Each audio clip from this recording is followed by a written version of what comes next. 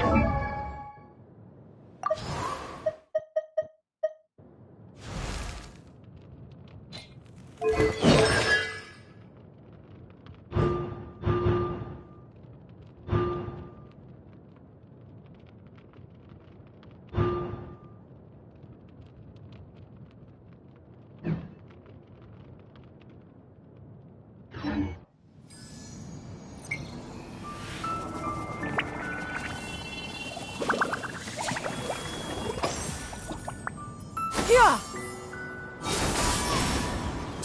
Yeah.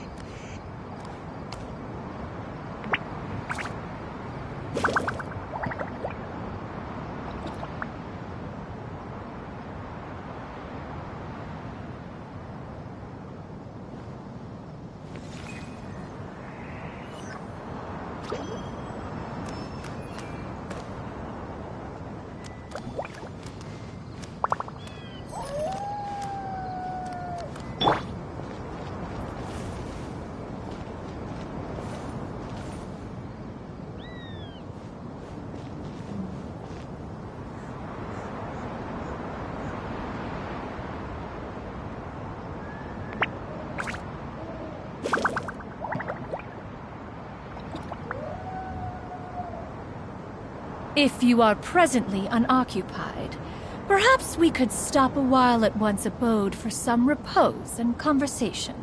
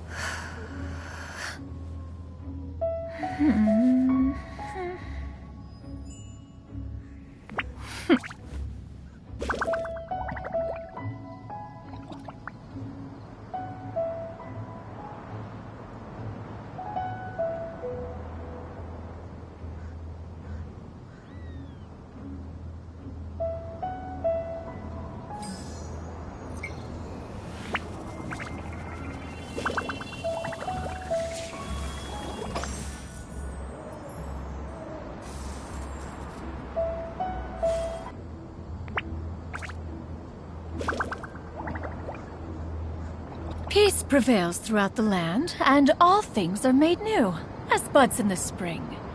This is an auspicious era for humanity.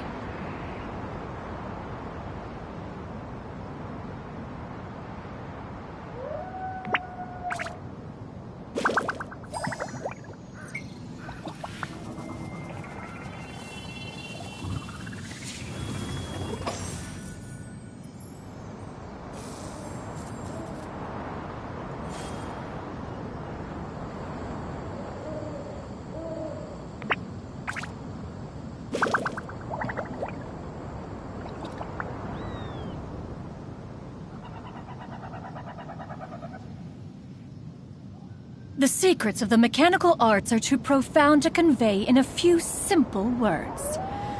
Oh, but why must the listener grow weary whenever I begin to divulge them?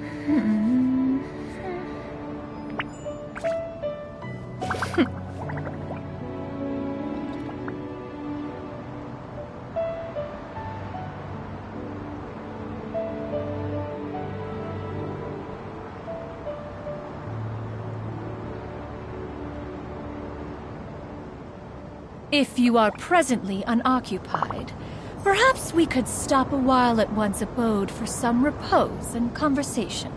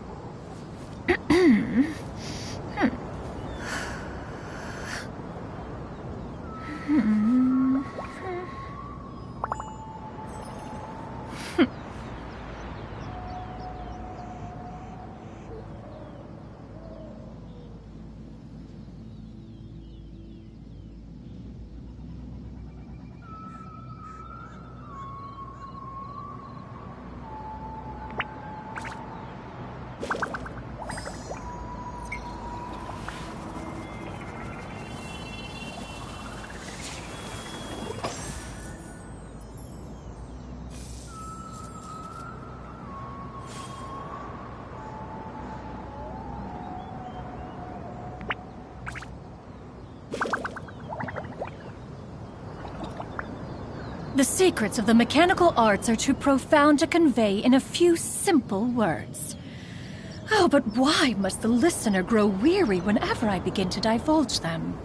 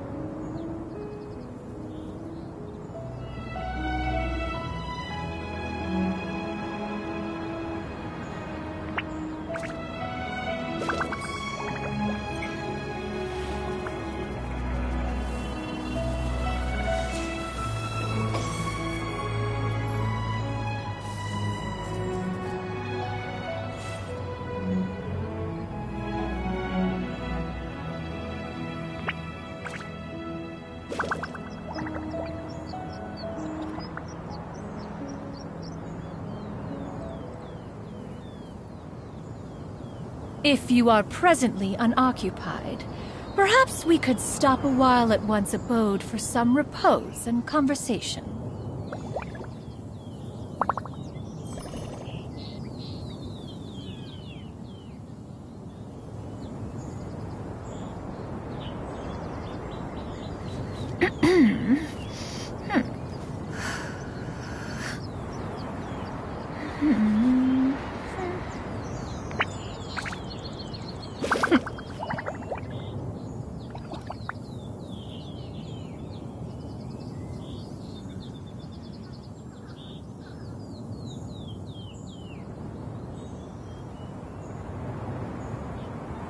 The secrets of the mechanical arts are too profound to convey in a few simple words. Oh, but why must the listener grow weary whenever I begin to divulge them?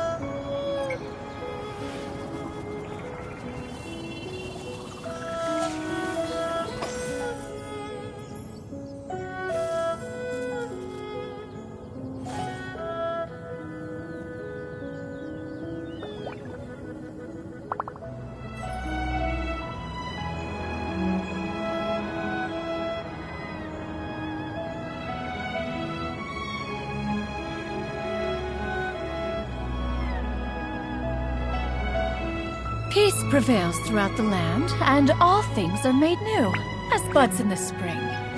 This is an auspicious era for humanity.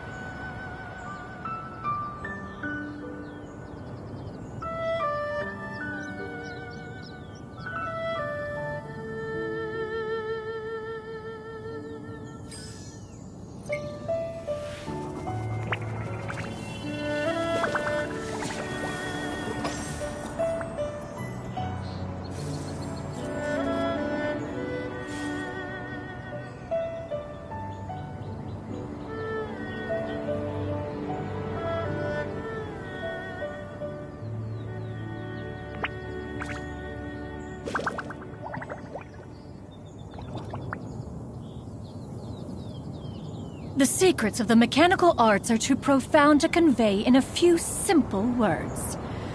Oh, but why must the listener grow weary whenever I begin to divulge them?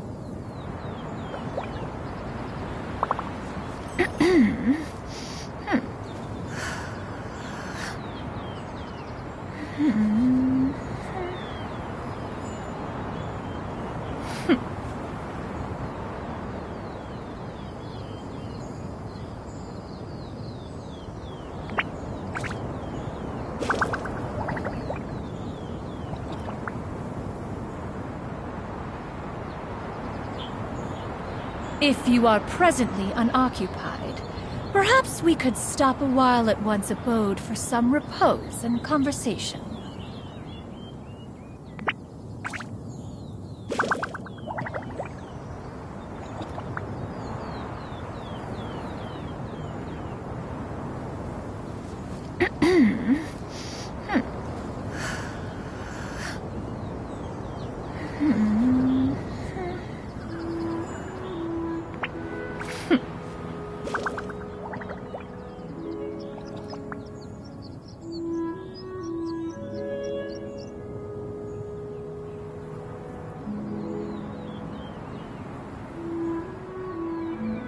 Peace prevails throughout the land, and all things are made new, as buds in the spring.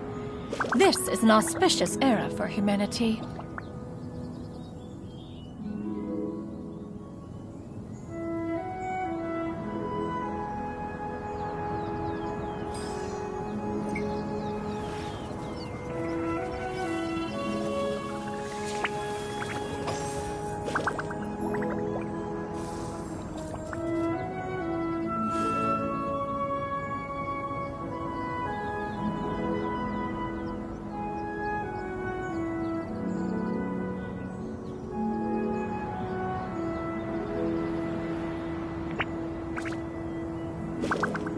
If you are presently unoccupied, perhaps we could stop a while at one's abode for some repose and conversation.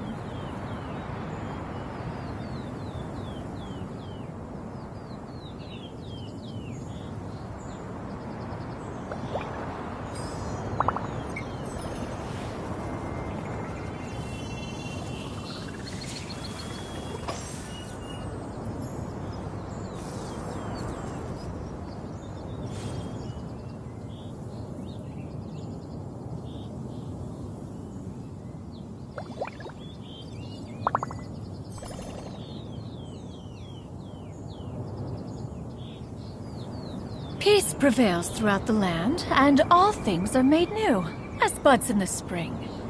This is an auspicious era for humanity.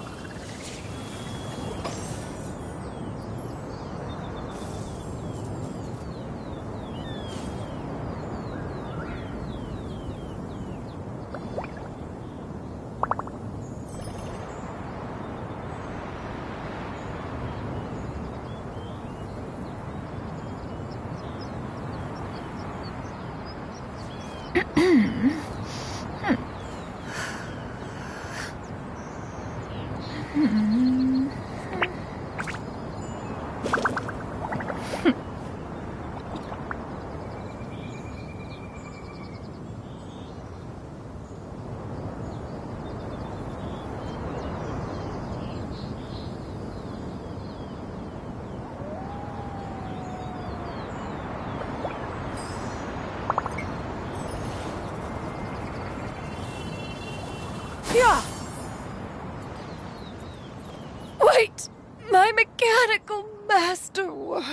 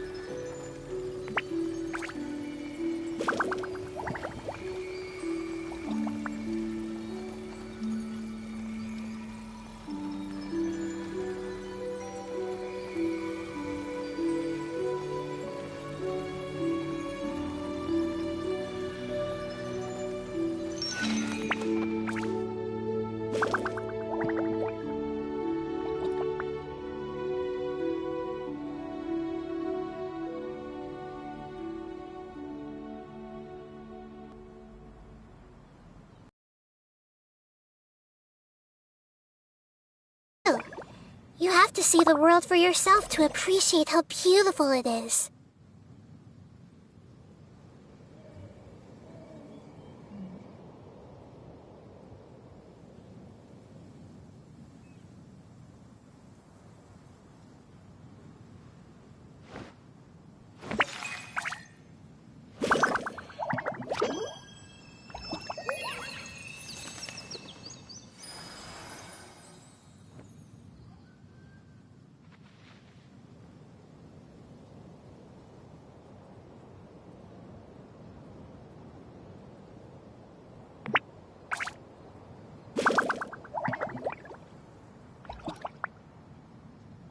Something on your mind again? Let's work through it together. 2 heads are better than 1.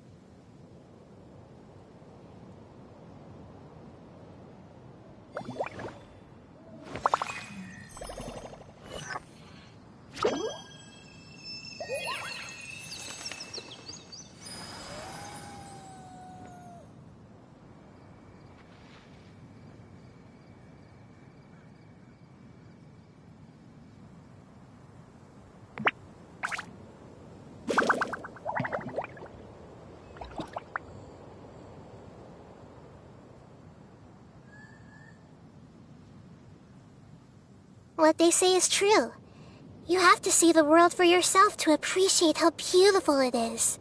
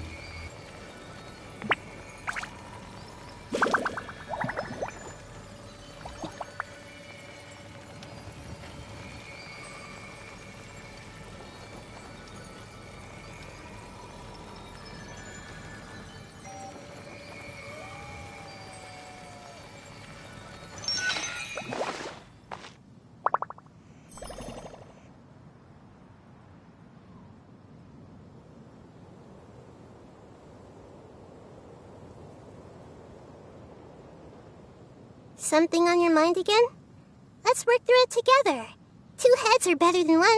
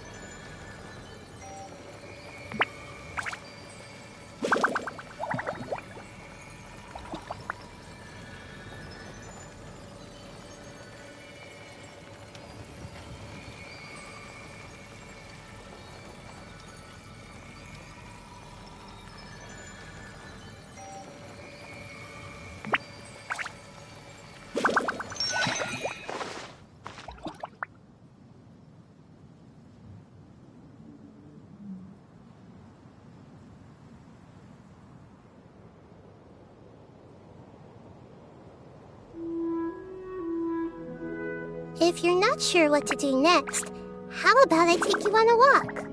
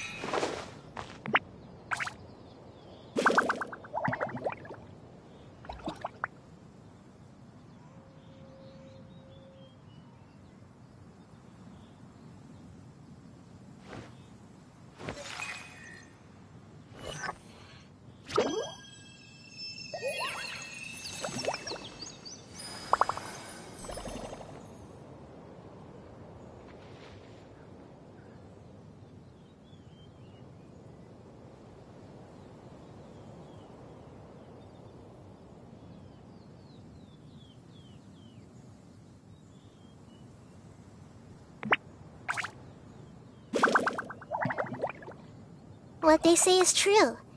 You have to see the world for yourself to appreciate how beautiful it is.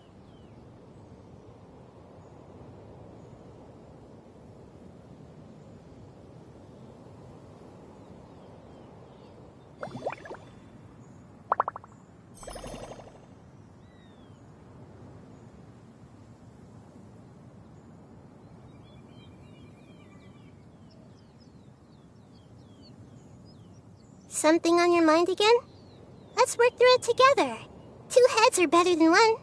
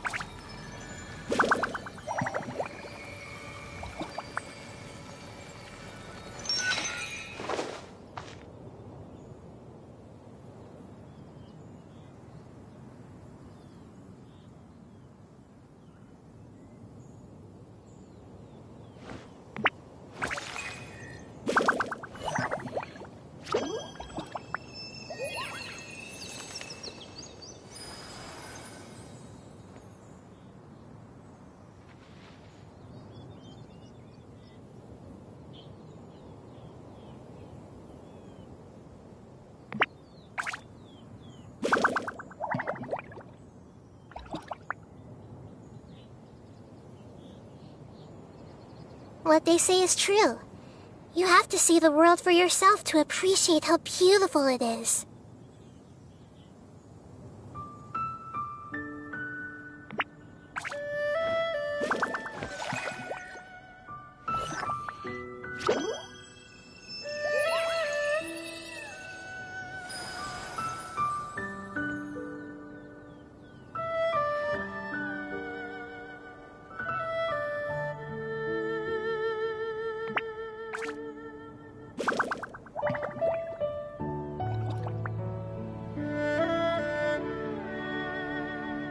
If you're not sure what to do next, how about I take you on a walk?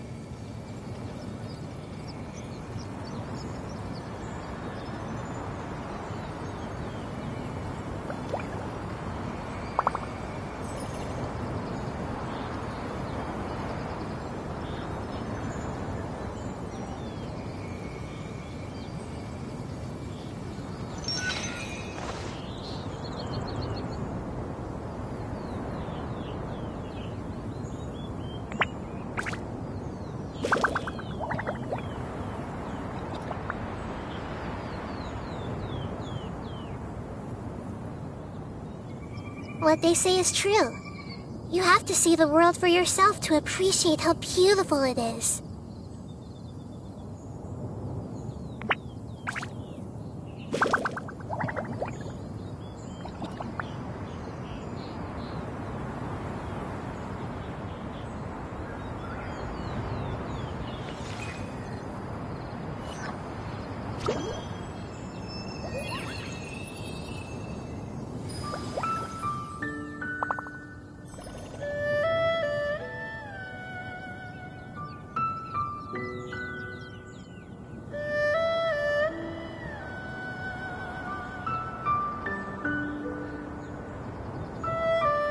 If you're not sure what to do next, how about I take you on a walk?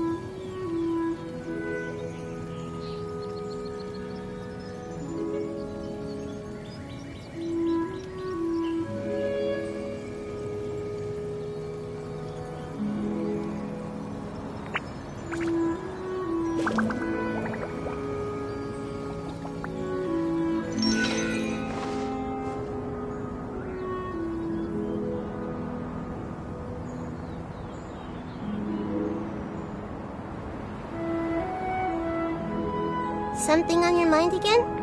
Let's work through it together. 2 heads are better than 1.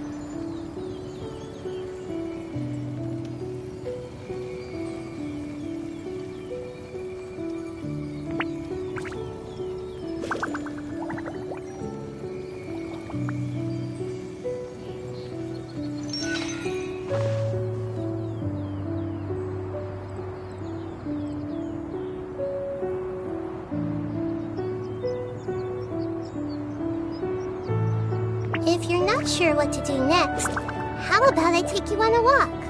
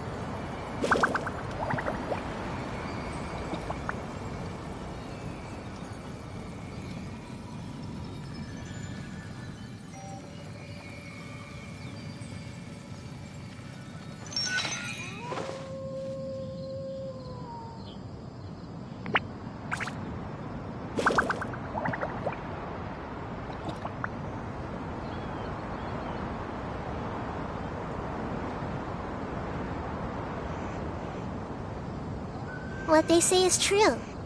You have to see the world for yourself to appreciate how beautiful it is.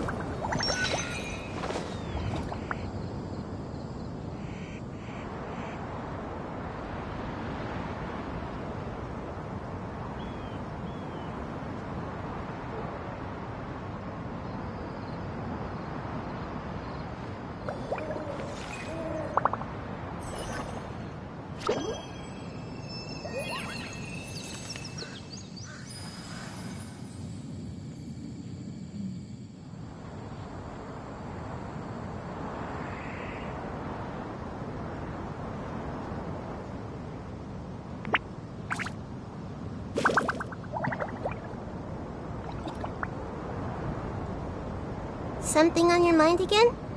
Let's work through it together. 2 heads are better than 1.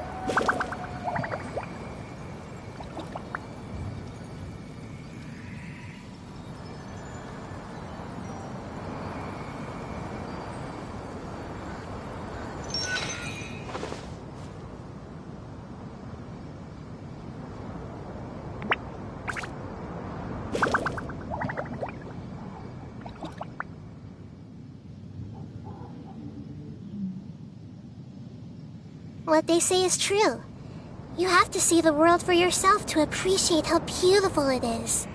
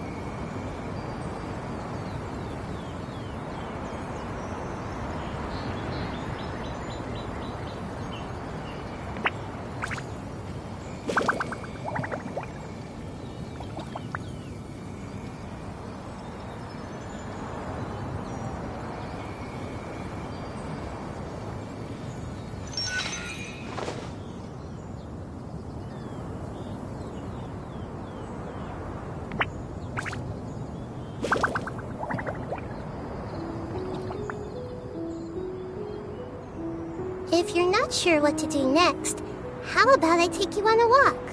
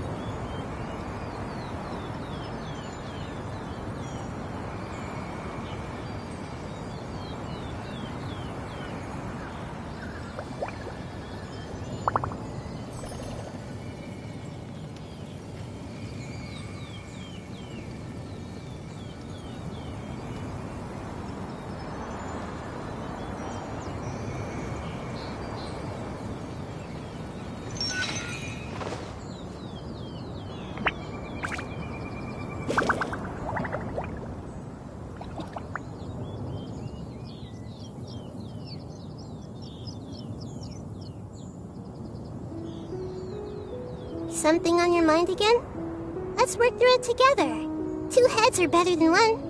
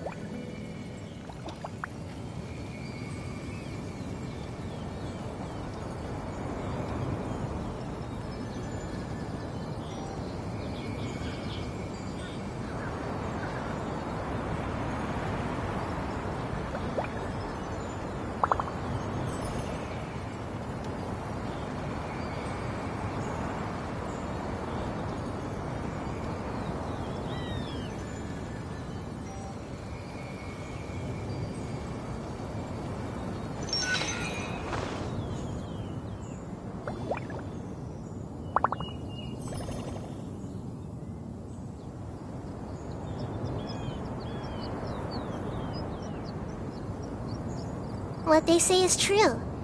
You have to see the world for yourself to appreciate how beautiful it is.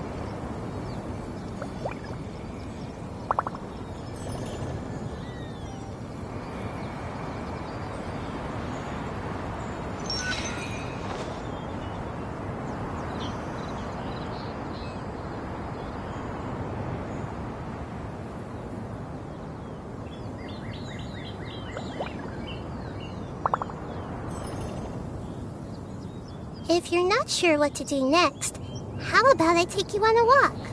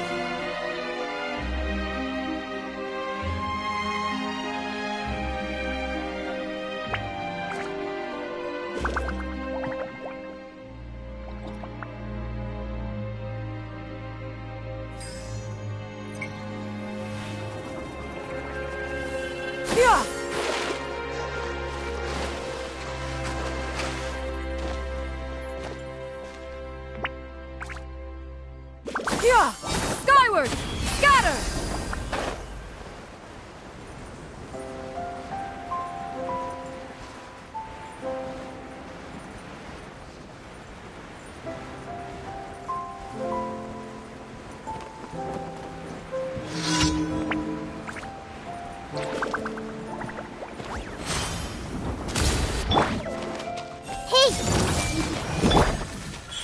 Emerge, right now.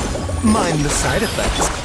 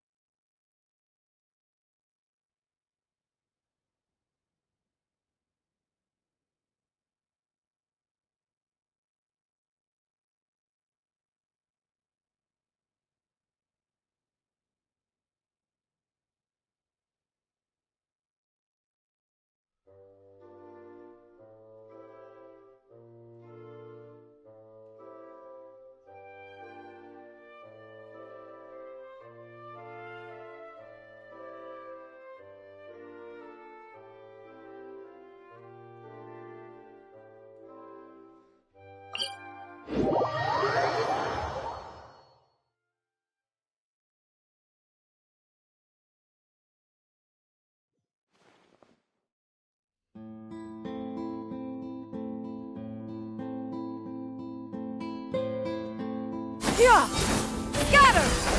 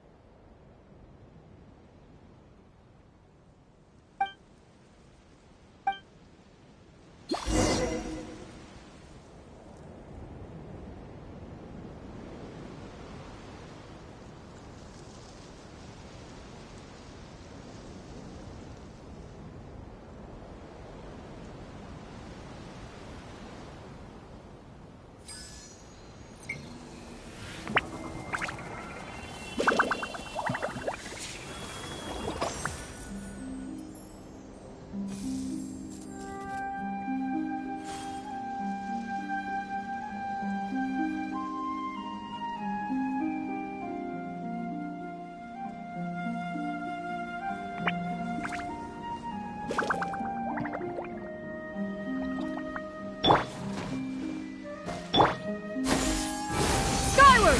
Scatter!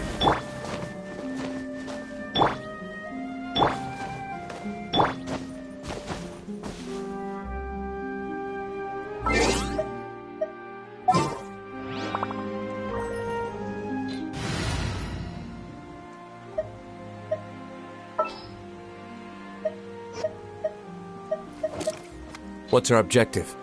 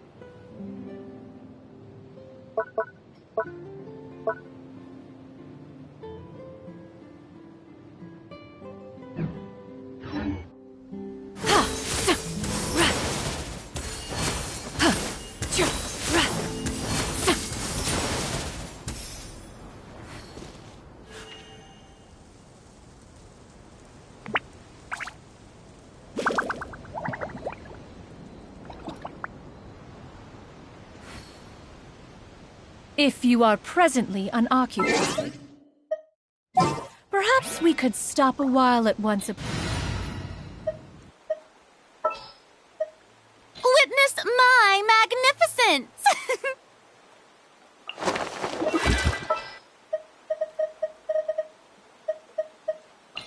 You want me on your team?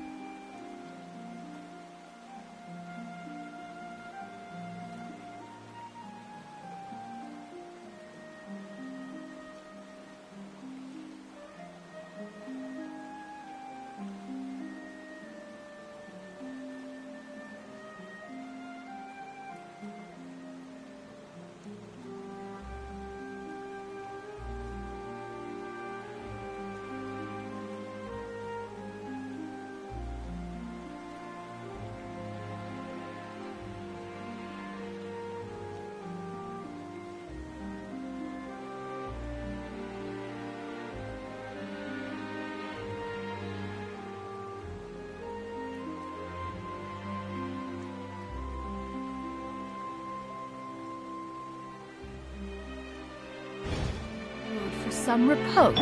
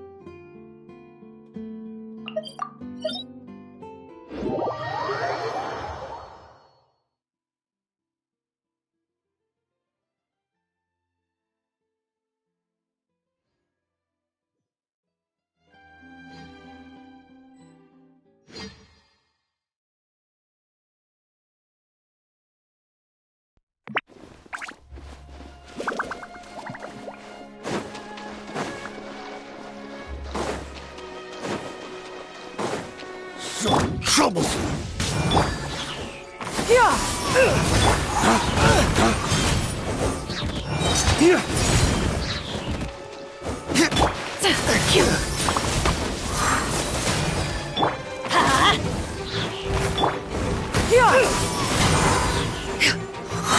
Stray clouds converge! That will help.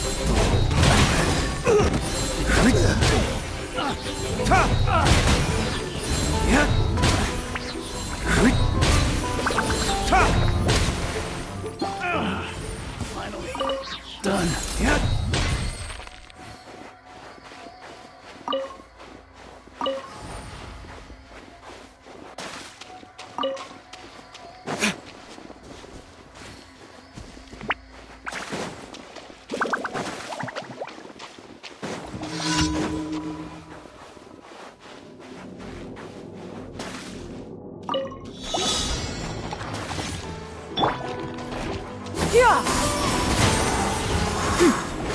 Yoo-hoo! Let's light it up! I'm going in!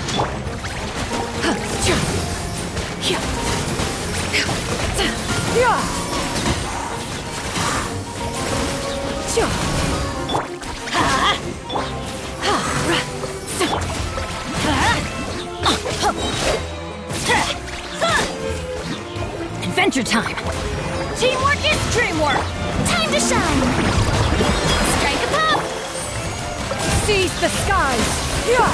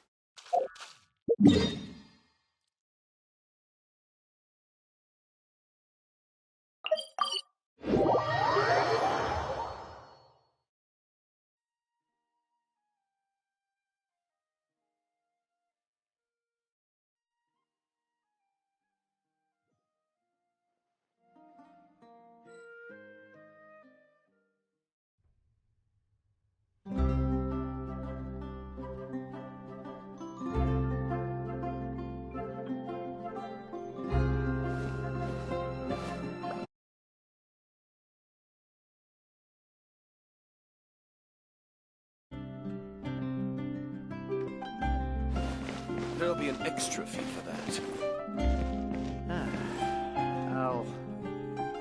I'll think about it. Add Thank you for complete.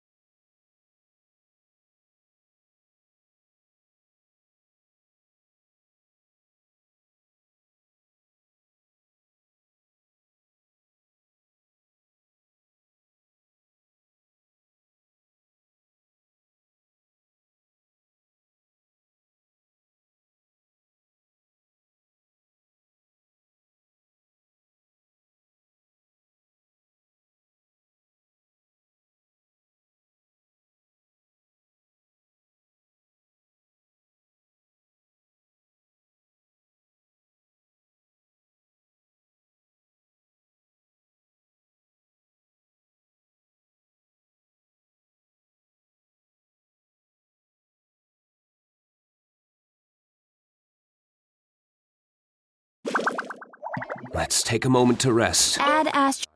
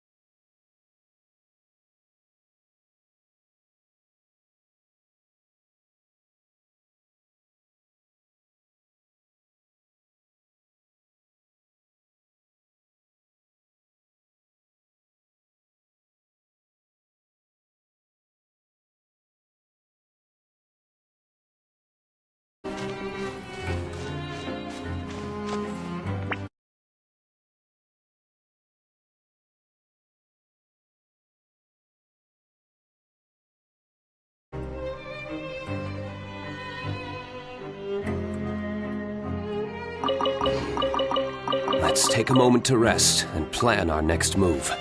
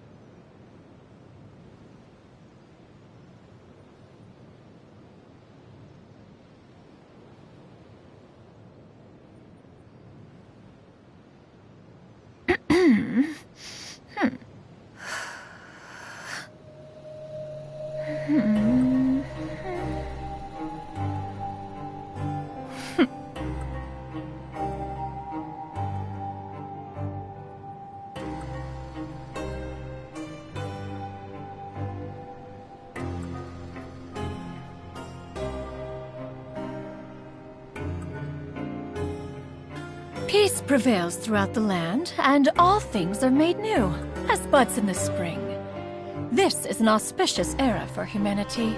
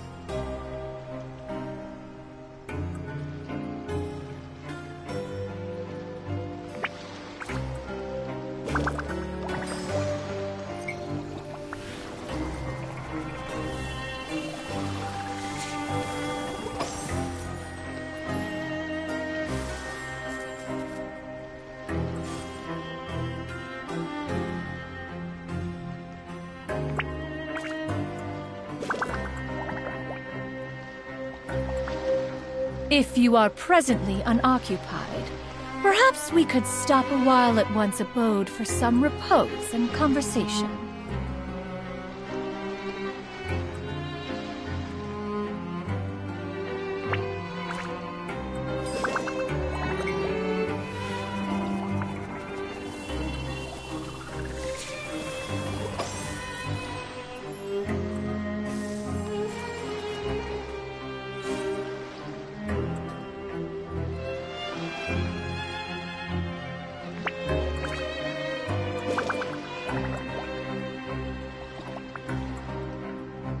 The secrets of the mechanical arts are too profound to convey in a few simple words. Oh, but why must the listener grow weary whenever I begin to divulge them?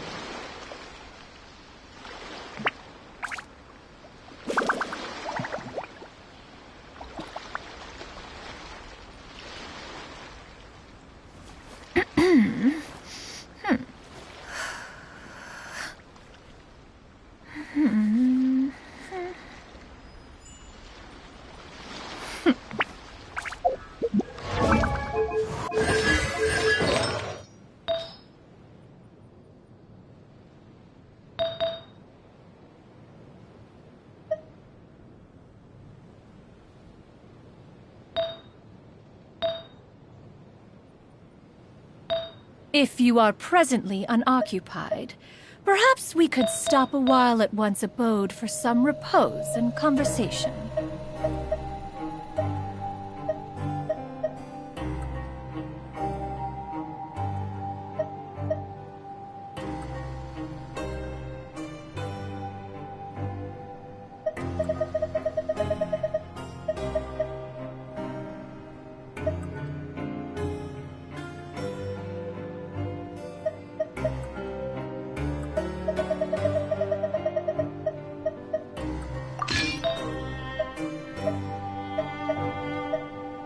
Peace prevails throughout the land, and all things are made new, as buds in the spring. This is an auspicious era for humanity.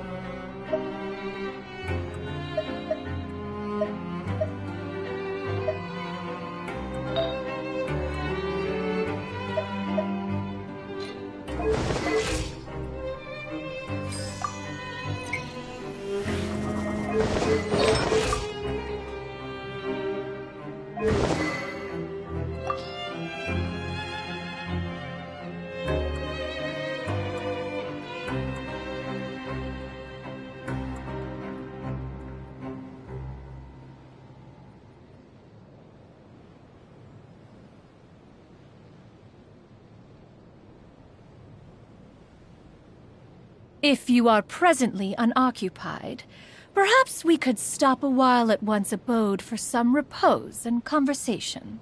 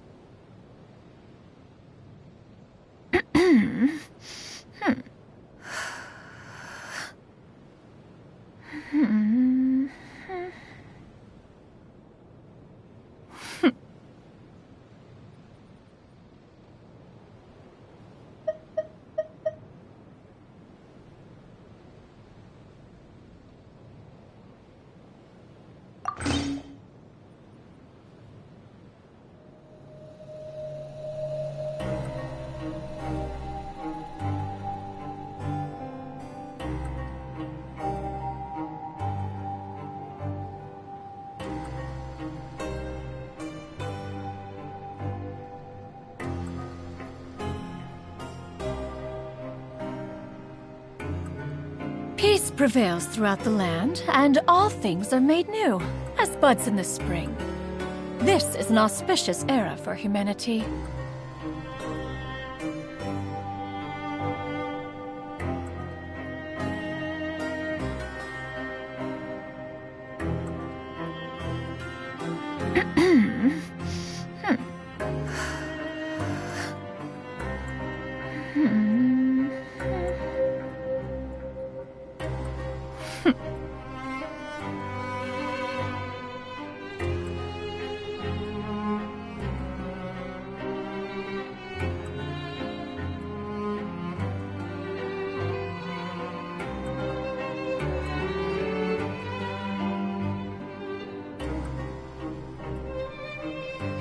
If you are presently unoccupied, perhaps we could stop a while at one's abode for some repose and conversation.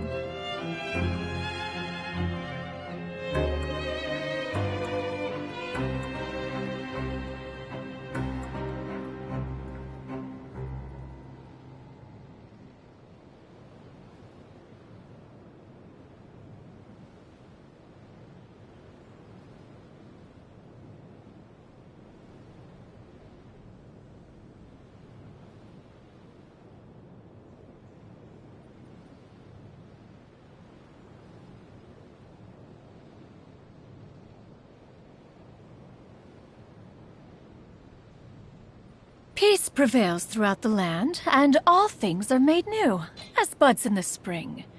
This is an auspicious era for humanity.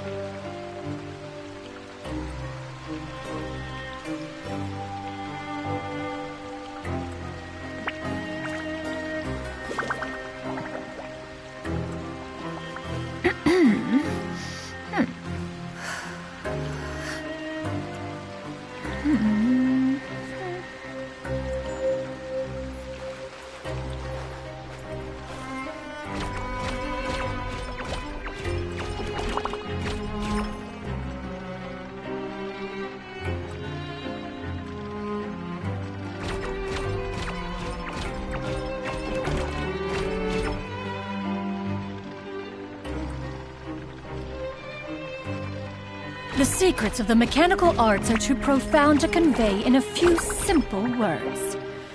Oh, but why must the listener grow weary whenever I begin to divulge them?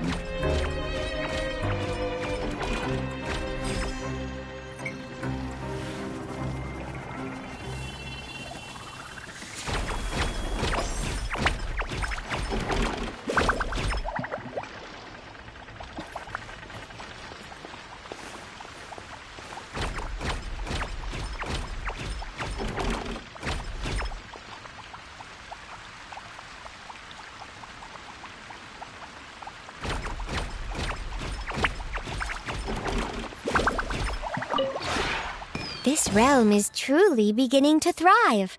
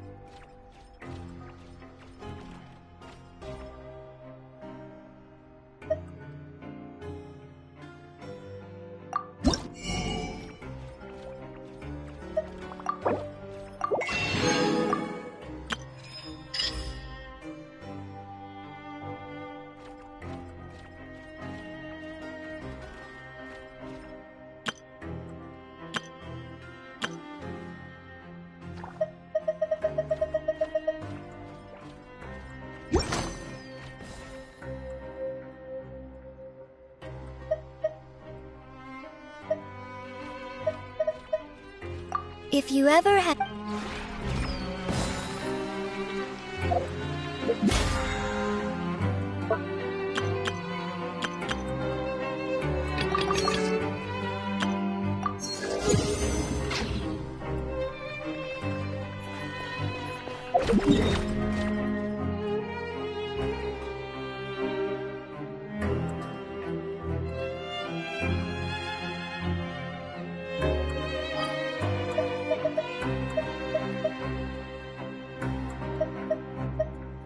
If you are presently unoccupied, perhaps we could stop a while at one's abode for some repose and conversation.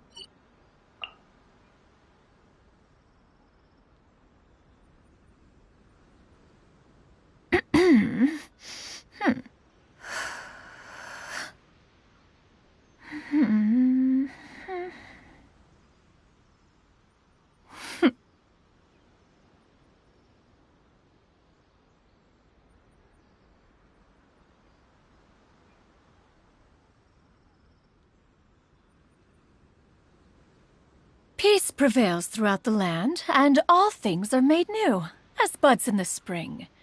This is an auspicious era for humanity.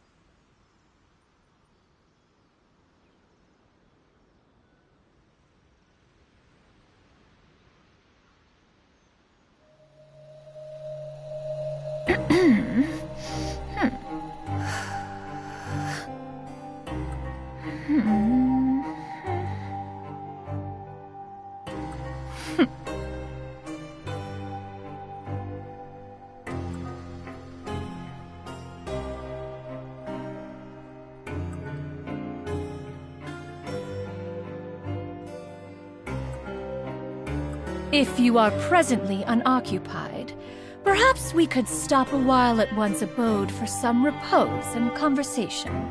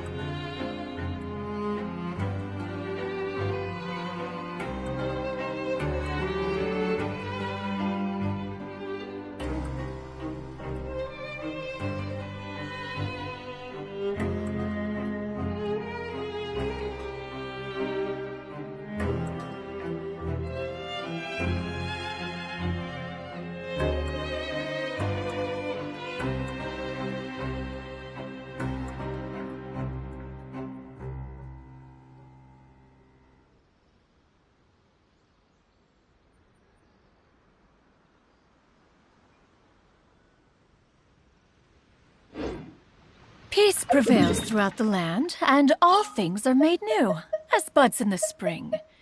This is an auspicious era for humanity.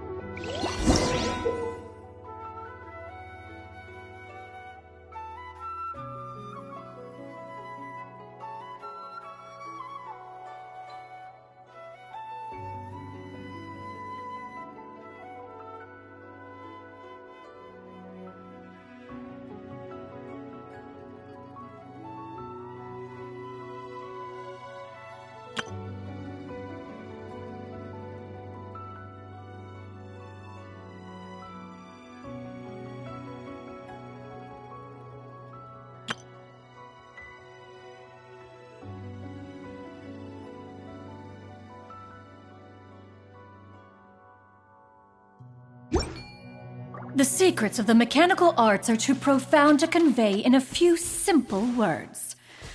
Oh, but why must the listener grow weary whenever I begin to divulge them?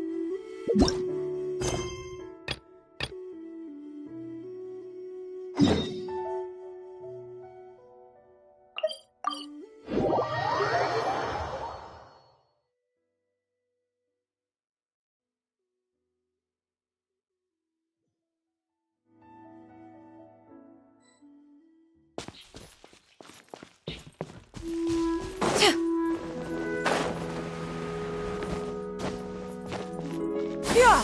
Skyward!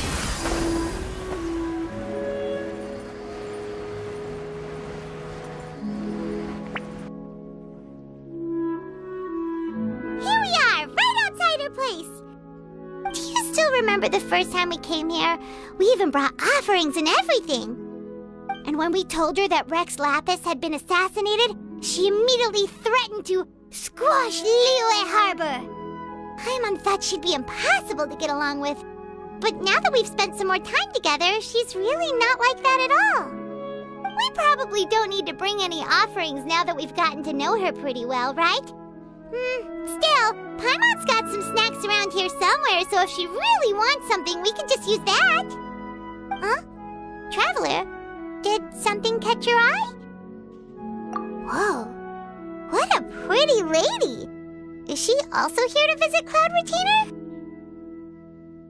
Yeah, you're right. All it takes is one look and you can tell she's someone special. As expected of that bird lady, really. She must have a whole bunch of Adepti friends from all over the country. Okay, but if we're both friends of Cloud Retainer, then we're basically friends by association, right? Want to go up to her and say hello? Helping you make more connections is a part of Paimon's job as your reliable guide. Paimon's got this.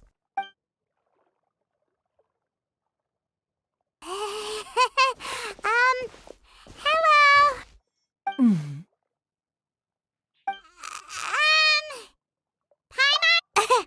Paimon? Paimon doesn't think we've met, but we're also friends of Cloud Retainer. May we have the pleasure of learning your name, Madam Adeptus? You two... What is this tomfoolery? Has a shift in form so clouded your eyes that you no longer recognize one anymore? Wait, you're... Huh? You're the illuminated bird? But you look... human! How did that happen? Oh, donning human form is scarcely any test of one's abilities. As for your confusion, one merely had no reason to indulge such inclinations before. So, you're indulging now because? Well, one has made plans to pay a visit to some disciples at Liyue Harbor. Taking on a human form for such a trip is simply a way to make matters less conspicuous. You? Worrying about keeping a low profile? You're the one who likes to pop up out of nowhere all over the place. In fact, Paimon can think of several examples. Like last year, when you suddenly appeared on the top of a roof without any warning. Or...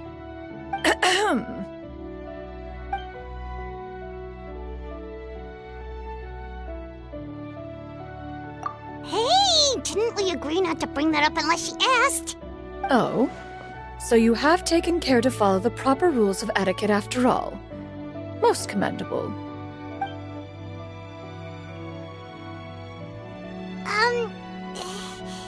Well, this is all Paimon's got. You don't mind, right? One has never found oneself lacking in basic comforts. On the contrary, it is the gesture that one values above all else.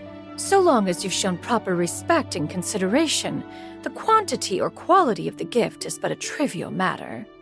That kind kinda makes Paimon feel a little guilty for trying to keep them for herself. Anyway, where were we before you reminded Paimon about the gifts?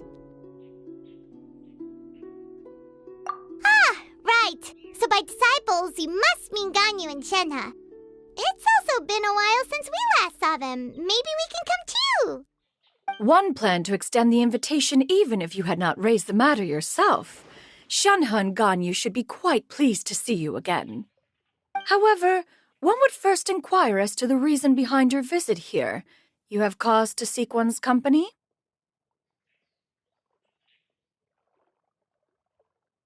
Yeah, we just found ourselves missing you and wanted to see how you were doing. We were hoping you'd tell us one of your stories. Who knew we'd run into your human form while we were at it? Is that so? If there are no urgent matters at hand, then let us make haste for Liyue Harbor. Ganyu is likely still working at Yuehai Pavilion, so that shall be our first stop. Sounds great! Then let's all go to Liyue Harbor!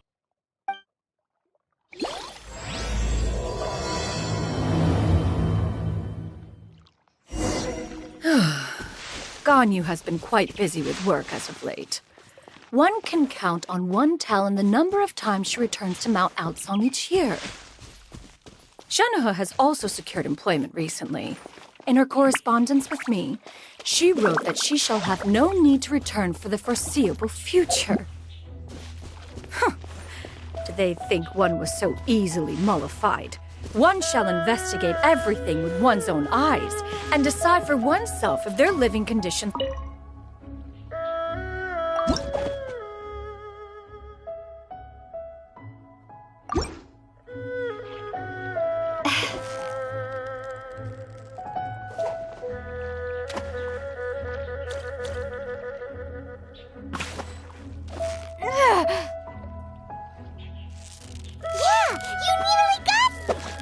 Wow, Paimon's stomach is rumbling already!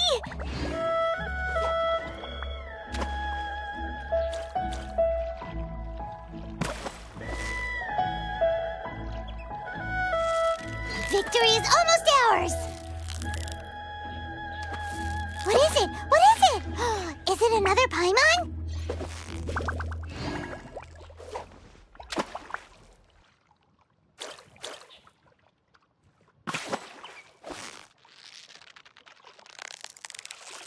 Steady now! It's the final... Whoa! Nice catch!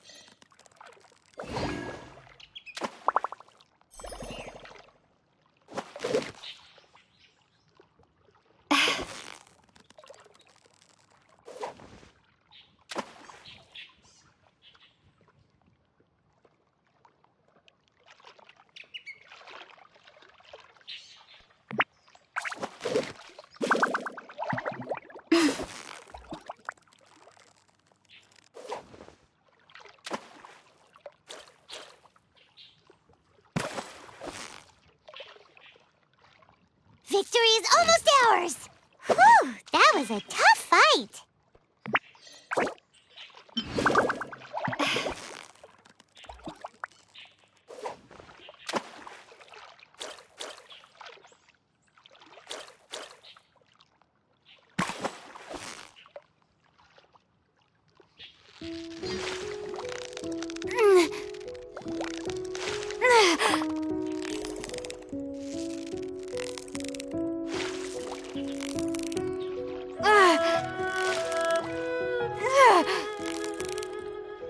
Steady now! It's the final stretch!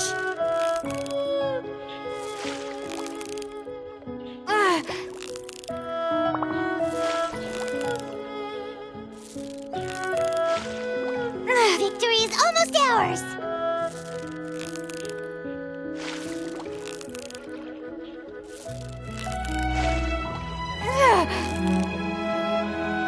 Wow, Paimon's stomach is rumbling already!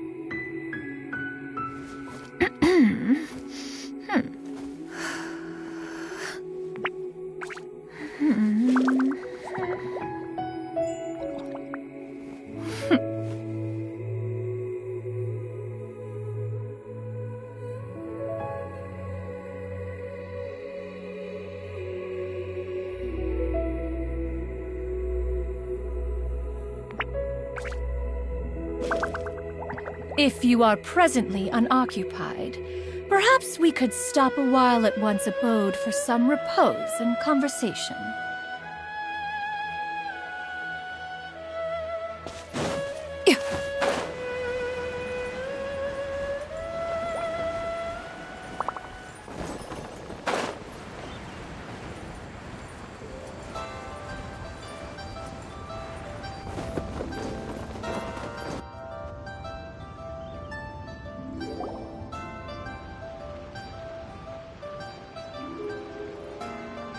We're almost at Weihai Pavilion.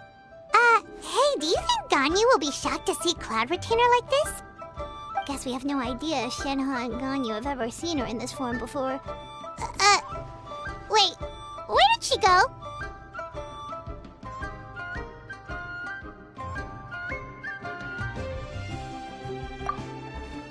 Why are you just standing there, Cloud Retainer?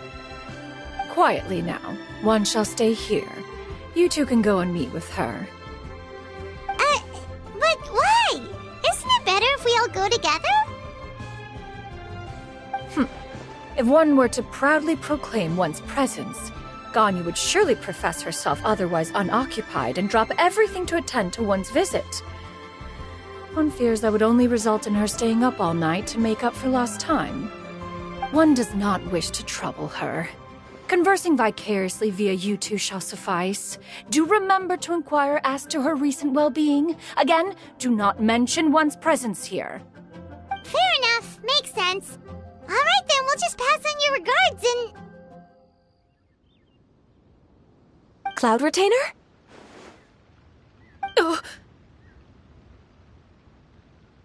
Oh, busted. Is that lady someone you know, Miss Ganyu? She is indeed. I'm sorry, Huixin, but could we delay the upcoming meeting for a little bit? I believe my schedule today is quite full. Although, perhaps I could move some work to later in the evening. Oh, not to worry, Miss Ganyu. I'll make the necessary arrangements right away. Thank you, Huixin.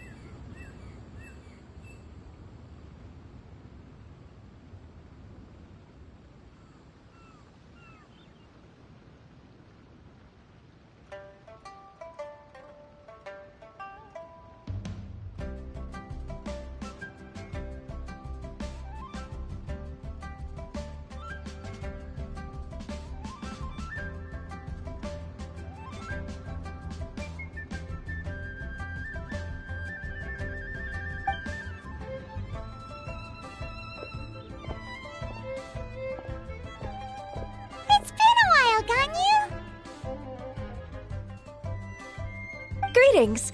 What brings you here today? And Cloud Retainer, too. It's been quite some time since I last saw you in this form. You are quite mistaken. One is not acquainted with this Cloud Retainer of whom you speak. One is simply a mere mortal passerby. Huh? Seems she's not buying it. That was but a simple test. One did not expect you to be able to recognize one so easily, especially after so many years of only seeing one's other form.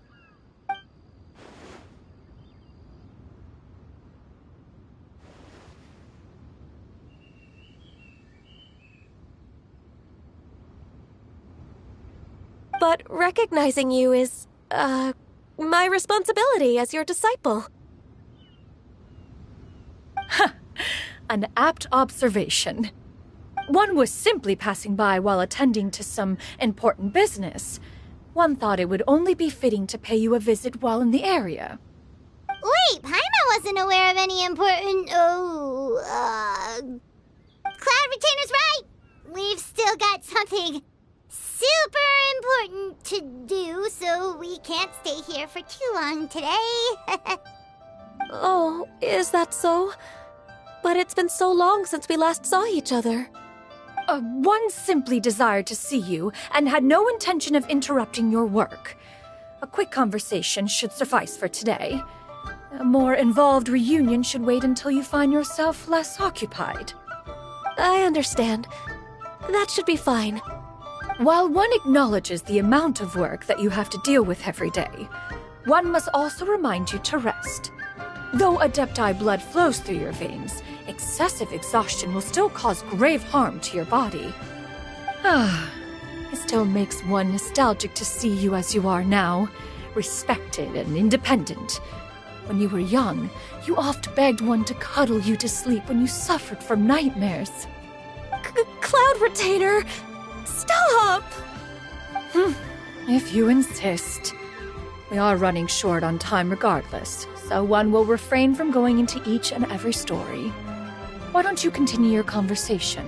One shall simply stand by and listen. Wow, you've been to so many new places since the last time we spoke. If you ever need anything, please just come find me at Uehai Pavilion. Also, forgive me for my presumptuousness, Cloud Retainer, but if you plan to continue appearing in this form, don't you think it'd be helpful to adopt a human name? A human name? Huh.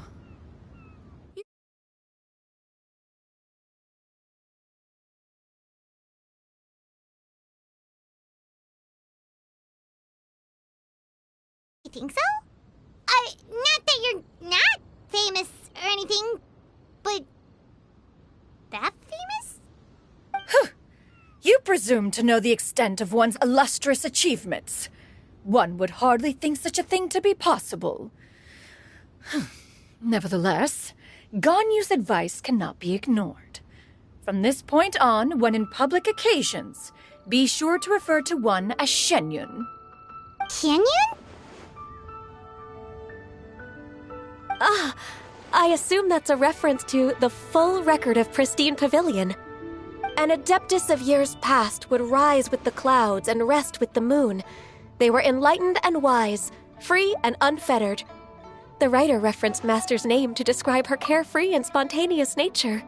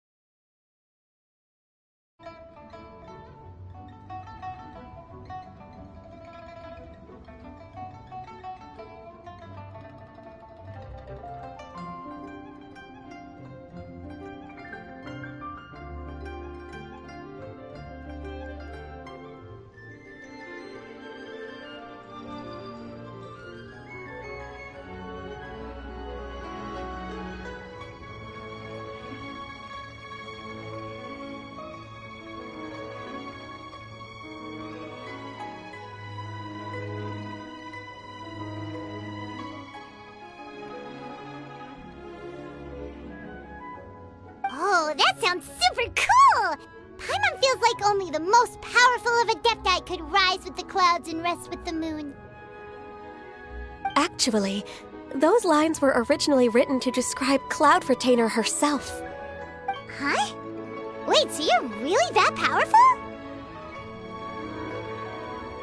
And what of it? Did you truly take one to be nothing more than a bird of bigger than average size? Not exactly.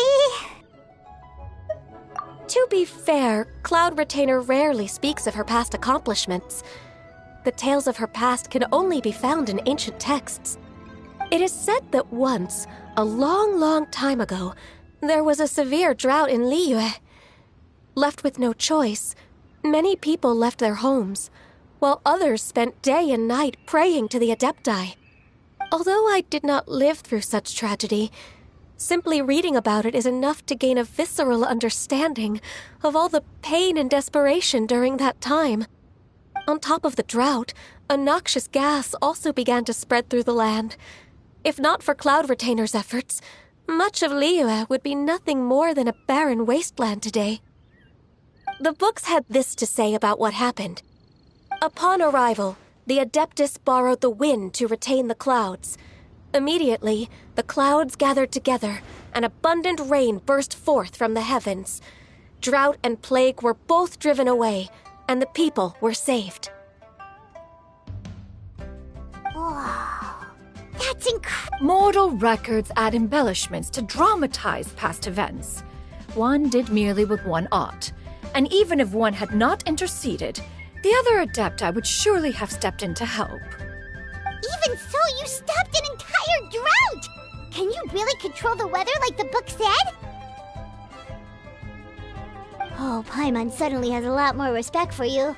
So it was Paimon's bad for calling you Illuminated Bird before. You're not too mad, are you? How laughable. A name is but a simple label we carry with us on our journey through the world.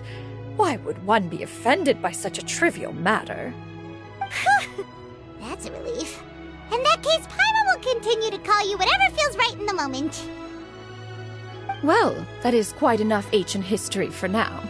Ganyu, have you had word from Shenhe? One has heard that she procured a job recently.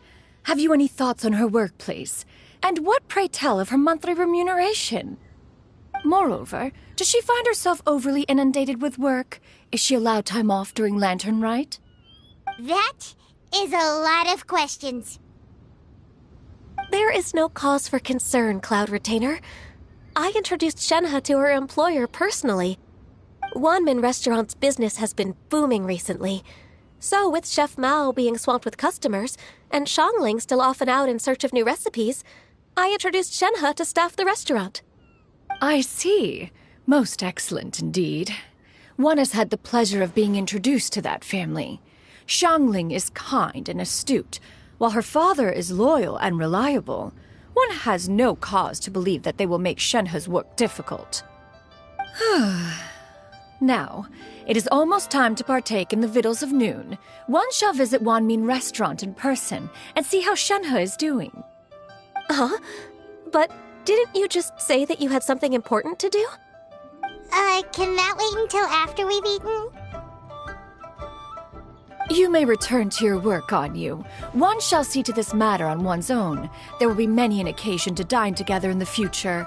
One is certain the opportunity shall present itself most readily. Of course, Cloud Retainer.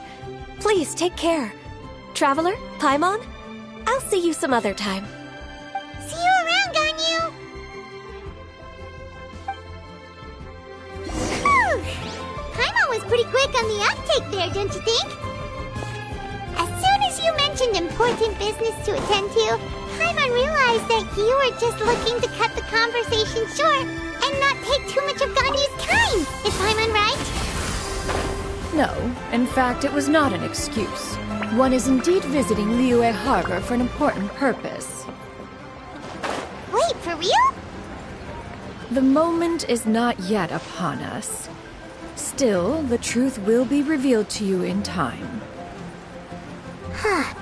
She really seems to be playing up the whole mysterious mysterious Adeptus thing right now. Is it because...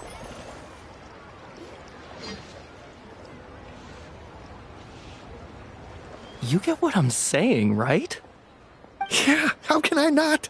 Not even fine food is enough to distract from the presence of a fine lady, eh? Oh, I'm far more interested in getting her details than ordering any dishes. Hey, how about you ask her? You do it. No. I think you should. Wait, she's coming. What can I get for you today? Greetings, miss. I was just wondering if you'd be willing to... What would you like to order? 2 servings of mora meat to go. Good chat. Bye.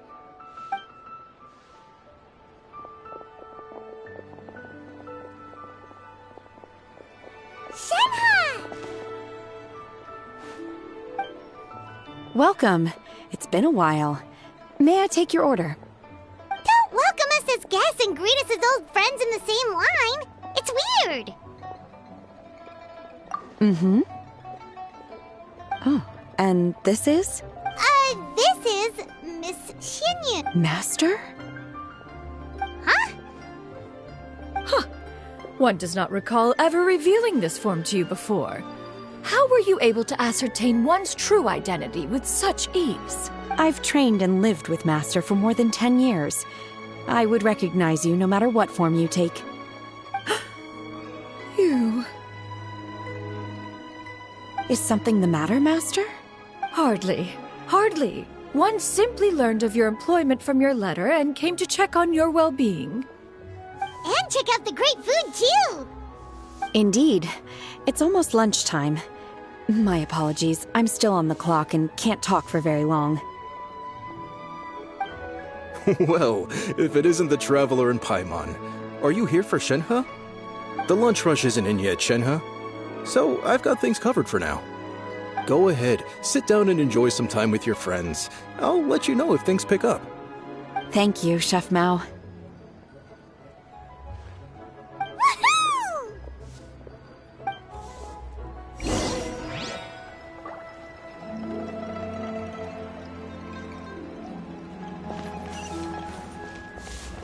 Cheap and tasty chop suey! Wow. Leo's really got a lot going for it. It is just as one expected. The owner of Wanmin Restaurant is indeed a most reasonable and accommodating human. Still, the work here entails dealing with quite a varied group of people. Has this been difficult for you, Shenhe? It's been manageable so far. I sometimes run into strange people, but I have figured out a way to deal with them. Seems like you've been making progress. So by dealing with them, you mean... First, I try to talk sense into them. If that doesn't work, I threaten them with violence. At this point, they usually decide they are in favor of a civil conversation. Oh, how should Paimon put this? Oh, a sensible plan. One is gladdened to see you integrate so well into human society. And you, Master? How have you been? Simply marvelous. Though Mount Outsong has scarcely enjoyed your presence recently, one has hardly found the pleasure of one's own company to be lacking. I see. Oh, just as expected of Master. I have missed Master quite a bit too. Even though work has been busy lately, I've already had a conversation with Chef Mao about taking some time off soon to visit Master. Oh, you did?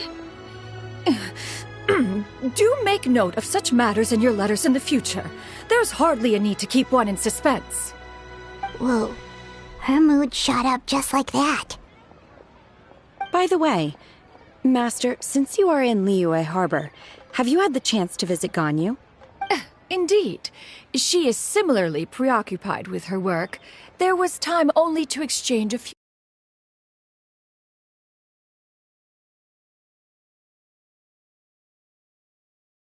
awful she was before.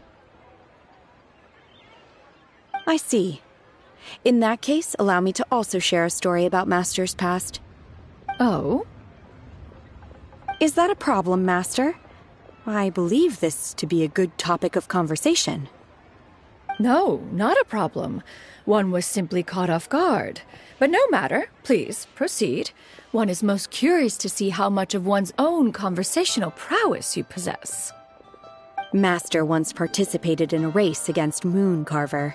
After Mooncarver lost, he insisted that Master's ability to fly gave her a natural edge in such a contest. In response, Master agreed to forego flying in return for being able to use one of her devices in the race.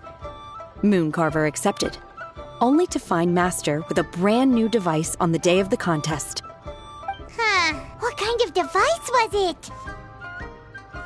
It was a mechanical vehicle made out of iron. What was it called again? Oh, an electro-powered bicycle? Oh, you refer to the bicyclical Thunder Flashmobile.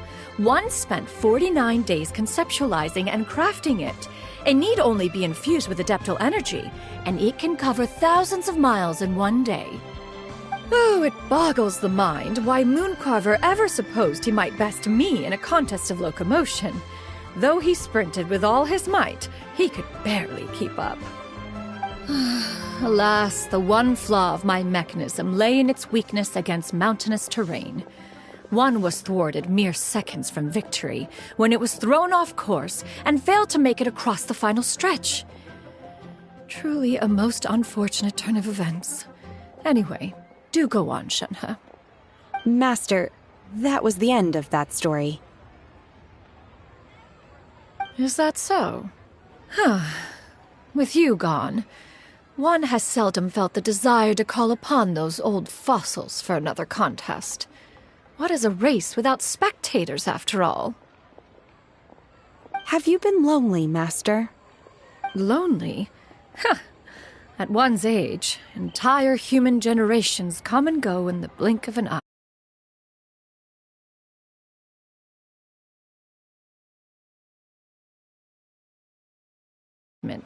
The mere mention of it is preposterous.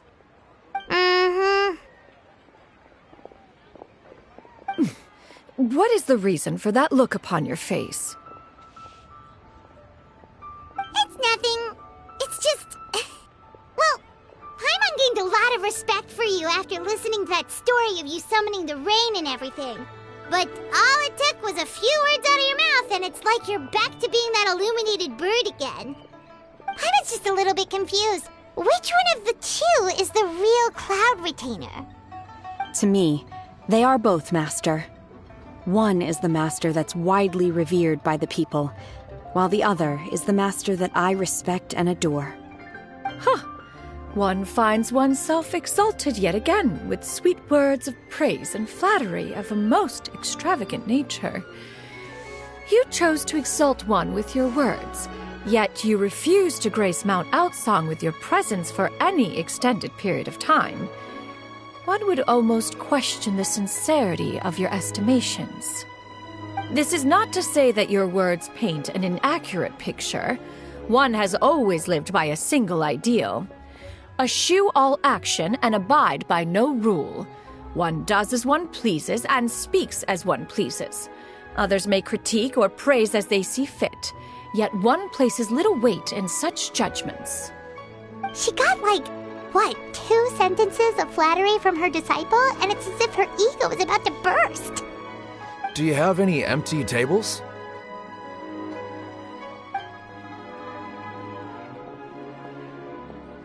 Hey there, could we get another fish stew?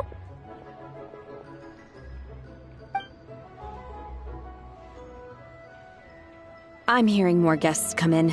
I should get back to work. All right, good luck with the lunchtime rush, Shenhe. I'll try my best. So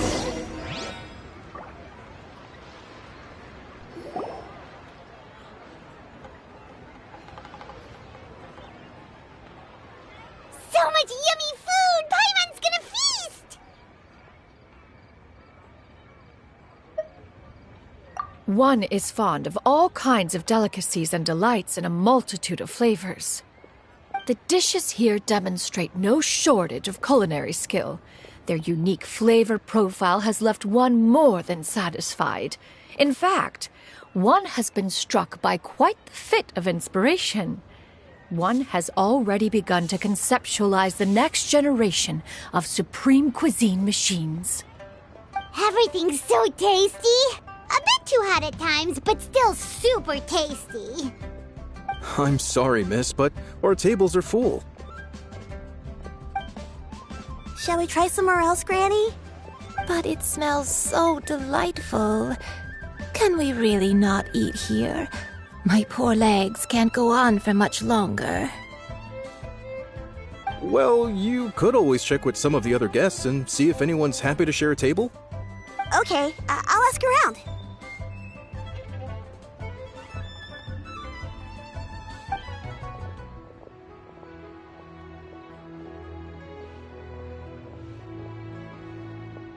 Excuse me, would you mind letting us share a table with you?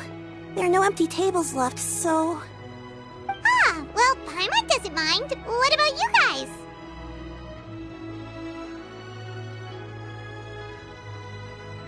Great! Thanks so much. My name is Shuyu, and this is my granny, Yuendai. Granny? Yep. Is there something wrong with that? No, Paimon's just a bit surprised. She looks so young. Yeah, a lot of people compliment Granny on her youthful looks, but she's actually much older than she appears.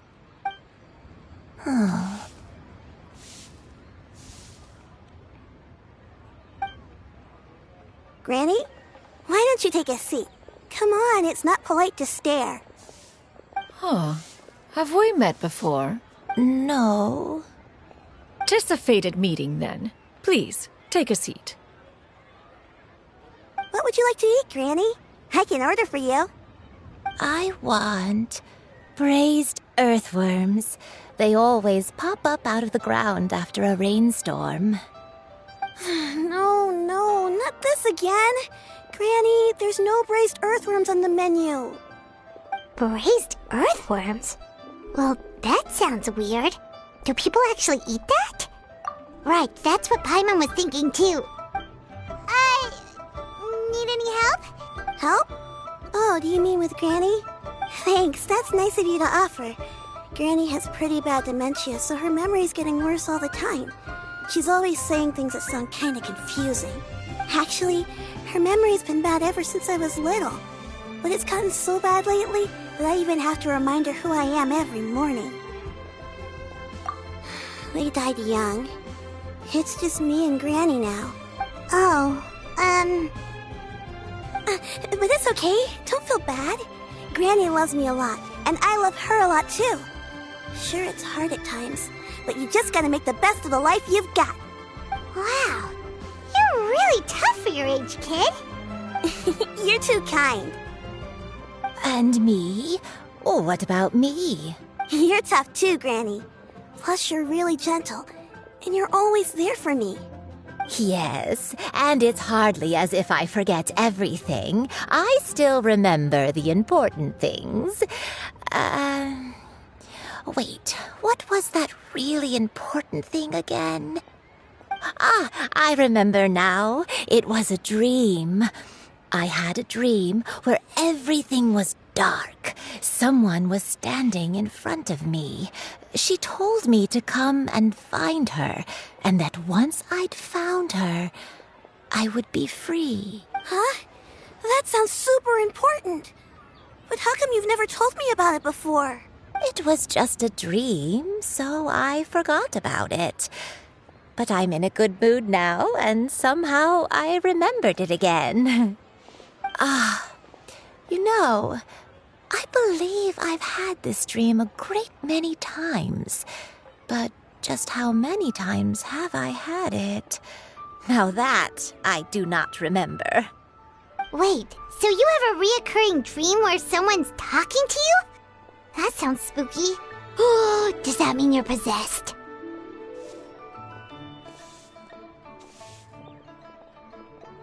Unlikely. Her eyes are clear, and her breathing remains calm and level. One sees no signs of possession. Are you sure? Who do you take me for? Is one not an adept? Am I not an expert? Huh, you're right.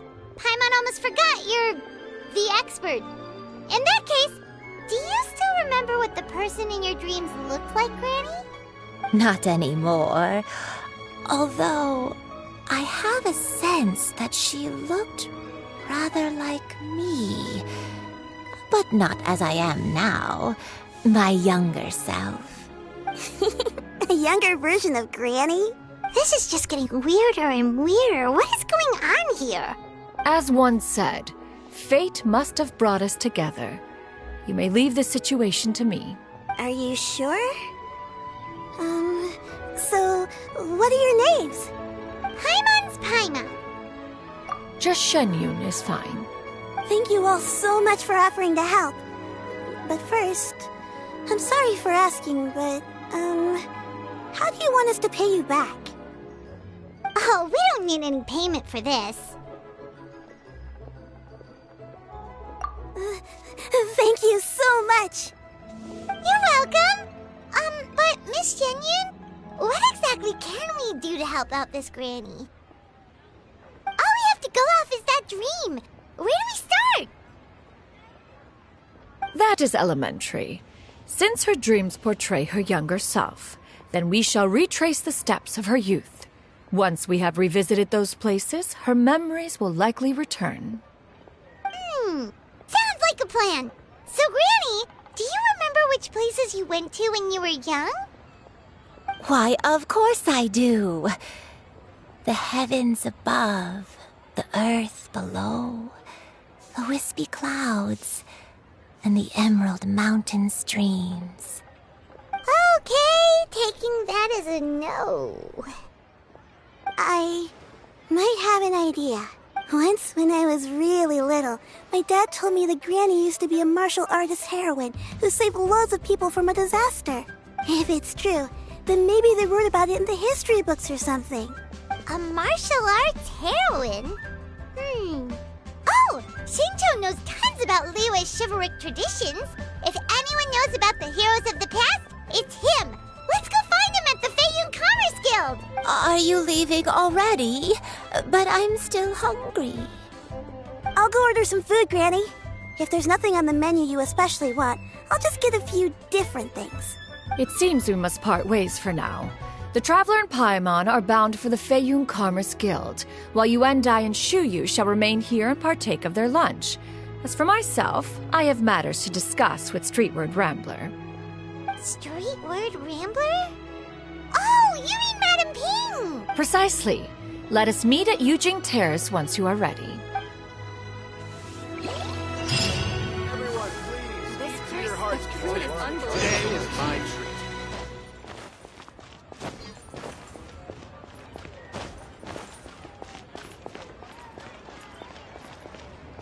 Everyone, please, eat to your heart's I should get paid in another few days.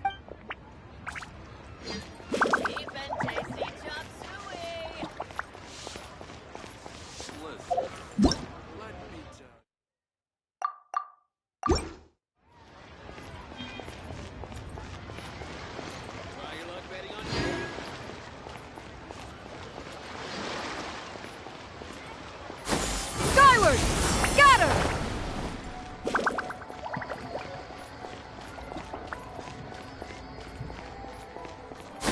Skyward! Scatter!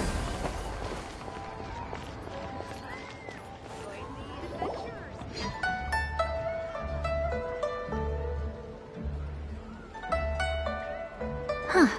It's you two. What brings you here? Shincho! Great, we found you! We wanted to ask you about something.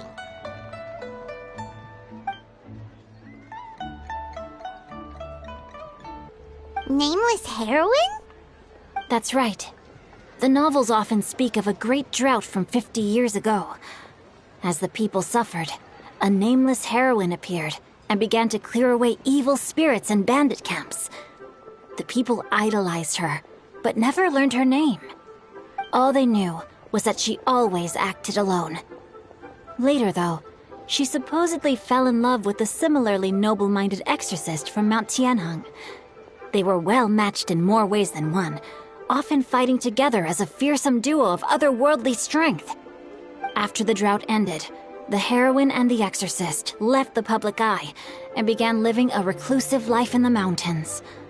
All that remained were tales of her incredible accomplishments. The way this nameless heroine faded from fame into obscurity later in life is not too dissimilar from Miss Yuendai. I hope that's somewhat helpful. Thanks a lot, Xingqiu. We knew it'd be worth talking to you. It's nothing at all. Just something I came across while reading. I did do a bit of extra research on her story, but it was just out of personal curiosity. Well, Paimon still thinks that's super cool. Oh, wait, Xingqiu, if you've read up on her, do you know of any places often associated with her? Let me think. In the novels, the nameless heroine always appeared near one of 3 places. Wangshu Inn, the area just north of Jueyun Karst, and Qingyun Peak. Perhaps the real-life heroine who inspired the character was also often seen near those 3 places. That would explain why those locations appear in the various novels written about her. You're welcome. To be honest, I found some parts of the story confusing when I first came across it. If Miss Yuendai was indeed the original inspiration for the character, she may just be able to help me put the pieces together. It's rare for a chivalric hero to fade into obscurity during their lifetime, even after retiring from the public eye. But no one ever saw or heard from the nameless heroine again. There were even rumors that she became extremely ill. I've never understood why someone would go to such lengths to erase themselves from public memory. It's almost as if she was trying to hide from something. There's probably far more to the story than what's been written. We'll be sure to tell you if we manage to uncover the truth. That's a deal. Perhaps, behind the truth of it all, there lies a story more fantastical than any work of fiction. Paimon feels like we just learned so much from Xingqiu. A drought, a nameless heroine, a life of seclusion. Wait, why does the story sound super familiar? Oh, right! There's a drought in this story, too! Xingqiu, are droughts super common in Liyue or something? Well, they used to be. But people have long since developed methods to prevent them, like by cultivating the soil or digging canals. So while droughts do happen from time to time, they are rarely regarded as true disasters. The drought 50 years ago is probably one of the worst we've had in the last several centuries. The crops withered, the streams ran dry, and the monsters in the mountains became rabid and agitated. Countless caravans were attacked, and people who lost their homes came together to form bandit groups. What started as a natural disaster soon became a human tragedy as well. That sounds awful. Yeah, and that's exactly why the nameless heroine was so beloved. She must have been someone of true integrity, to do so much for the people while asking nothing in return. Still, as terrible as that drought was, it was nothing compared to the truly calamitous disasters that befell this land in ancient times. They say that back in those days, disasters were both more severe and more common. Only the strongest of Adepti could hope to dispel the ruin and devastation. Do you have any other questions? We're good for now. We're just going to head back and meet up with Miss Xianyun and the others again. Paimon hopes that Granny Yuendai will be able to remember more of her past. Anyway, we'll be off now. See you some other time, Xingqiu. It's no problem at all. Safe travels.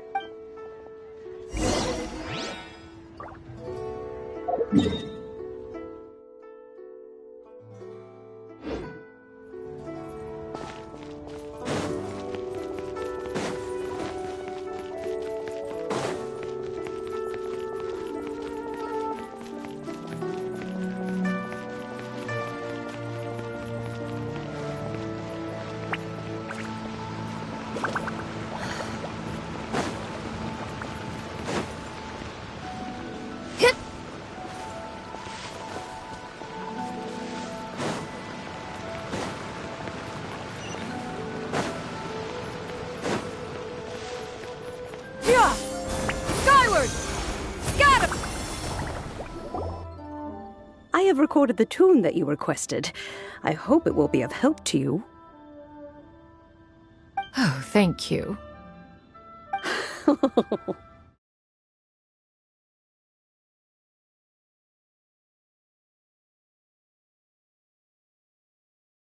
no serious matter. I was just reminiscing about the last time I saw you in this form. Time has wrought such change in this world, and yet you appear just the same as ever. Time has little bearing on one's existence, nor has one keenly felt its effects whilst dwelling at Mount Outsong. Nevertheless, Ping, one would like to seek your counsel on a personal matter. Oh, why so formal all of a sudden? I must say, you're making me a little nervous. What is it? Well, the inquiry is as such. Approximately how much more would one need to afford a comfortable life in the harbor, not unlike the one that you yourself lead? It does not require as much as you may think. Still, do you mean that... Clavitainer, Madam Ping! What are you two talking about? Nothing save for some trivial matters. Have you unearthed any useful details?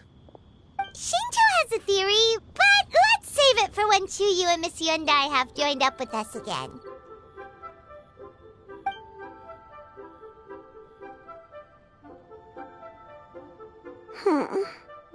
Do not be troubled, young lady. Here, have some tea. Thank you so much. What do you think, Chuyu? Does it match up with what you know of your granny? According to the story, the nameless heroine eventually fell in love with an exorcist from Mount Tianheng. Maybe that's my grandpa. I don't have many memories of him, but there was this one time I found a box in our attic full of a bunch of weird sigils. I think so too. Granny might remember something once she's returned to a familiar place. What marvelous tea. I can taste the dew's sweetness in this cup. It's as if I was taking a stroll in the mountains, thoroughly one with nature and at peace. Is that so? Then please drink as much as you like. There's no need to hurry. At our age, it's always nice to slow down and take the time to appreciate pleasant conversation among friends. Thank you. Okay, since we have the time, can I ask you something? Sure thing. What would you like to know? I have a secret I want to tell you. Let's go talk over there.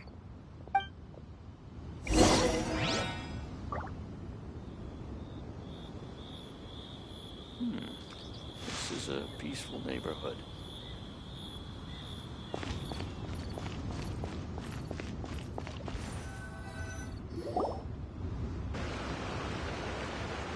What's wrong, Chuyu?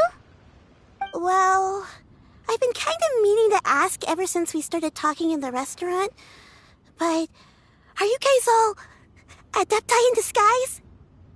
Oh! About that.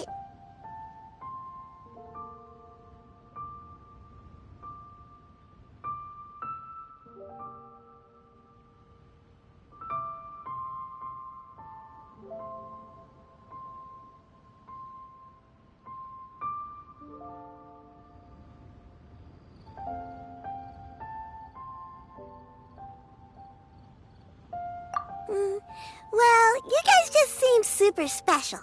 Plus, I think I might have heard Miss Shen Yun call herself an Adeptus. Oh, must have been a slip of the tongue. Shen Yun, since you were the one who, misspoke, maybe you can explain to Chuyu here what you really meant by that. One is indeed an Adeptus. Is that of some concern to you? Huh? I knew it.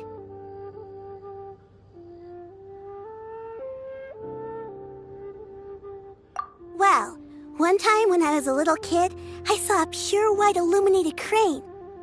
I had this super high fever, and Granny wasn't around. I was feeling all icky and gross.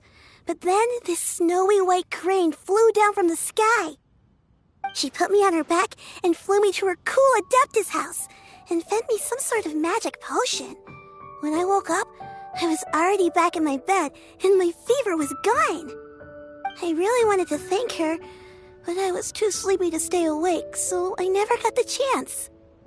So, I just kind of wanted to ask if maybe any of you have ever met an Adeptus like that?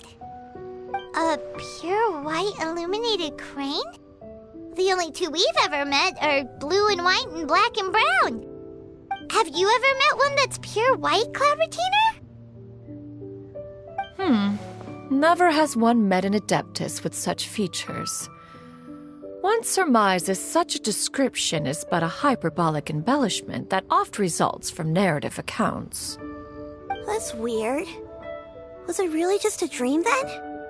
Well, even if it was just in my head, it doesn't matter that much anyway. All I really want is to help Granny recover her memories. I'm really grateful for all your help. Leave it to us! Now that we know the 3 locations, we just need to visit them one by one. Let's go to Wangshu Inn first! Okay, I'll go get Granny.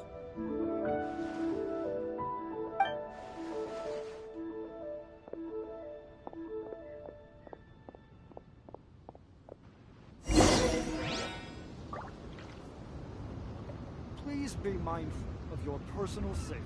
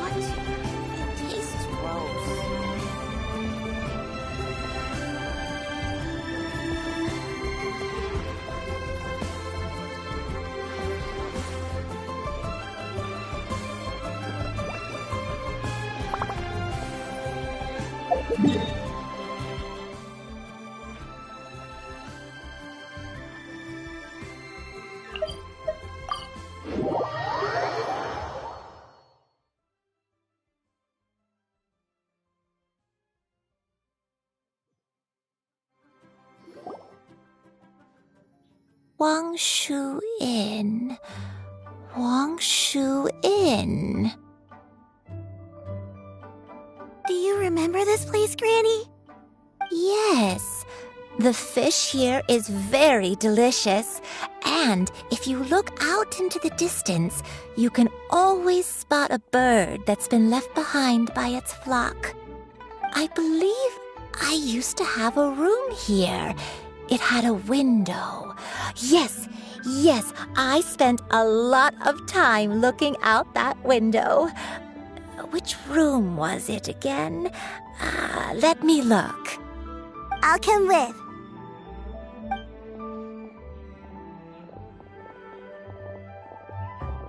Paimon's still having some trouble understanding what she's talking about, but if she's so familiar with this place, that must mean she lived here, right? Wait, huh? Whoa! Shao! What are you doing here all of a sudden? You scared the living daylights out of Paimon!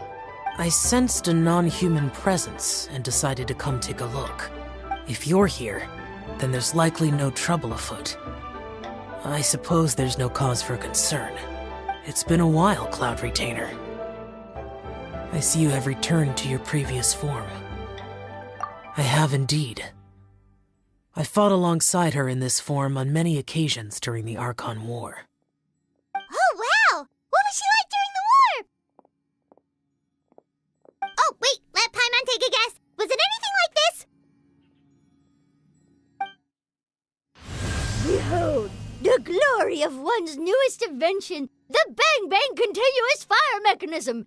Hands up and surrender, or be prepared to face the full might of the Adepti!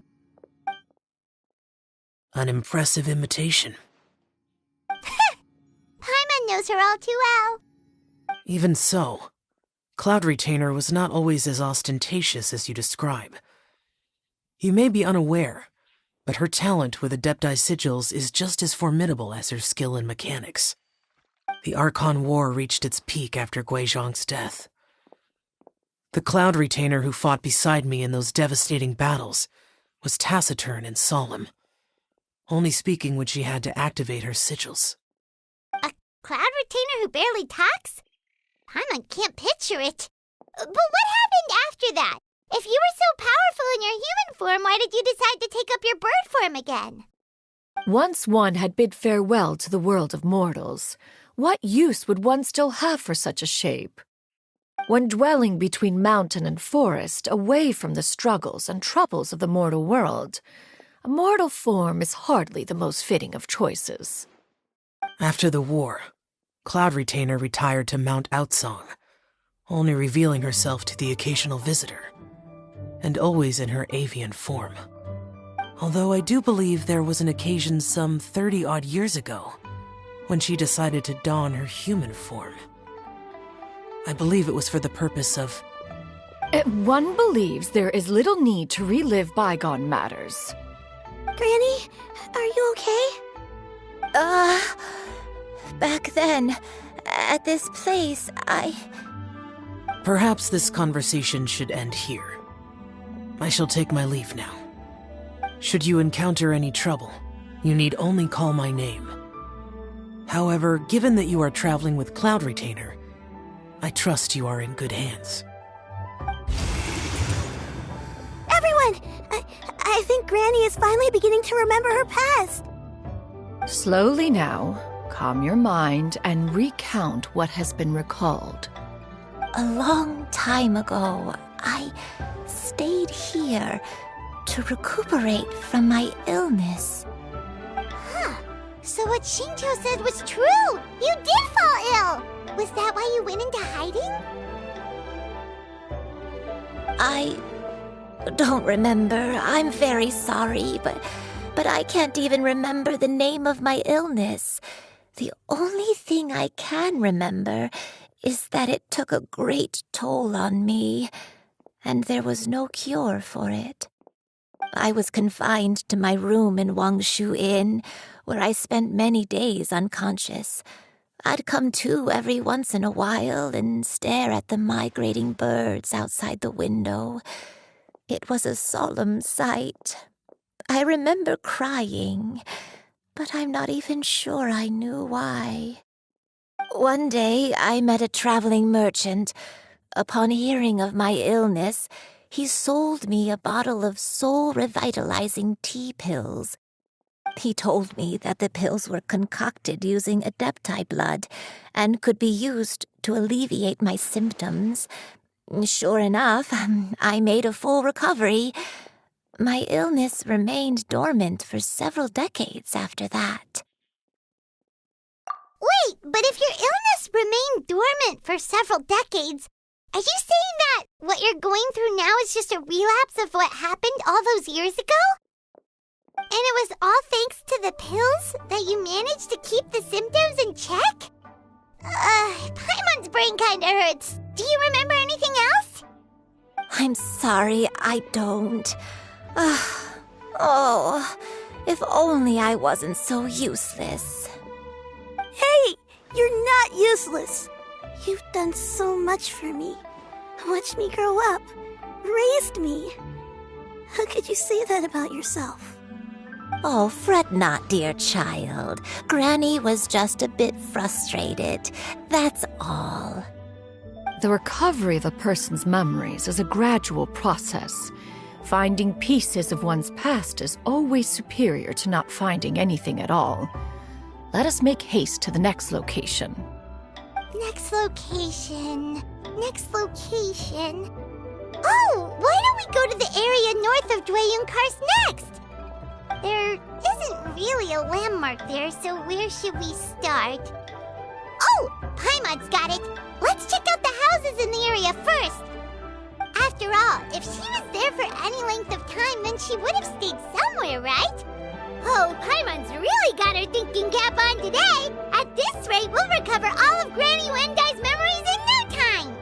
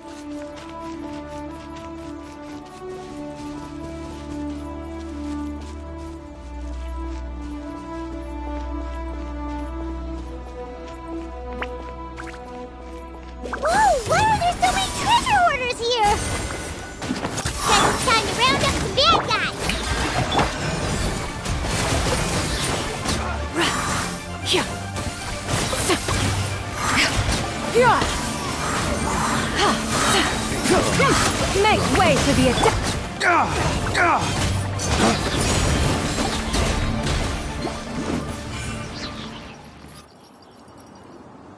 Do you remember anything about this place, Granny Wendai? Let me think.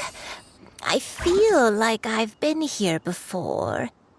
But I don't think I stayed here too long. I might have just rested here briefly before continuing on my way.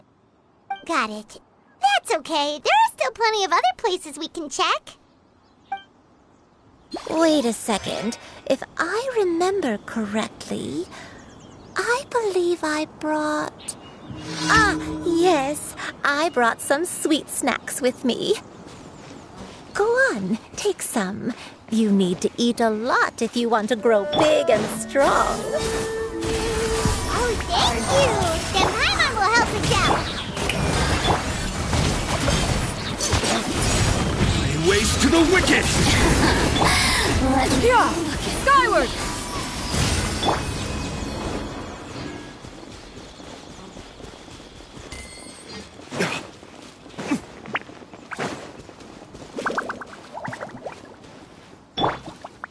Yeah! Skyward!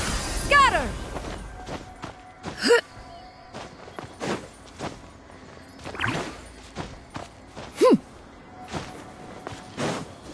Yeah!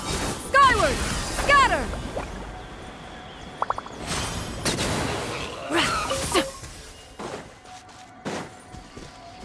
Yeah!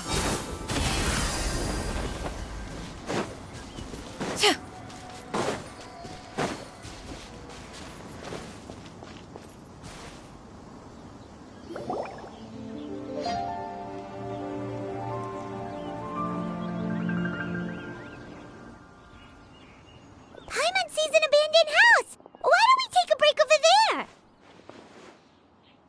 This place... it's...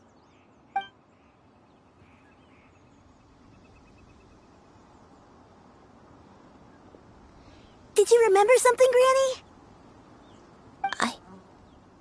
I remember. Shuyu, this is where your father was born. It was a moonless night. I had been injured, so your grandpa was supporting me. We fled together with some being in the fog behind us in hot pursuit. I had exhausted my strength when the labor pains came on, so we took refuge in this house. Your grandpa set up a barrier outside, but neither of us knew if it could hold the monsters back. I remember that night. I remember falling to my knees, reciting a prayer over and over. I alone am the source of this sin. Punish me as you wish for forsaking my oath, but spare my innocent child. Sin? Oath? Did you do something wrong? I don't know. I don't remember. I only remember praying in the darkness with all my strength until the sun finally rose again and the fog cleared out. Eventually, the house was filled with the sound of my baby's first cries. That baby was your father. I remember I clutched him tight to my chest and wept tears of joy. It was the first time I'd ever felt such happiness in my life. My dad? He was my pride and joy, and so are you, Shuyu. You're so much like him, and I love you both so much. But you're always going to be different from me. Why? Just what did I do? I don't care what you might have done, Granny. You'll always be the person I love more than anything. You're too sweet, Shuyu. I'm lucky to have you with me. If not for you, I would not have had the courage to come here, to try to remember what I had forgotten. All right, let's not stand around any longer. There's one place left, yes? Let's go take a look. If one recalls correctly, the next place should be Qingyun Peak. Yuandai, how fares your health? I may be a bit slow, but I'll do my best to keep up. I'm sorry to keep everyone waiting. Climb on. I shall carry you to the top. Oh, such lightness of weight. All those who grow old grow frail in the end, do they not? First, you lose your memory, then your health. Eventually, you end up losing everything. My only wish is to depart this world with a lucid mind, to free myself of this torment and the burden it places upon others. Fret not. You have my aid in this endeavor.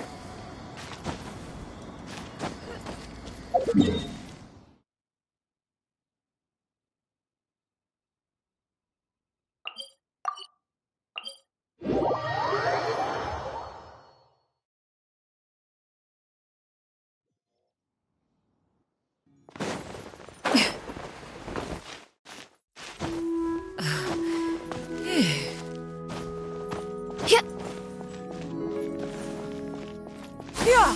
Skyward! Scatter!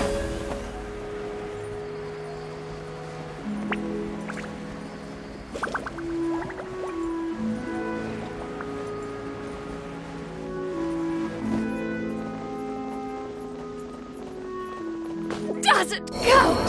I hadn't eaten. We're finally here. Does this place feel familiar to you, Granny Wendy? Let me see.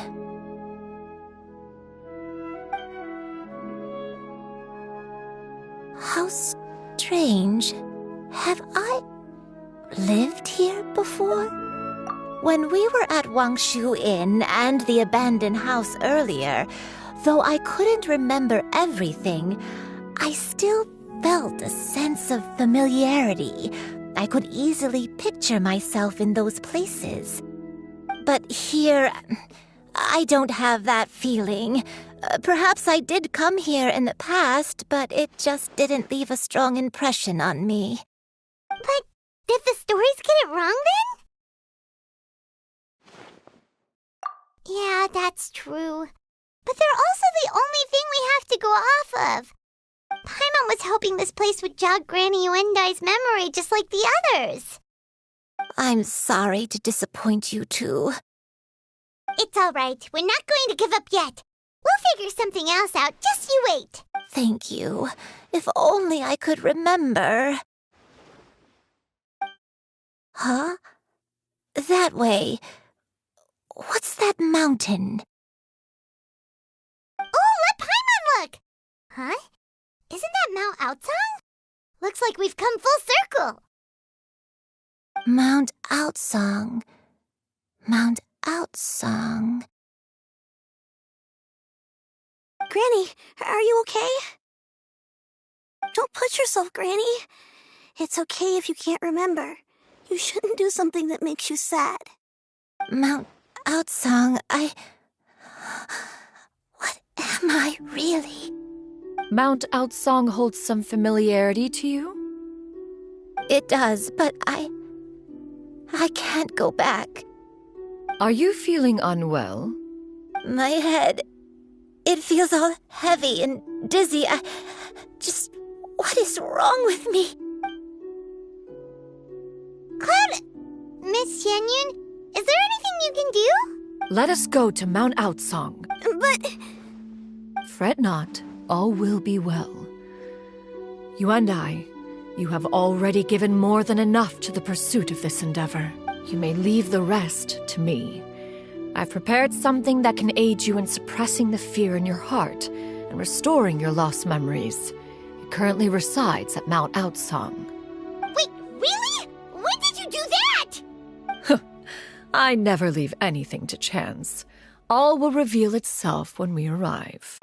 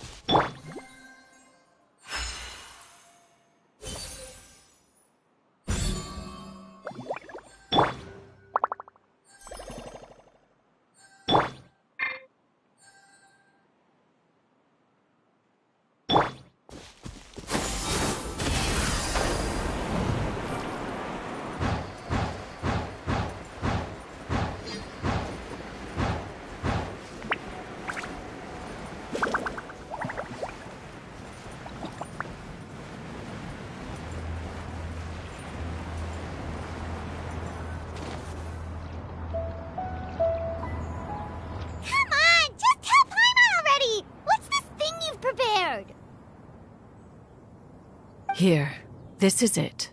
Huh? But isn't this the mechanism that you were tinkering with when we first got here? Oh, is it another invention of yours? Precisely. A recent one at that. I am most pleased with the result. I call it the Suspensus Somnium mechanism. It periodically releases a soft breeze, which when paired with a gentle adeptal tune, can help the listener subconsciously relax and even enter a semi-hypnotic state, soothing agitation and anxiety, relieving exhaustion and insomnia. Its potential uses are numerous indeed. And of course, it can also aid in the recovery of lost memories. Whoa, what a cool gadget! But if you had it all along, why did you keep it to yourself until just now? We could have come to Mount Outsong right off the bat and saved time on a lot of floating. How preposterous. Had you and I not recalled much of her past through her own efforts, the device would have nothing to draw upon. We Adepti can only help those who first resolve to help themselves. Had she lacked such determination and strength of character, one would have little to offer in way of assistance. Paimon thinks she gets it now. Hey, what's that other thing? As previously mentioned, a gentle adeptal tune is required to take full advantage of the mechanism. One secured such a tune from Streetward Rambler. Only with her melodies can the mechanism reach its peak power. Whoa, Paimon can feel what you mean. Paimon's body feels light as a feather. It's as if she's lying down on a warm patch of grass after a super satisfying meal. And you and I, is the mechanism helping you to relax? It appears she has already succumbed to the depths of reverie. Come, join one on this side. We shall give her some time to herself.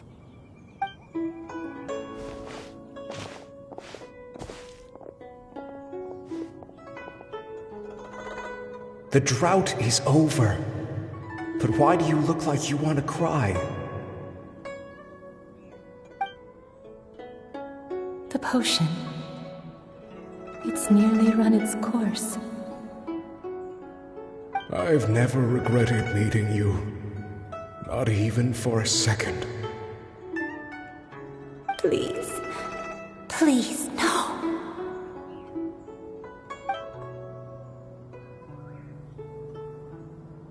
Have you forgotten? This is the world you left behind. One of gentle breeze and morning dew, perfectly straddled betwixt the realms of heaven and earth. This is your home. This is where you belong. You should have never left. The you of the past, the me from not that long ago. We should have never.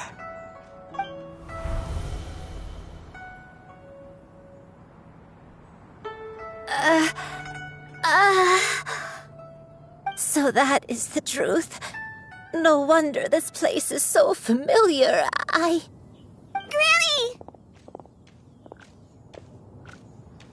Granny, are you okay? Cloud Retainer.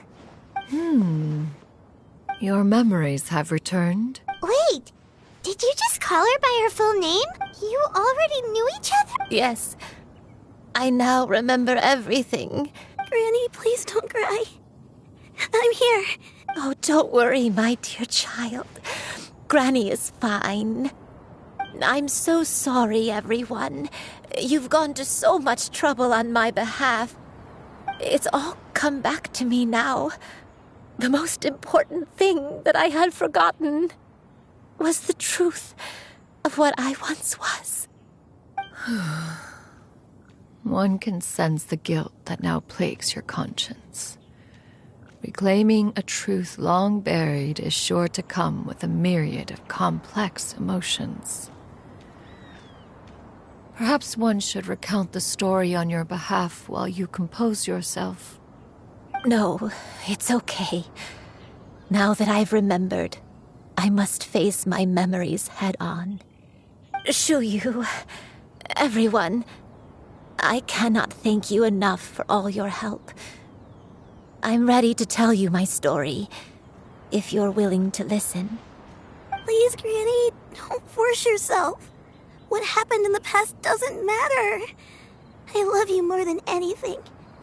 Nothing you say can change that. I know, dear child. My feelings for you are exactly the same. It is for this reason that you deserve to know the truth. Some time ago, I made a terrible mistake. One for which I could never atone. Is this the sin that you mentioned in Dwayun Karst? What happened? I am, in truth, not a human being. My real form, one that I held for centuries, was that of a wild crane. I spent many, many years living on Mount Outsong, bathing in the soft breeze and drinking the sweet dew of the mountains. At some point, I somehow gained wisdom and sentience. The Lord of the Mountain, Cloud Retainer, became aware of my existence and began to share many stories with me. She even passed on the secret of cultivation to me. Though she never took me on as a formal disciple, I always saw her as my master. Whenever she took out her tools to work on mechanisms or new inventions, I would also stand next to her and watch. I even contemplated completing my training and becoming an adeptus in my own right. I followed her teachings, and time gradually passed us by. Until that fateful day 50 years ago. 50 years ago?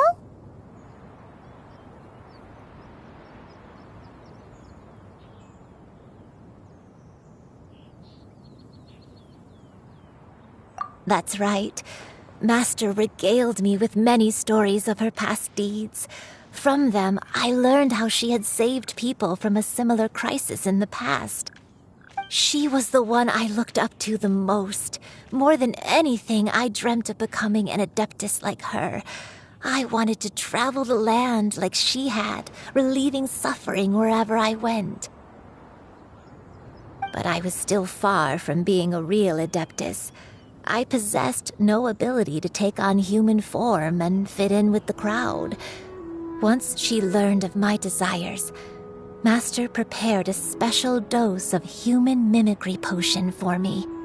She warned me that the potion's effects would only last 10 years, and if I were to fail to return to my original form at the end of that time, I would forever forget my past as a crane and become something neither human, beast, nor adeptus.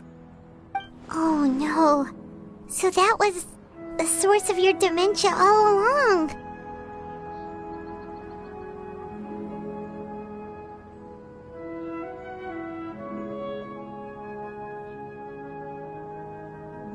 Was it because of Grandpa? Indeed, I fell in love. Though he was human, he had spent his entire life training on Mount Tianheng.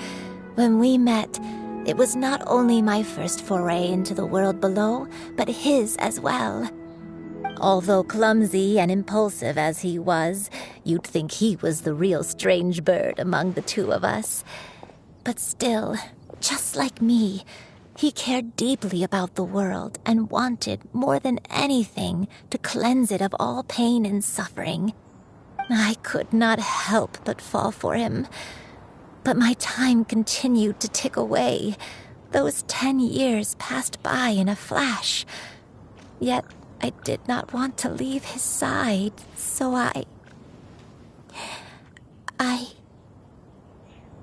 Oh no, what happened next? I committed an offense. I wanted to stay with him, even if it meant living a life full of pain and suffering, even if it meant that I would eventually turn into a monstrosity. I knew I had betrayed Master's hopes, but I was too ashamed to face her. So I wrote her a long letter instead and asked someone to leave it outside her abode. I was convinced that she would not support my decision, and I lacked the courage to speak to her face to face.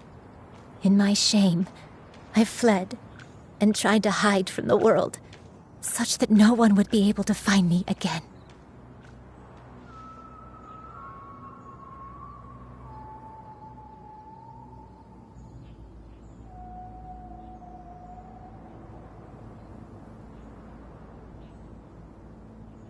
But that was only the beginning of my troubles. I began to suffer from a strange illness. My memories became hazy and confused, and I could no longer keep myself awake. I understood that my pain was caused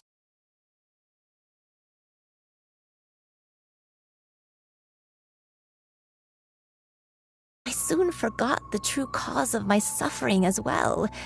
I knew only that I had committed a sin.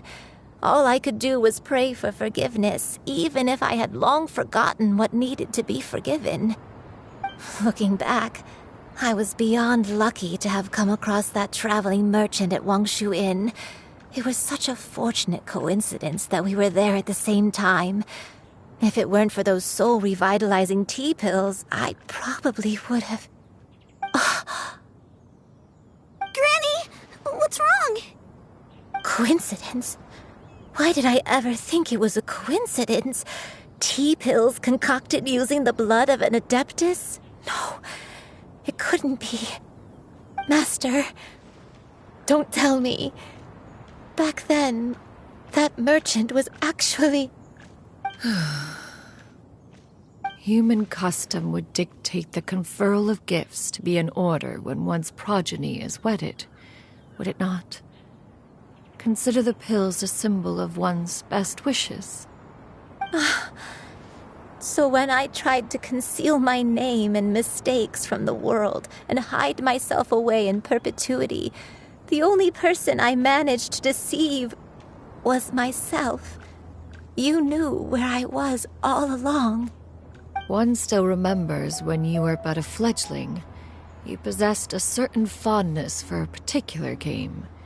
You would hide yourself among a group of wild cranes and ask one to pick you out from among the flock.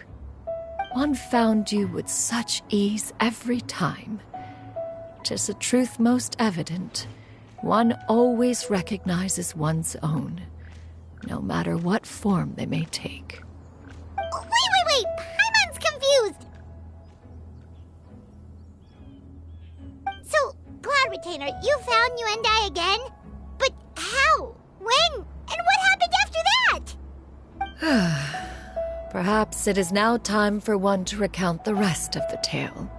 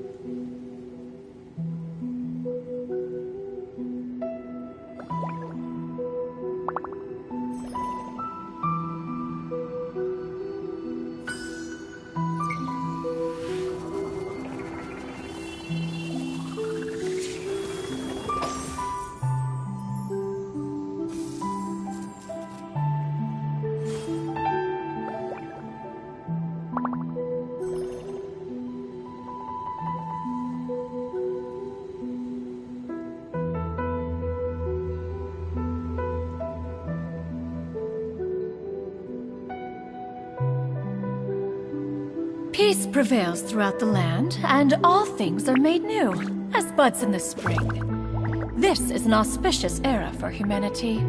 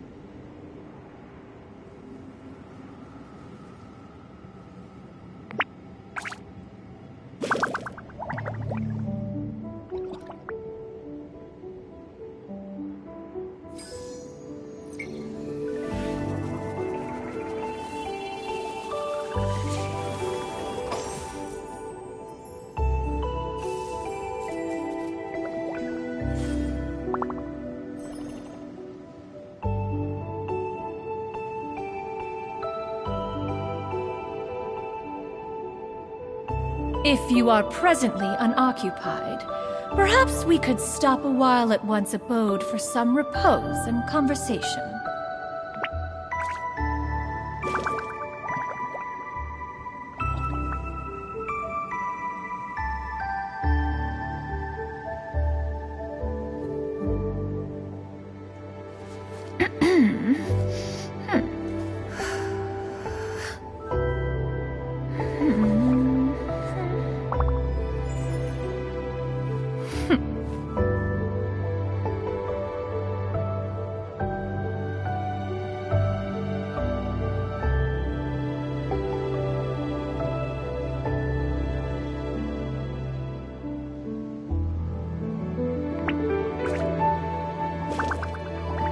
The secrets of the mechanical arts are too profound to convey in a few simple words. Oh, but why must the listener grow weary whenever I begin to divulge them?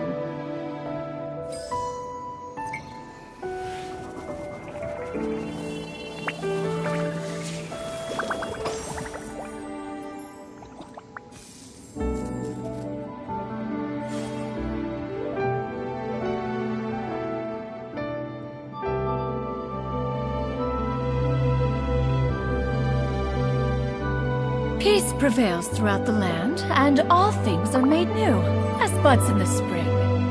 This is an auspicious era for humanity.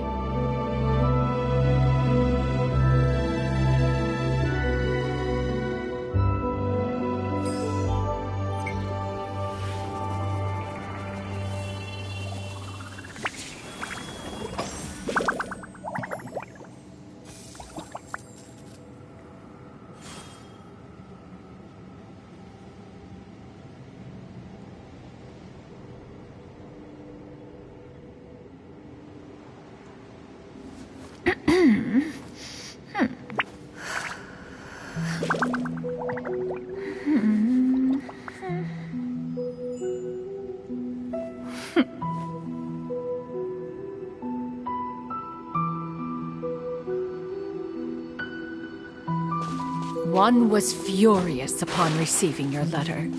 Seized with anger, one set out to bring you to your senses.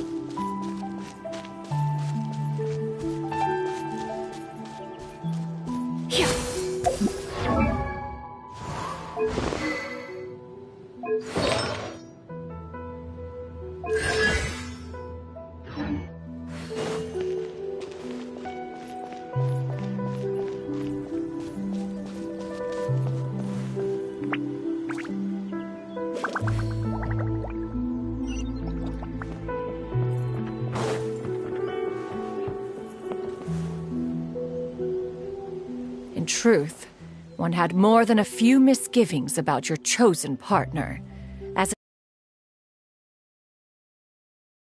one could hardly say his skill with sigils was any better. But soon, one came to appreciate the devotion he bestowed upon you during your illness. He never uttered a complaint and rarely left your side. Unwilling to begrudge someone of such character, one decided to overlook his aforementioned deficiencies, glaring though they may have been. Wishing to grant you a life without regrets, one gathered many divine ingredients and used one's own blood to create a form of medicine. Though imperfect, it managed to suppress the more dire effects of your illness.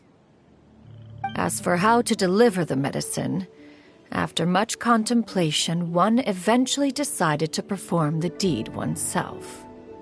One took great care to alter one's features and select the appropriate attire.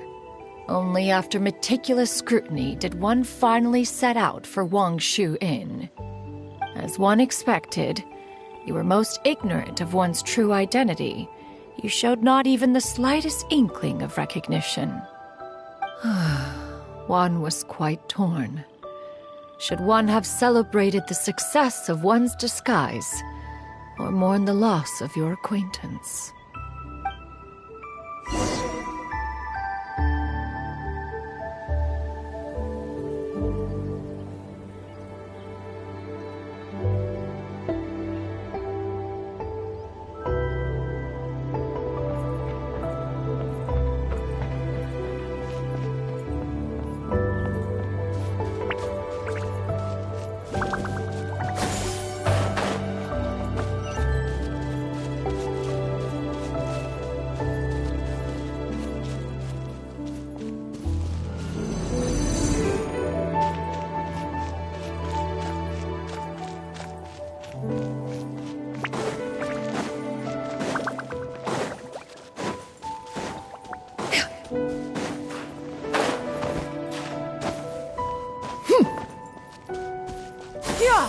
Skyward!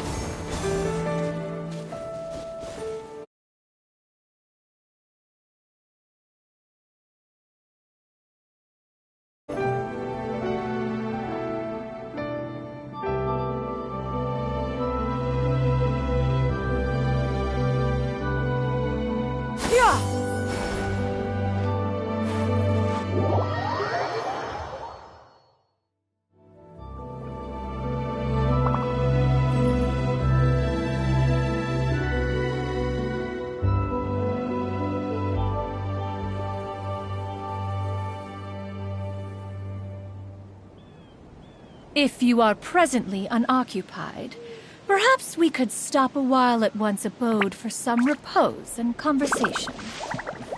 Yeah!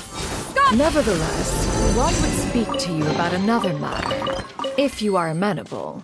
Even considering your loss of memory, one was simply flabbergasted that you could so easily forget the consequences of consuming medicine infused with adeptal blood.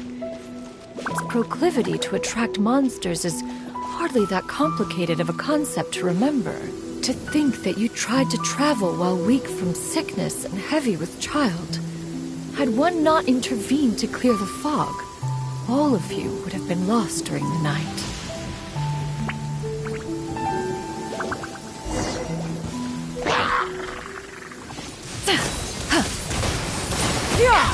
Scatter! Skyward! Scatter!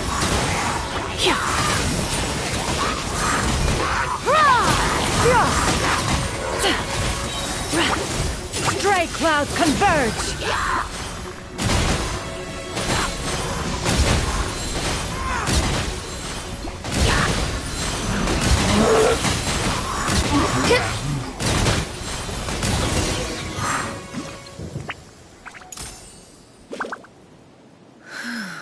Those monsters would hardly have pursued you with such ferocity without sufficient incentive.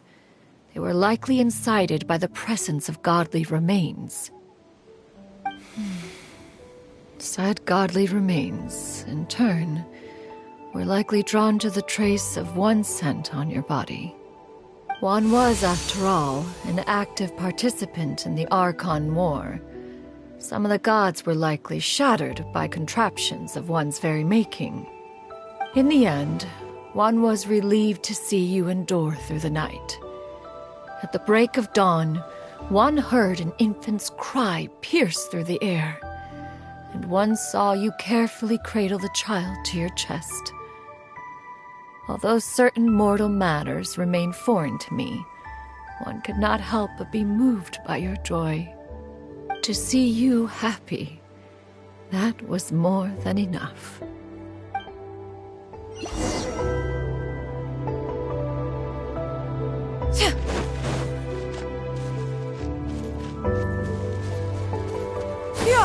Skyward! Scatter! Now you should have a complete understanding of the events. Wait! But if that's true, then the crane who took care of me when I was sick must also be... One had almost neglected to recount the absurdities of that tale.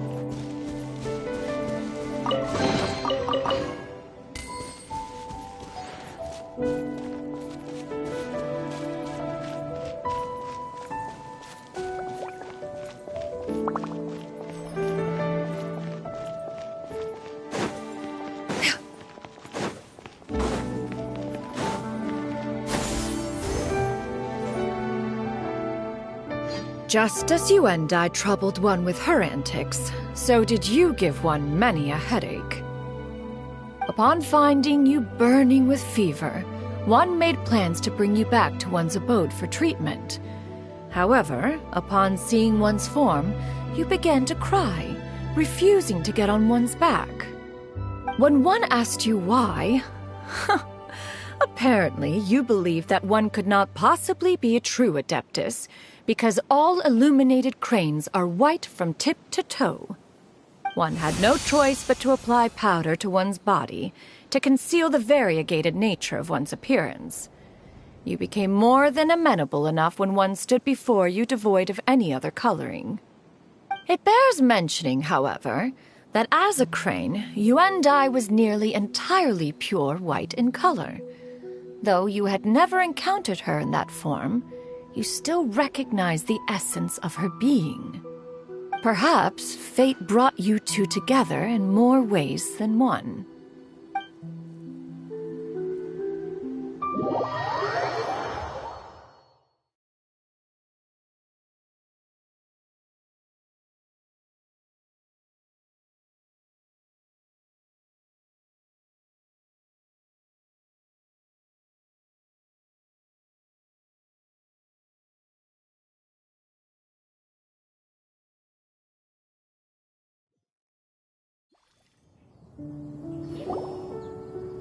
Now all has been revealed.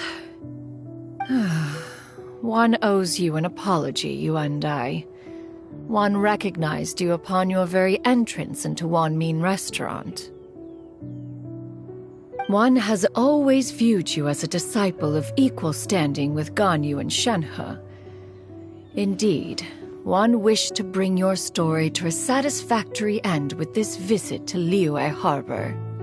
Still, one could not reveal your identity right away. Had one simply informed you of all you had lost, all those cherished memories would merely have become the fictionalized account of another. Memories are most meaningful when recalled by those who lived through them. Would you not agree? Even if the process was painful and arduous to experience. Have you any further inquiries? Master, I must ask, if you found me all those years ago, why did you leave me be, even though you knew about my mistake? Why did you not bring me back to Mount Outsong by force? One has never regarded your action as a mistake. It was a simple choice, nothing more. When it is time for one's progeny to leave the nest, it is the responsibility of an elder to let them fly free.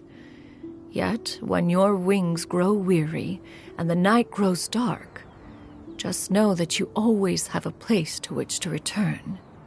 'Tis a refuge referred to by many a name in mortal writing. Home, nest, haven. Whatever its denomination may be, its essence remains quite unchanged. One speaks, of course, of a place not unlike one's own abode. One's disciples are free to come and go as they wish, yet the door remains forever open to those who wish to return. One rather hopes you count yourself among them. Thank you. Thank you so much.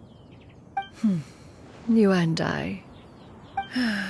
One expects you too have sensed the rapid deterioration of your condition as of late. Have you not? 40 years ago, you chose a path without a future.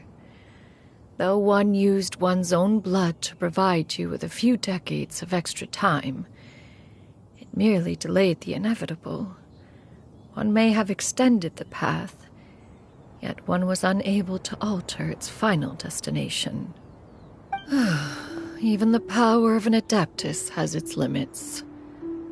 Had your condition continued to deteriorate, you would have forgotten your life as a human entirely. In the end, you would have turned into a creature lacking in the ability to even comprehend its own monstrousness. Fortunately, you were able to avoid that scenario by reclaiming your memories. Though one sped the process along by providing some guidance, the result is entirely a reflection of your own effort. So, what's gonna happen to Granny? One will help her reclaim her original form as a wild crane. If it be fated, she may recover her sentience one day. She's gotta go back to being a regular crane, huh? Master, you've already done more than enough for me. I don't know how I could possibly repay your kindness. This is a better result than I could have ever hoped for. How much time do I have left? Not long. The transformation is imminent. Granny? Please don't leave, okay? You're all I have left. Please. Don't be sad, dear child. Granny has led a wonderful life. My only regret is having to leave you behind. Don't forget to eat well, okay? A growing young lady like yourself needs lots of good food to grow big and strong. Promise Granny you'll take good care of yourself when I'm gone. I promise, Granny. I'll do whatever you say. Good girl. Good girl. Don't worry. It's not goodbye forever. Granny's gonna become the most formidable crane in all of Mount Outsung. Granny will train day and night. I won't stop until I can turn into a human without having to rely on anything but my own power. When that day comes, we'll be able to live together again. You and I. How's that sound? Good. That's a good girl. Even though we won't see each other for a little while, as long as we both work hard, we're sure to meet again someday. I'll eat well, Granny. I promise. And I'll wait for you, no matter how long it takes. I'll wait for you to come back. That's a good girl. Then Granny really has no more regrets. I'm so sorry, Master. Thank you for everything.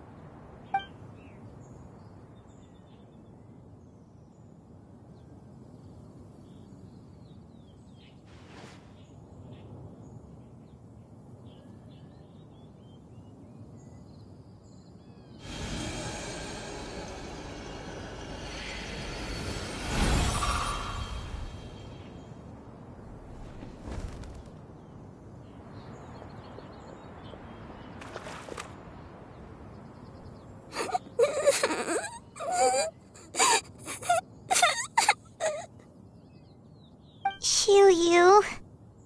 Let her be. At her age, crying is a natural, if not fitting, response to such an event.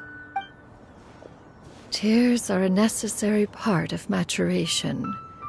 Sometimes there is scarcely a better vehicle to wash away the toll of stress and misery. Now that the issue has been resolved, you should also take a moment to relax. Give yourself some time to rest. Take a nap if you must. One will wake you in due time.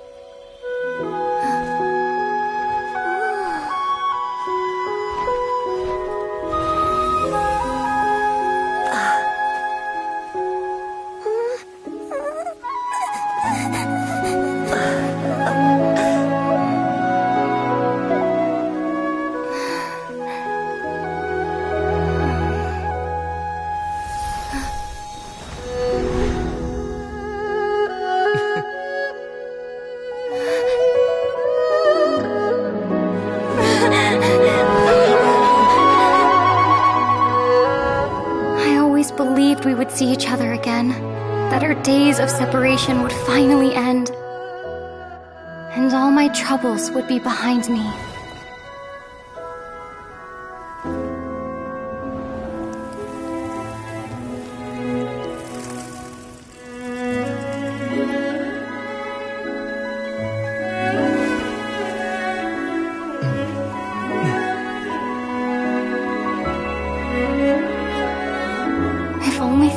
Stay this way forever.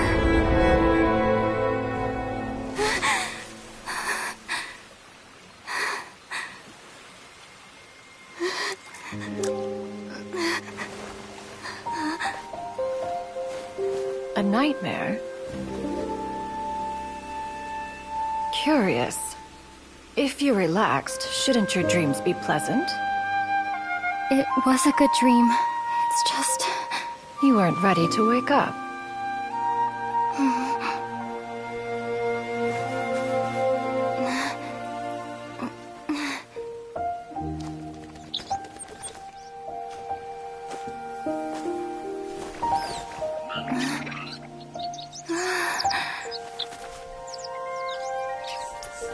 Eloquent as one may be, words of comfort are not one's strong suit. You are doing all you can. One can see your strength of will, your fearlessness in the face of danger. And so, whatever your dream may be, one believes that you shall achieve it. Of course, whenever the perils you face overwhelm you, or you become weary, one is always here for you. After all, as an elder, it is only right to look out for the young ones.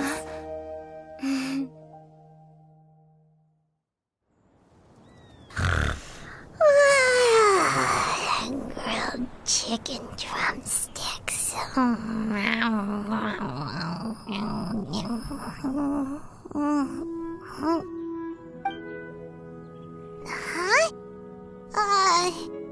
Was Paimon sleeping just now?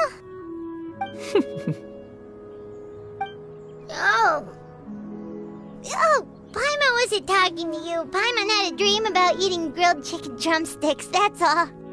Madam Adeptus? Oh, Shuyu, you're awake. How do you feel? I feel a little better. Thanks. I know I'll see Granny again someday, so I don't feel so sad anymore. Madam Adeptus, could I ask you something? Would you take me in as a disciple? Oh, and have you reasons for this sudden interest? I know Granny thought what she did back then was wrong. She felt really bad about it. But without that mistake, I would have never been born. Even though Granny lost her memories, she never forgot to show me how much she loved me. So, I thought maybe one day I could become a cool Adeptus like you and help a whole bunch of people, just like Granny wanted to do. Upon some reflection, one supposes you are no mere mortal. The fact that Yuendai's blood flows through your veins is proof enough of that. If this is what you desire, one shall make it so. Thank you so much, Madam Adeptus. No, I mean, Master. Shuyu, are you sure about this? Paimon's gonna let you in on a little secret. We've seen Cloud Retainer's 2 other disciples, and they pretty much eat nothing but bitter herbs like chinchin and violet grass. If you join them, you'll never enjoy One-Min Restaurant's delicious cooking ever again. How utterly preposterous. One has never enforced such a rule. Every individual must find their own path to enlightenment. So long as one retains a pureness of spirit, one's dietary proclivities are quite irrelevant. Well, you say that, but Paimon's not seeing any tasty treats up here now, is she? Although Mount Outsong is rich in natural beauty, its location does preclude access to certain finer mortal comforts. That is precisely why one plans to relocate to Liyue Harbor.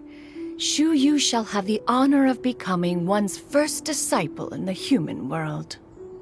Whoa, you're leaving Mount Outsong? One has never concerned oneself with the location of one's residence. From the very beginning, one has sought only solace and peace.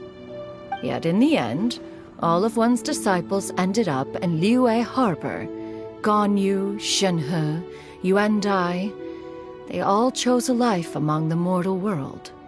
One has reflected on this fact for many years now.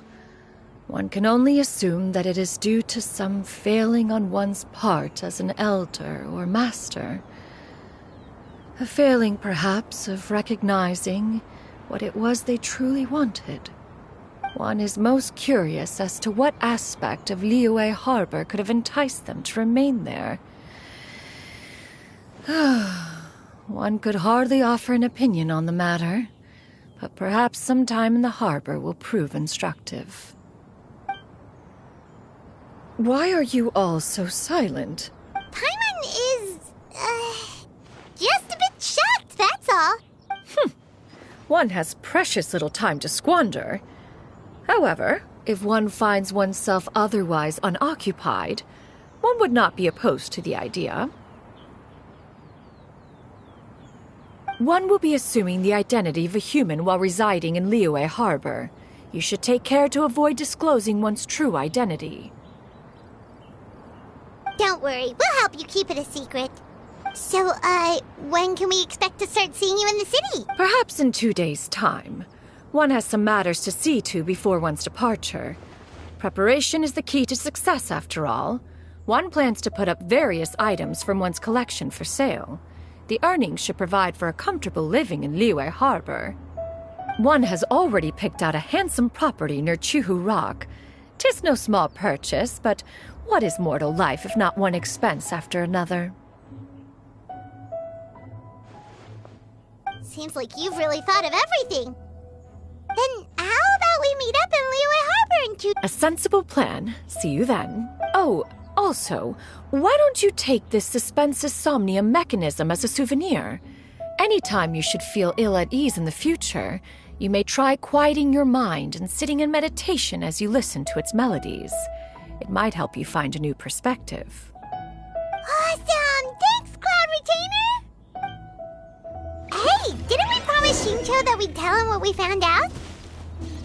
Should we make a trip to the Feiyun Commerce Guild? It's totally up to you.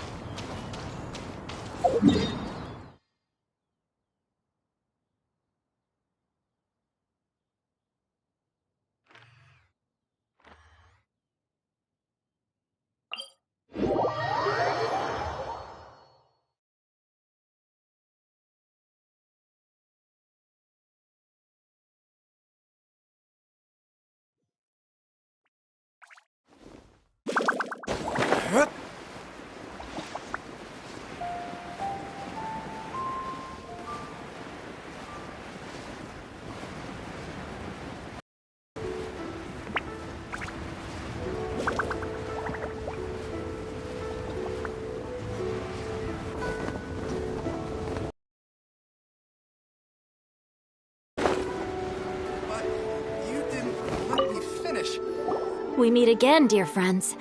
How did everything go? Great! And it's all thanks to you!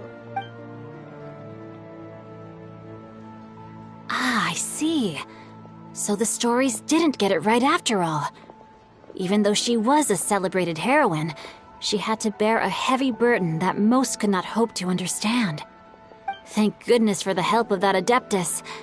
At least she was able to recover what she had lost. Although I cannot claim to know exactly how their story will unfold from here, I trust the ending will be a happy one. Those united in a common purpose always find a way back to each other in the end. Thank you for helping me fill in the gaps.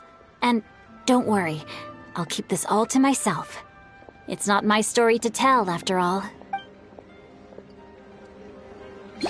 I can't wait to see my adorable daughter again.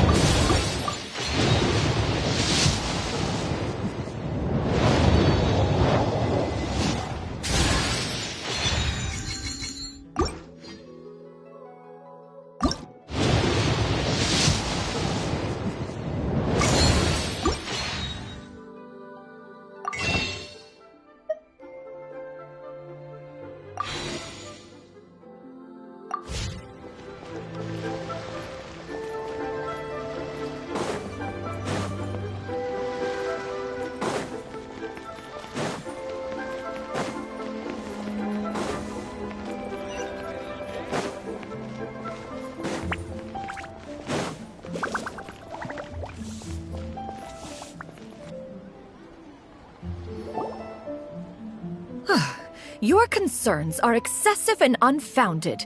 This is but a simple collection of ordinary valuables. Such intense scrutiny is hardly necessary. To be quite honest, your insistence on that fact is my primary cause for concern. In what way are any of these ordinary? Every single item here could be worth more than everything I own combined.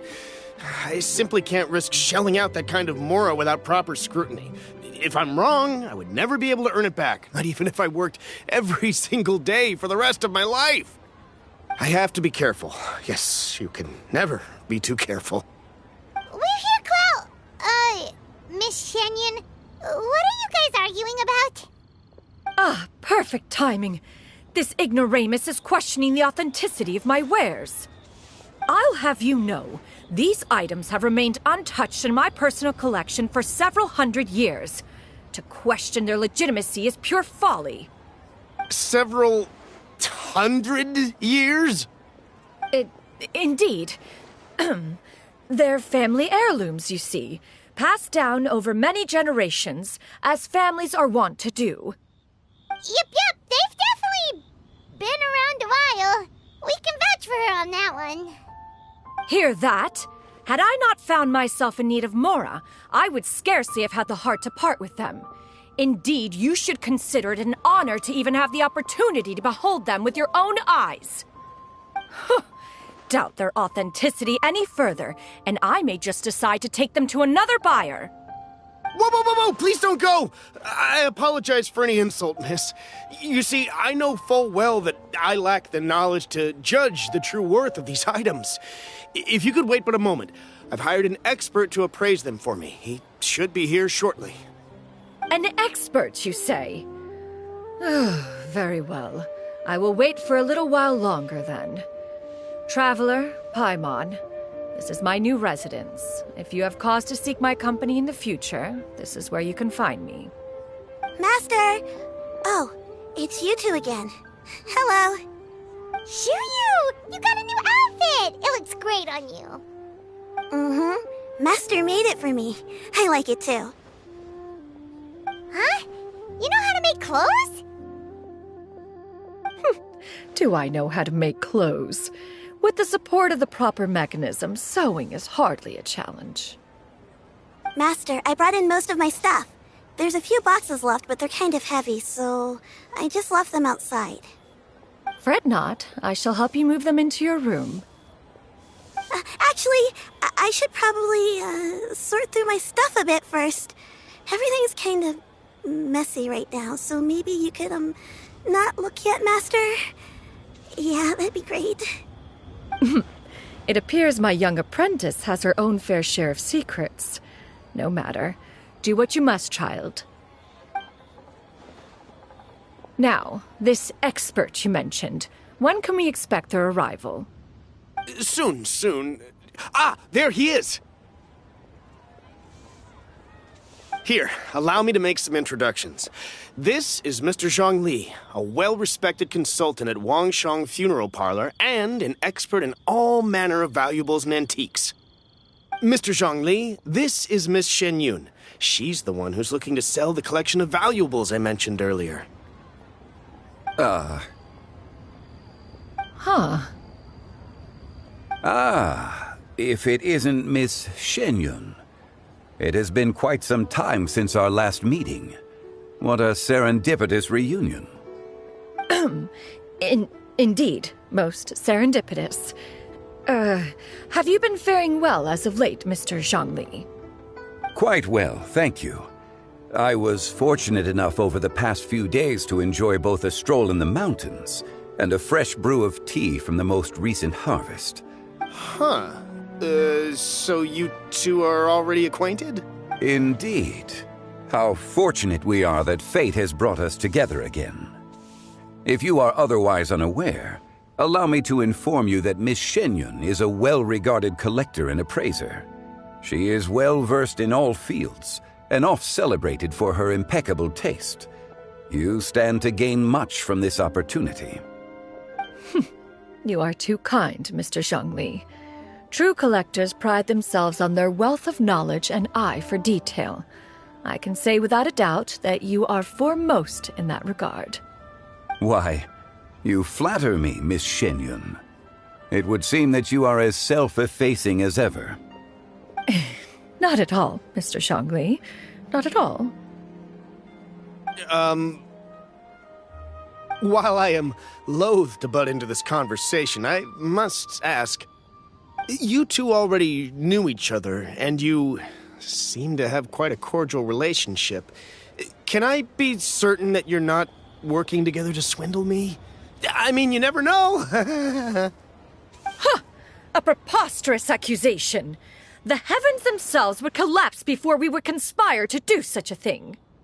Miss Shenyun speaks the truth. Contracts are built on honesty and trust. If that proves to be beyond your capabilities in this instance, this transaction may be taken elsewhere. Say no more. Let us depart. I jest. What fool would still harbor doubts after Mr. Zhongli himself has vouched for the goods? Miss Shenyun, wait!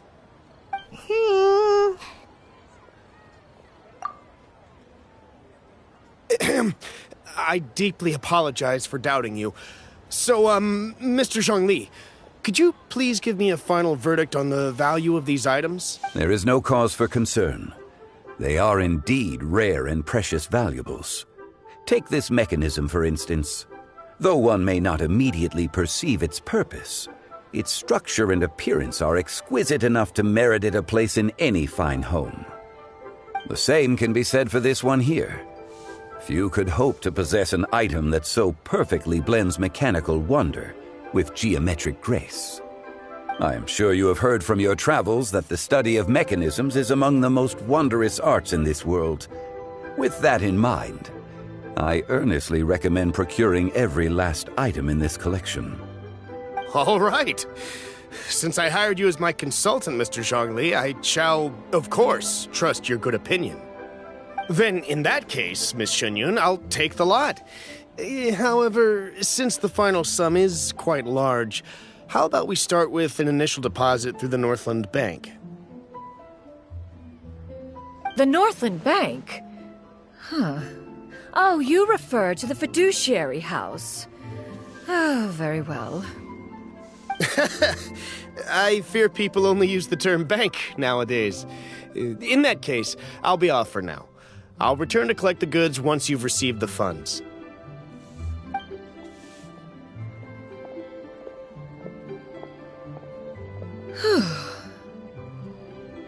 Zhongli!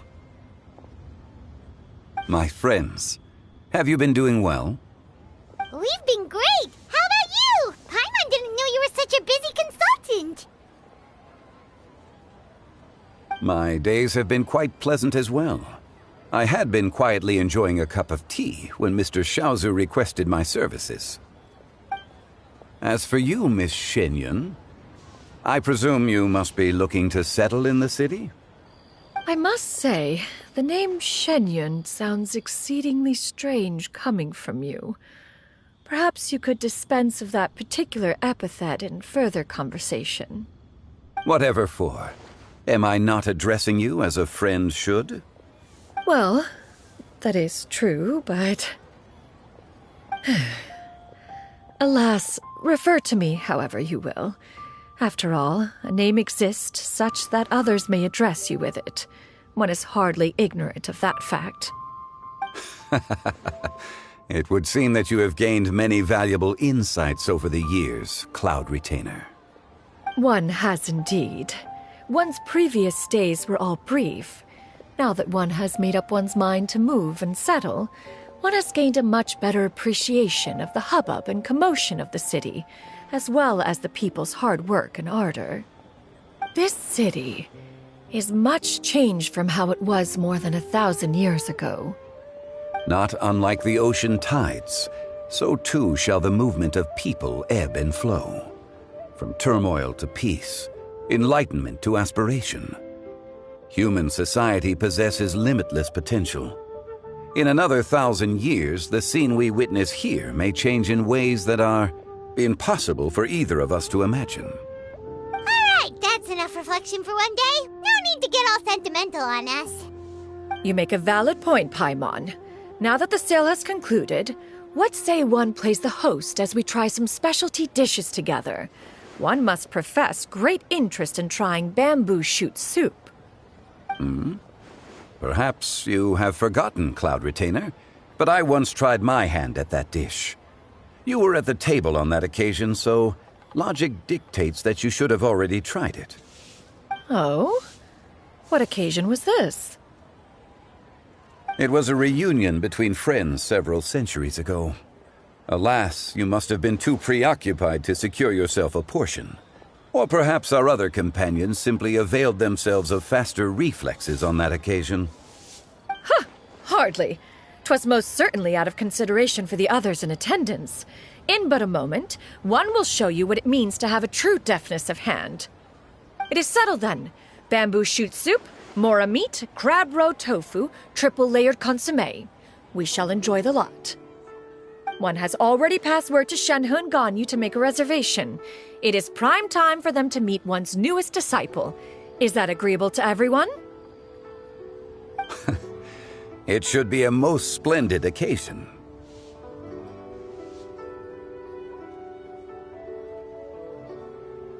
Shu Yu, come now, it is time to dine.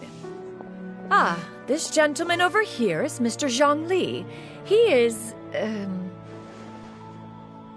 A humble employee of Wangsheng Funeral Parlor. Pleased to make your acquaintance. Nice to meet you too, Mr. Zhengli. That should be everyone, right? Let's go!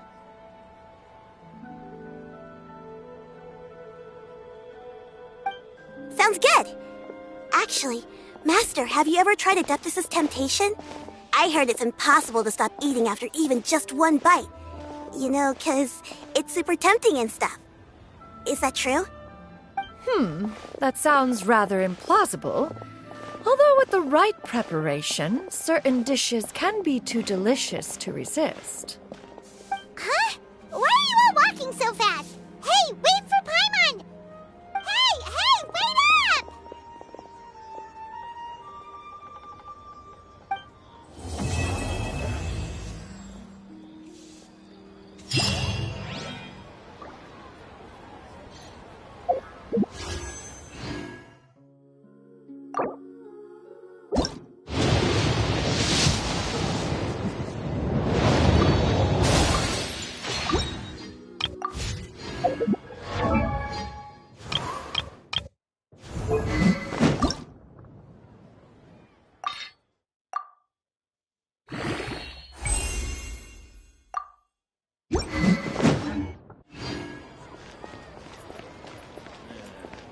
Hey there.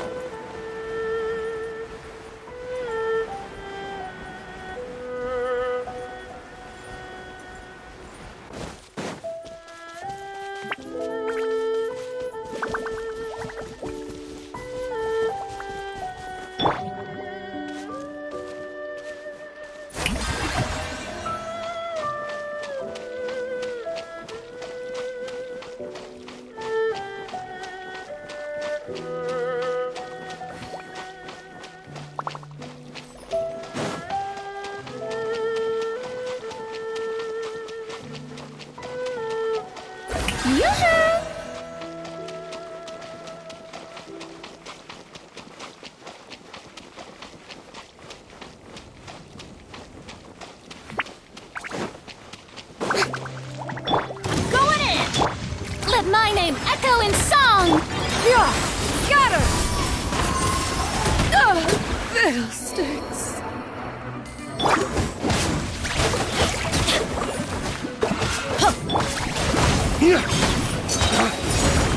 Teamwork is dreamwork!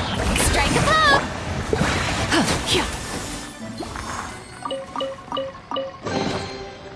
Ah, what trinkets have we here? Present them for one's perusal.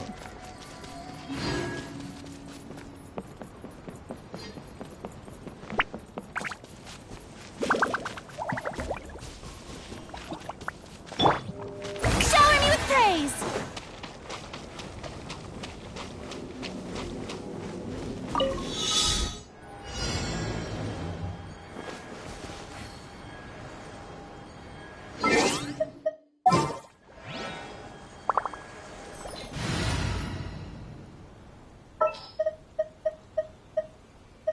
Oh, it's an honor to be here.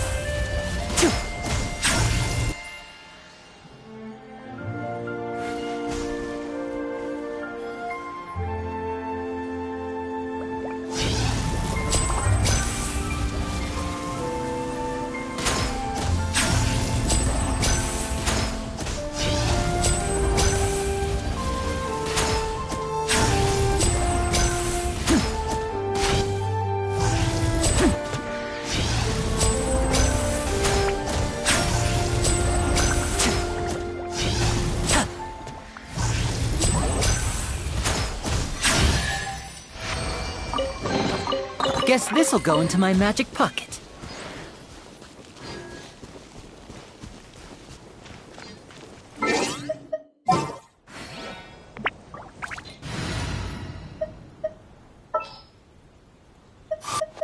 Count me in!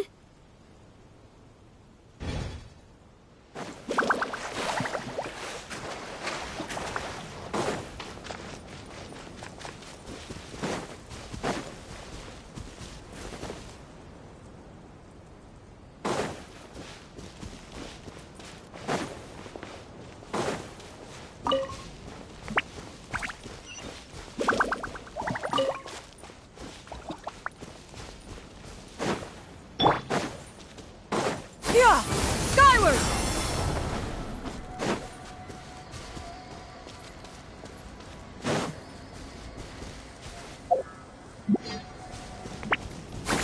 Skyward!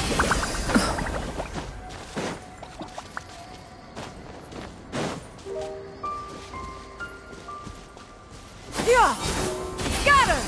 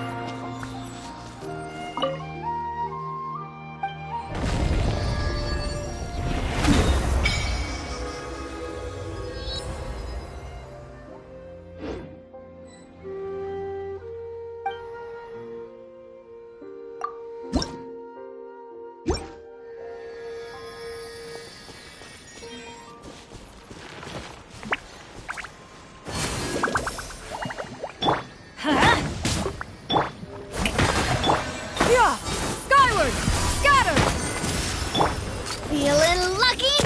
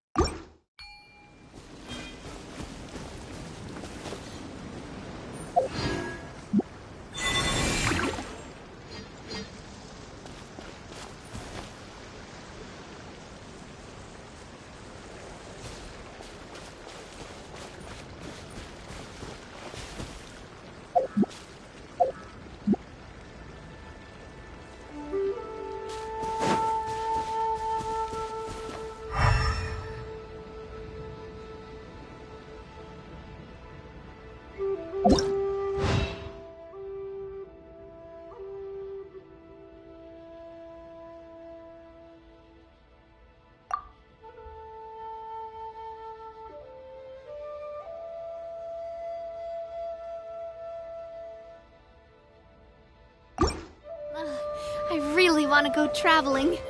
I don't mind where we go, as long as I have my friends with me. Quick, let's pack it up.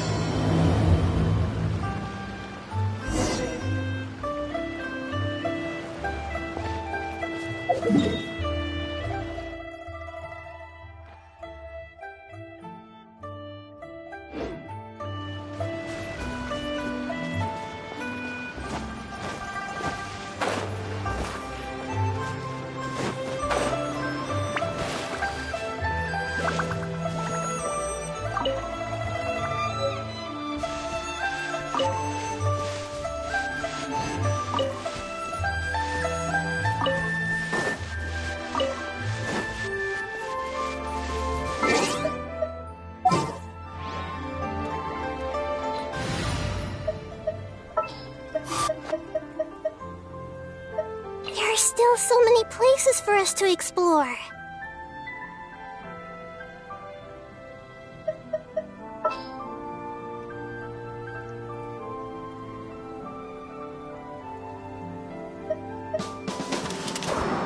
Let the wind lead.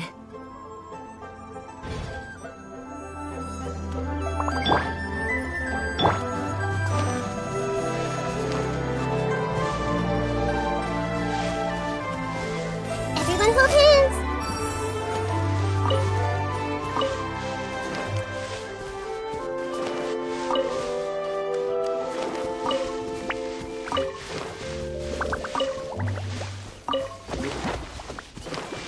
I see everything. Yoo-hoo! Go as planned.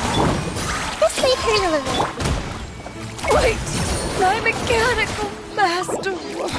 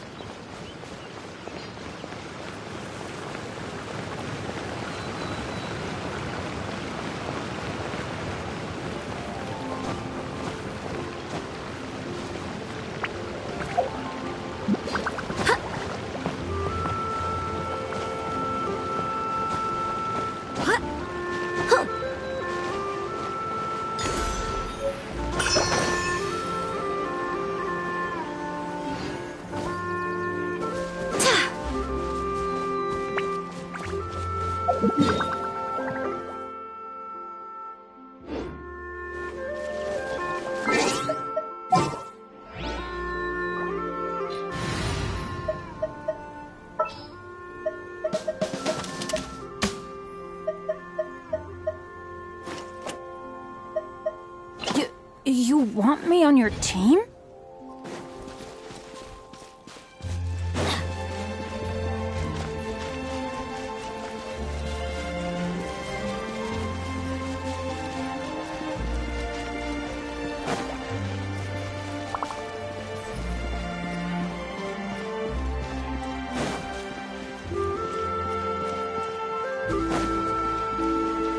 Adventure time!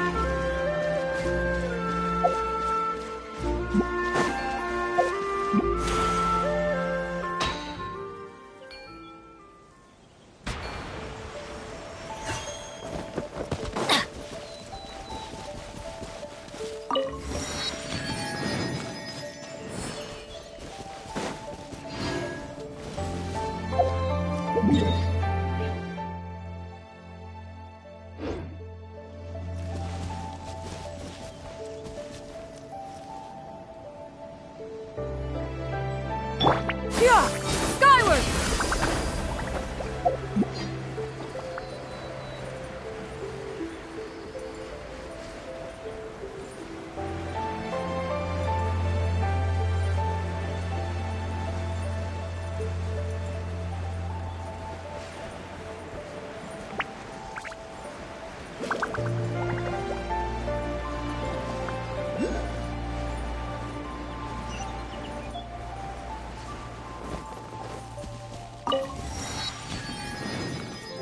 Yeah! Skyward! Scatter!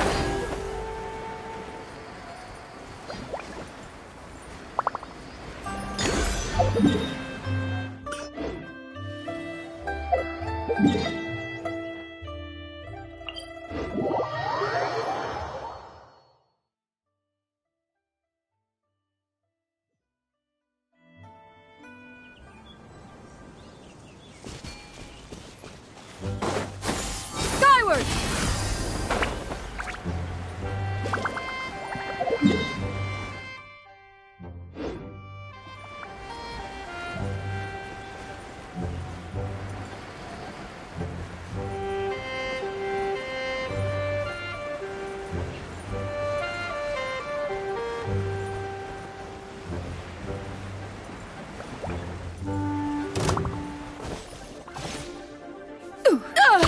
Fiddlesticks.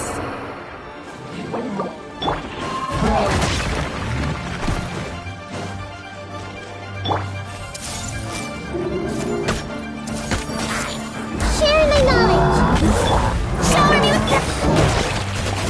Adventure time! Go in! Yeah! Scatter! Skyward!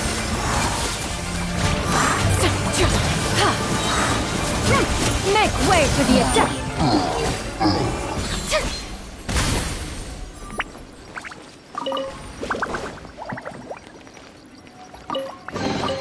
Take it! Go on. You have my approval.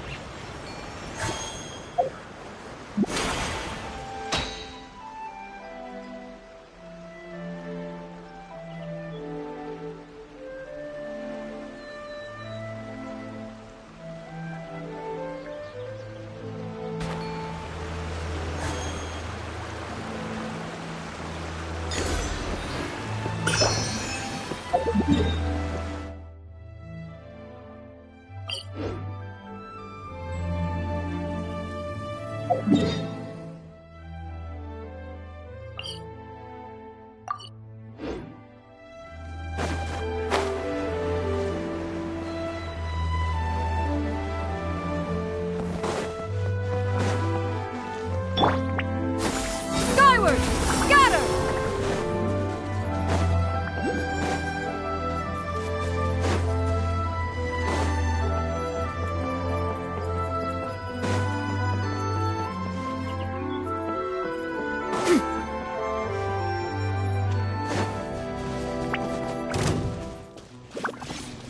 Yeah! Skyward!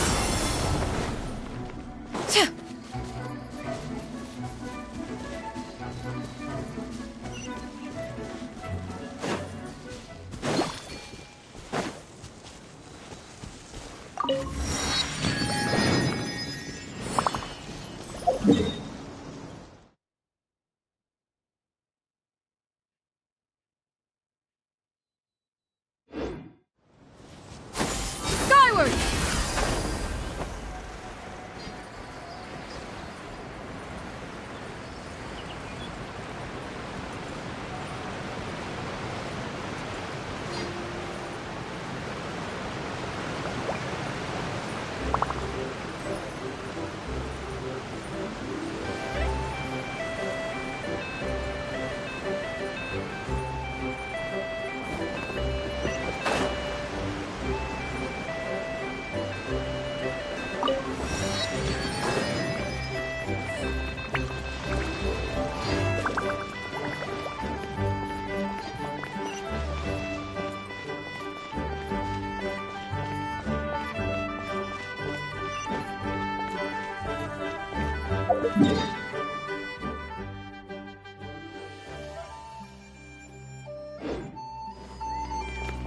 Yeah! Skyward!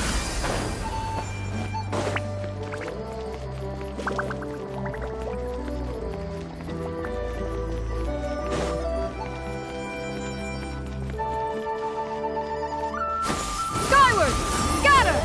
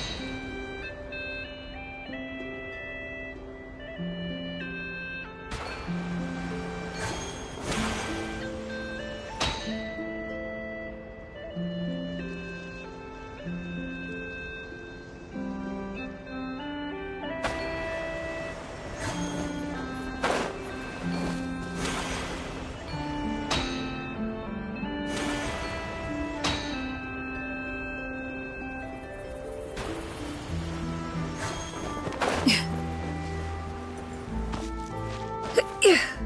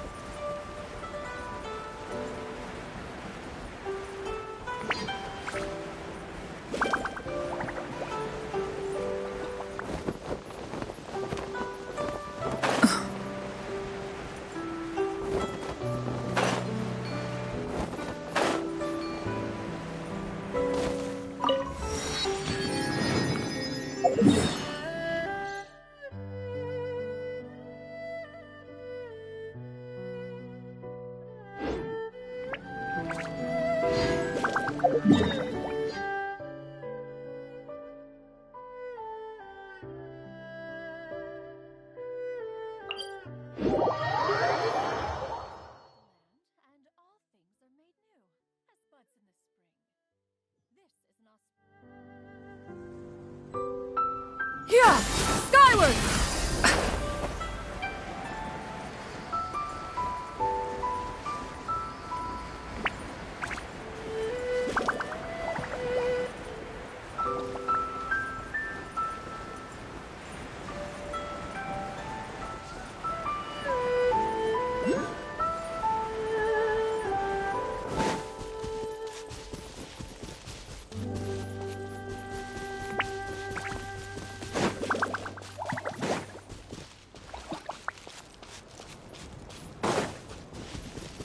Yeah!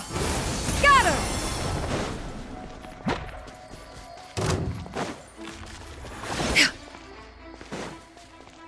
Yeah! Skyward! Scatter!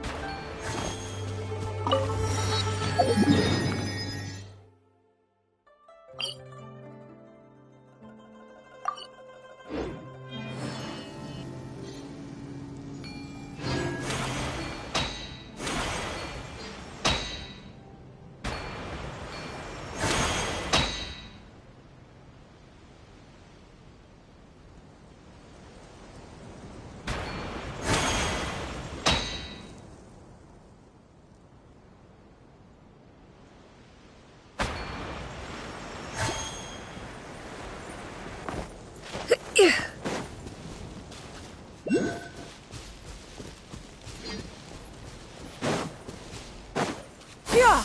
Skyward!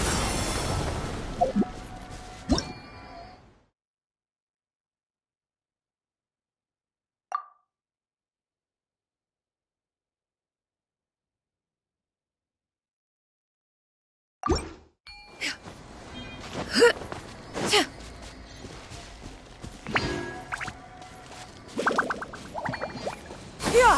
Skyward!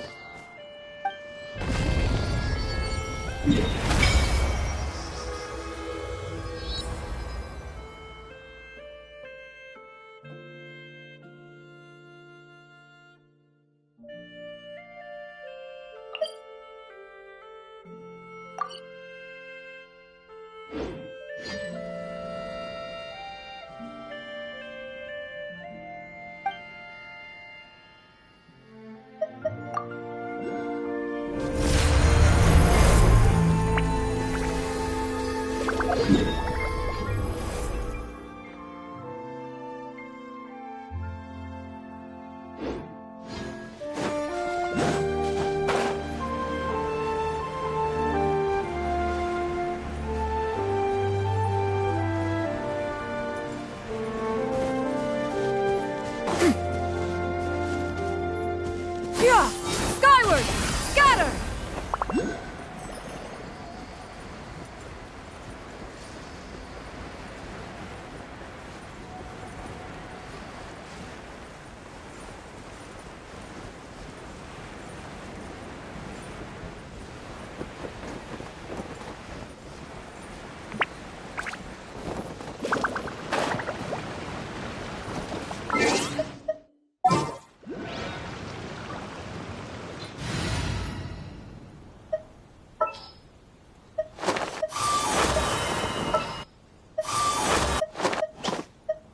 Count me in!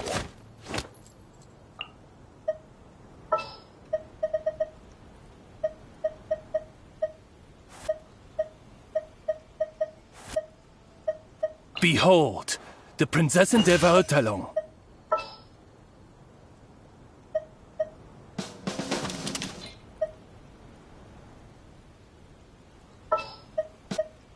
Armed and ready.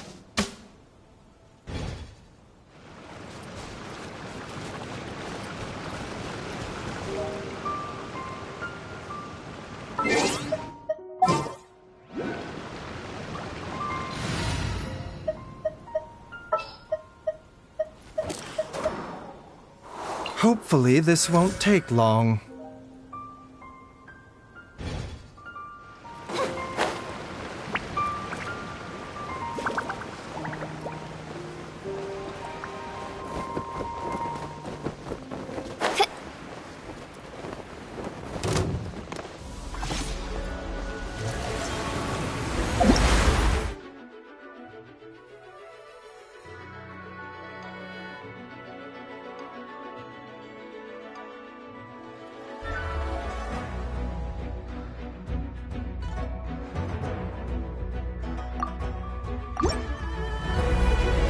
By royal decree. A bitter pill to swallow. Shadow Raven. Feeling lucky. Fire! Well, Seems like an emergency. Mind the side effects.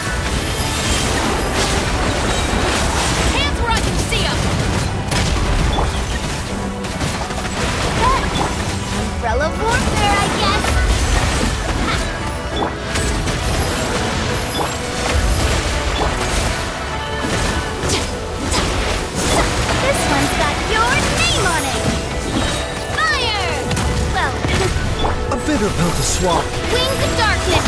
Drop your weapons!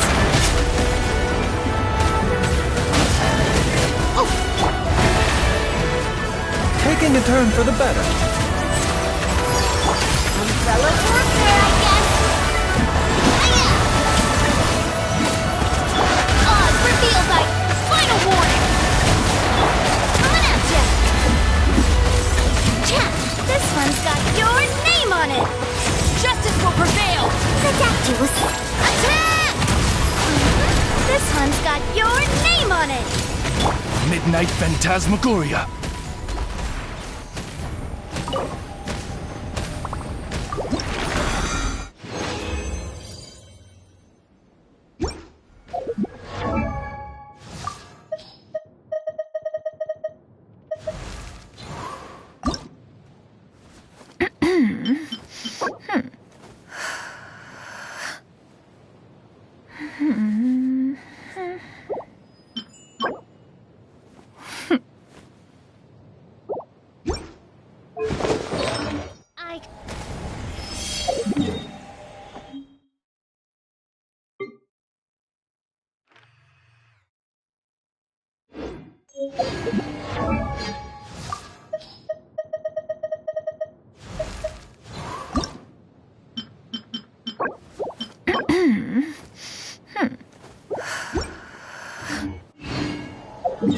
Worry about the well.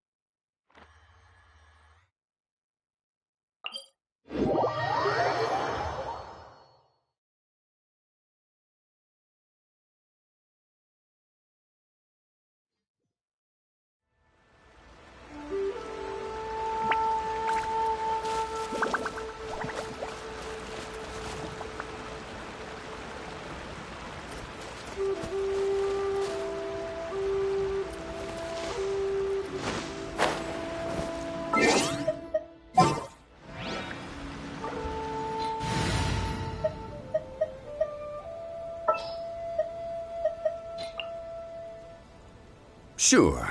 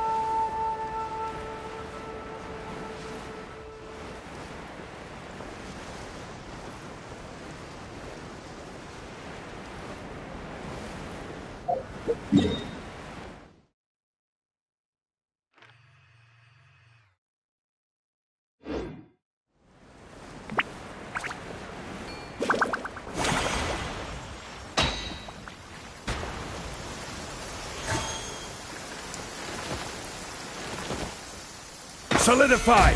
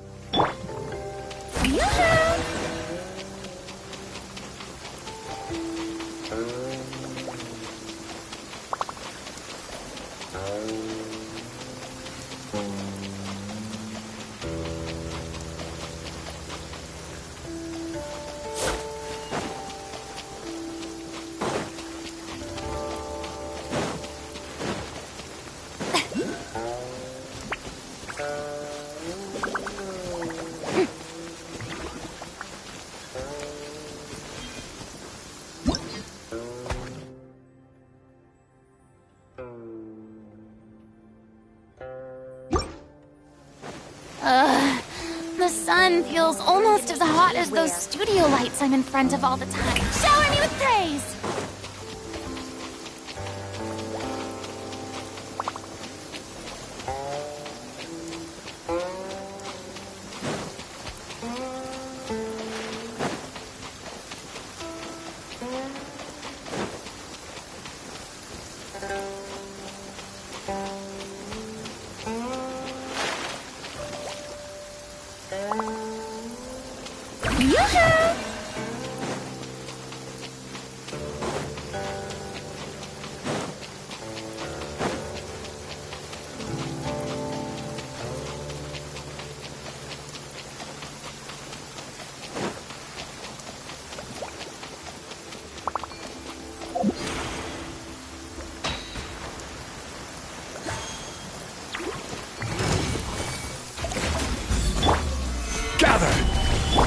Strike a pose! This is order. Mind the side effect. Feeling lucky?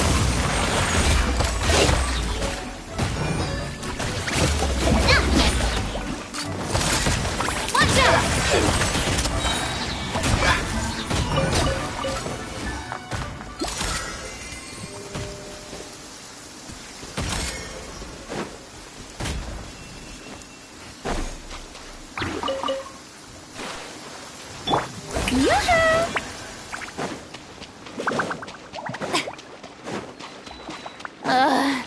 The sun feels... Solidify!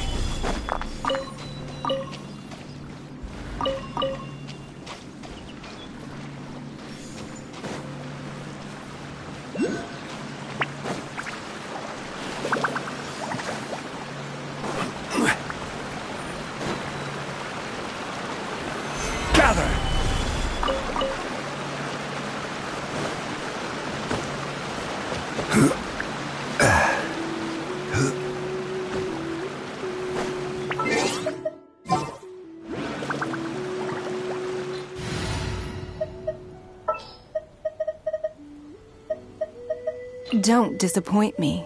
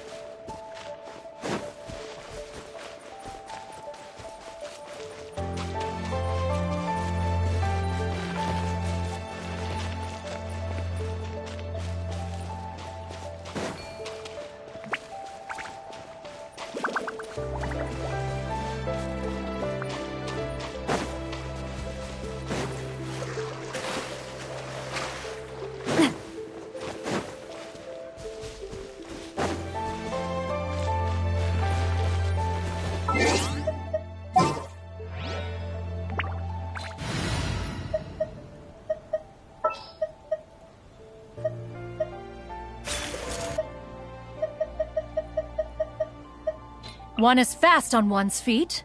Tried to keep pace. Cha! Hiya! Aha! Cha! Na! Hiya! Ha ha!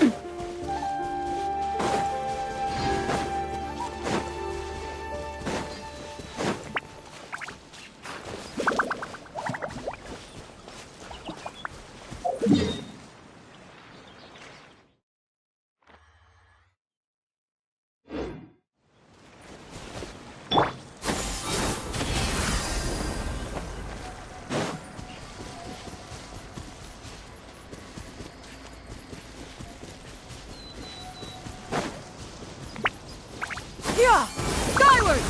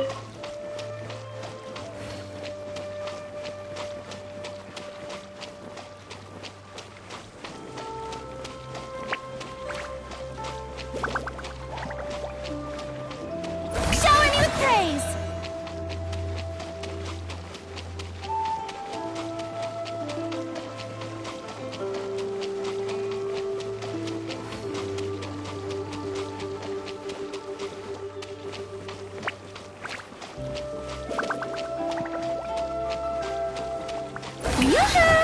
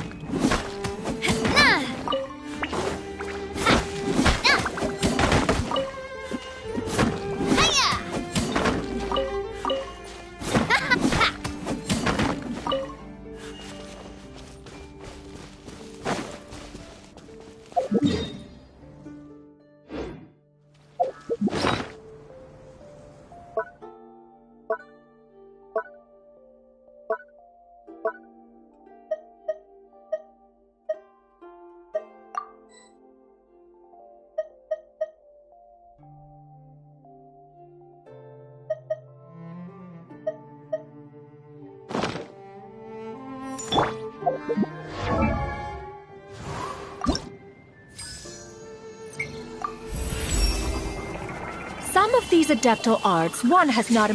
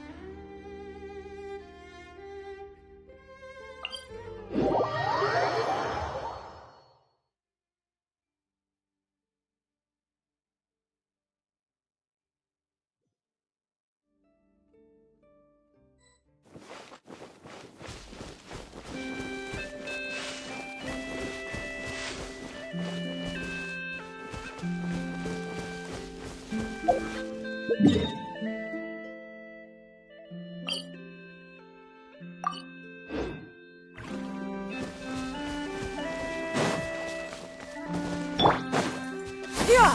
Skyward! Scatter!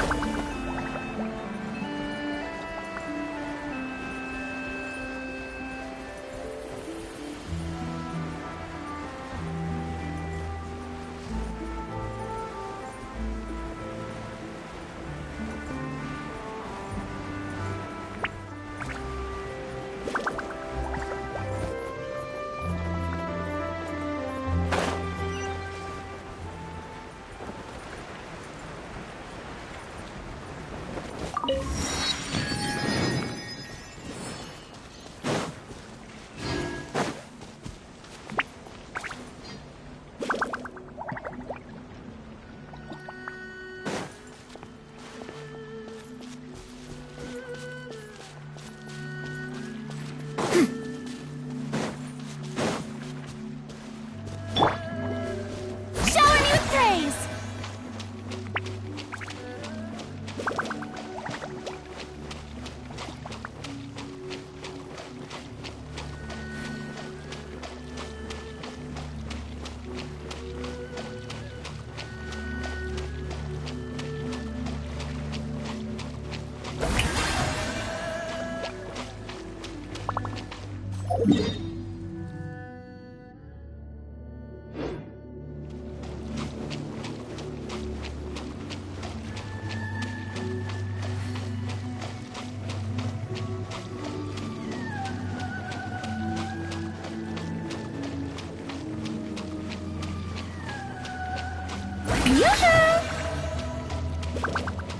How about we explore the area ahead of us later?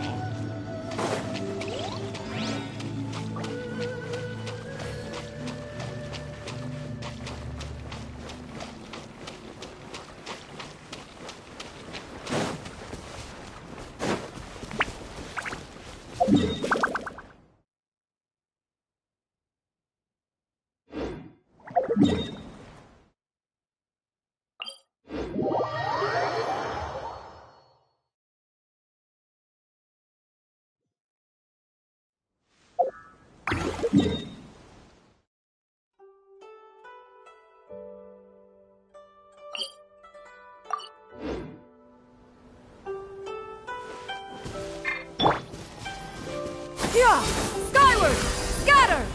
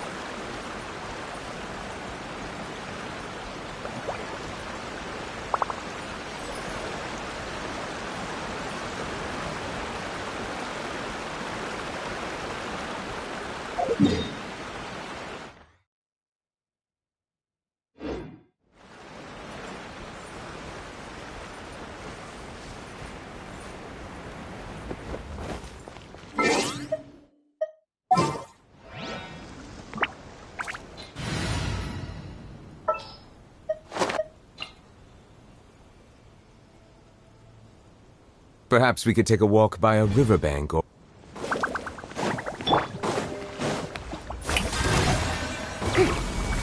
Time to shine!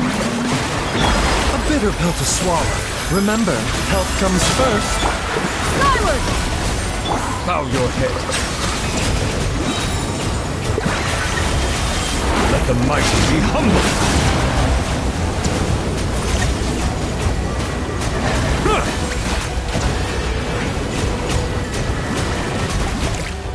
Mind the side of it. Shower me with the... Yeah! Scatter! Skyward!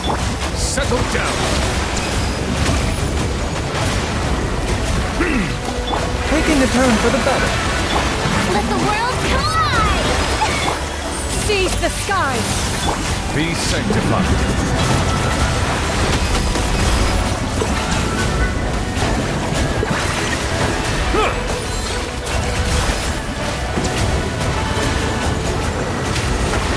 Silence!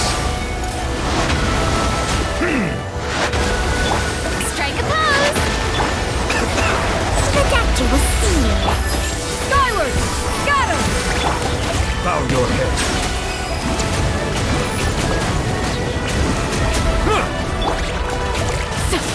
A bitter pill to swallow.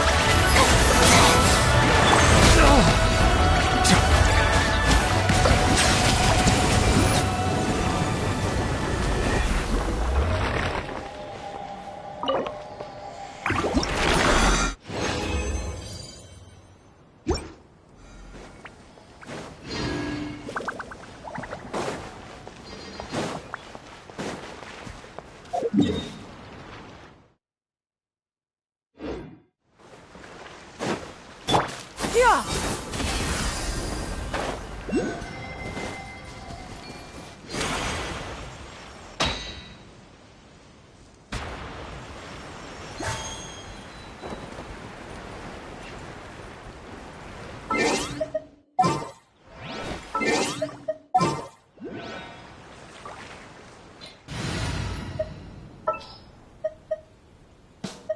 Sure.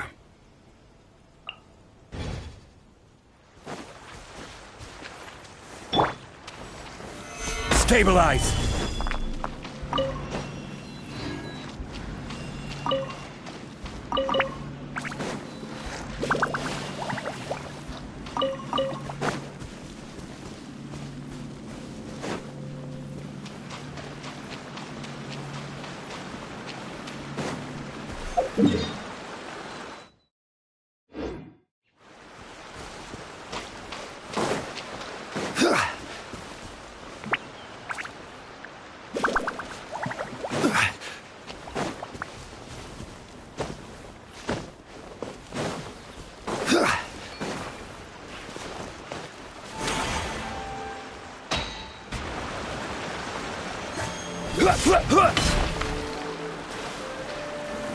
Gather!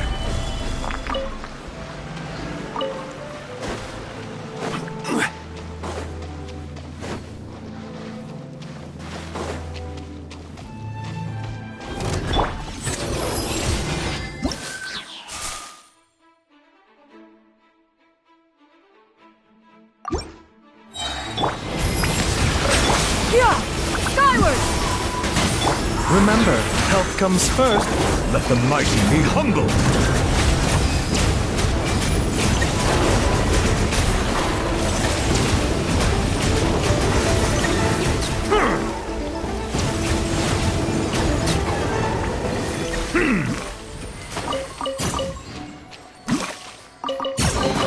Abandoned property belongs to whoever finds it first.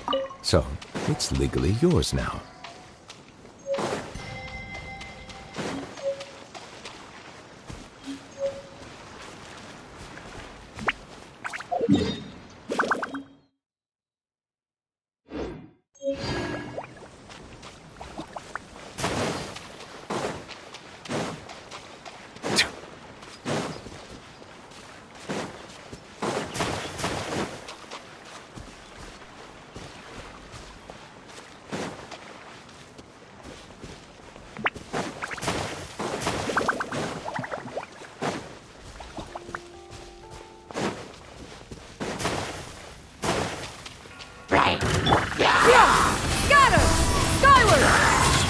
shall convey! Mind the side effect. Settle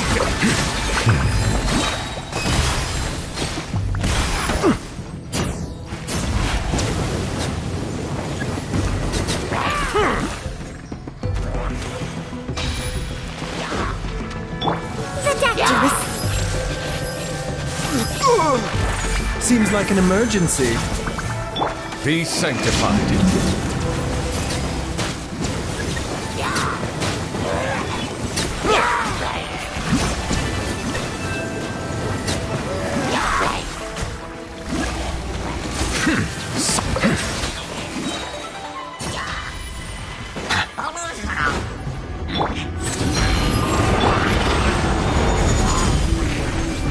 Solidify! Taking a turn for the better. Let the mighty be humble. Bow your head.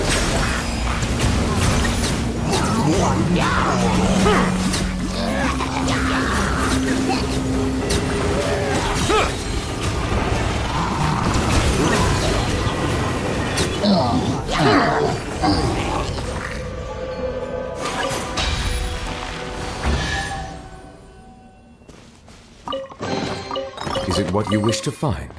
Hopefully the excitement of opening a treasure chest has at least made it a worthwhile experience.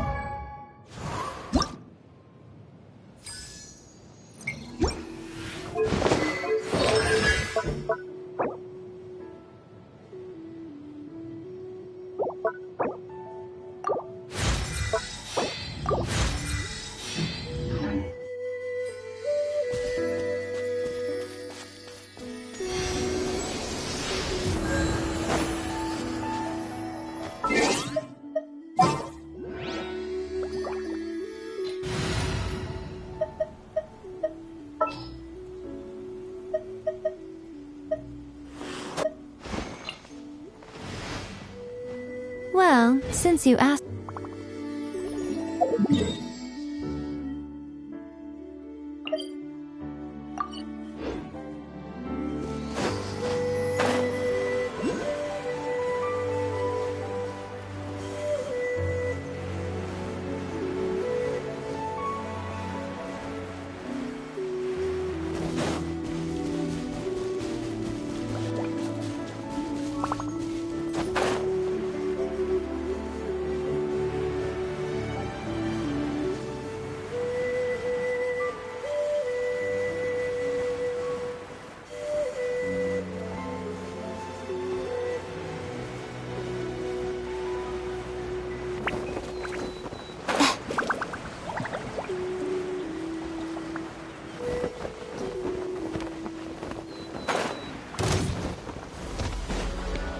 I will have order.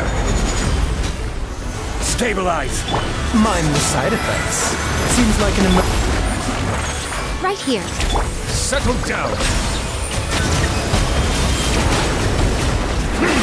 Be sanctified.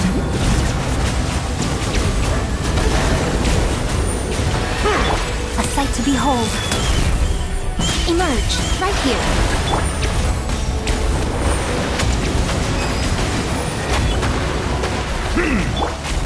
The doctor will see.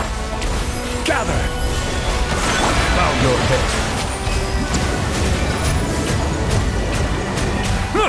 Come on out. A bitter pill to swallow. Stabilize.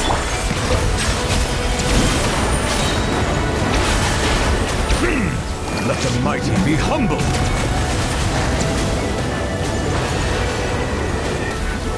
Right now. Emerge. Remember, health comes first. Solidify. Settle down.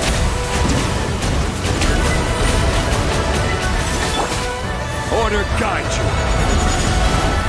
Sheriff. Right here. Right now. The doctor will see you now.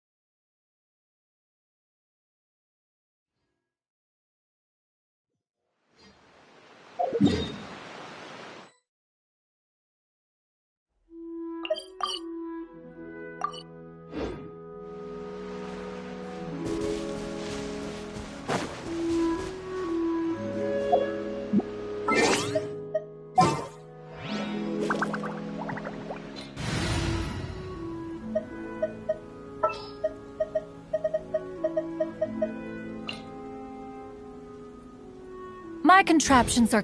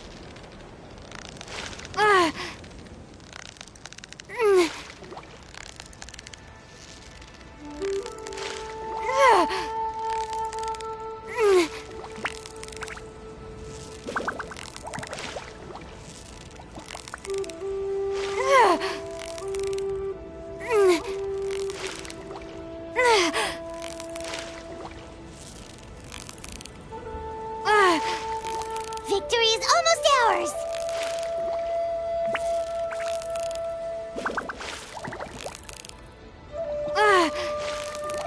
Steady now! It's the final stretch!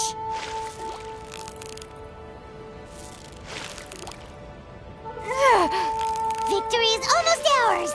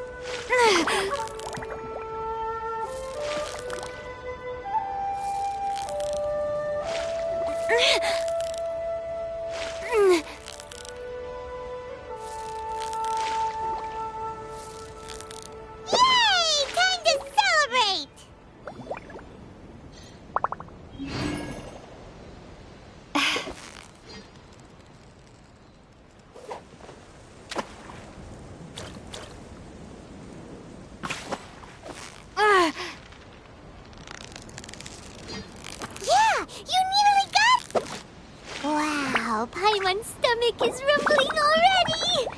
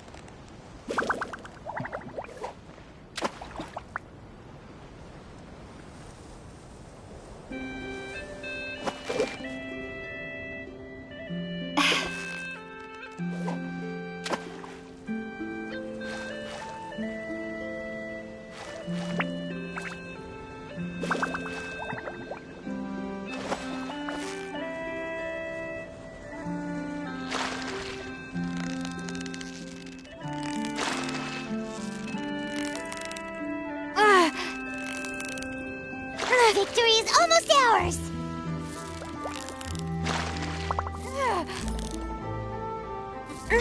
Whoa! Nice catch!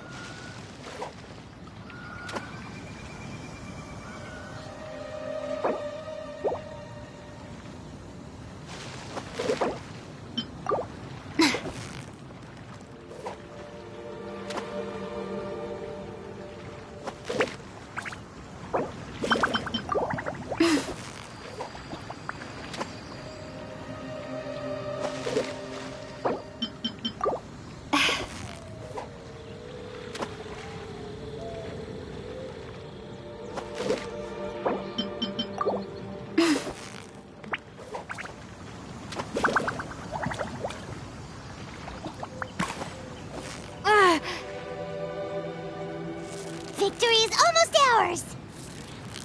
Wow, Paimon's stomach is rumbling already!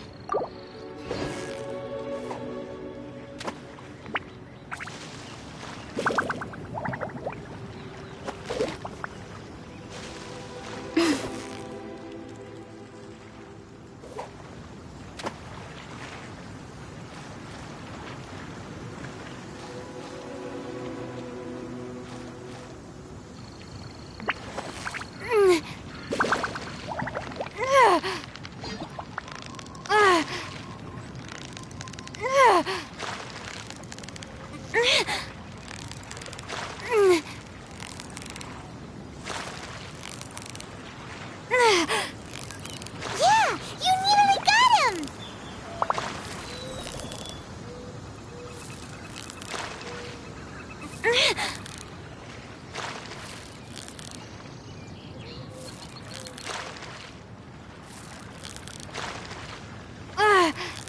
You made that look easy!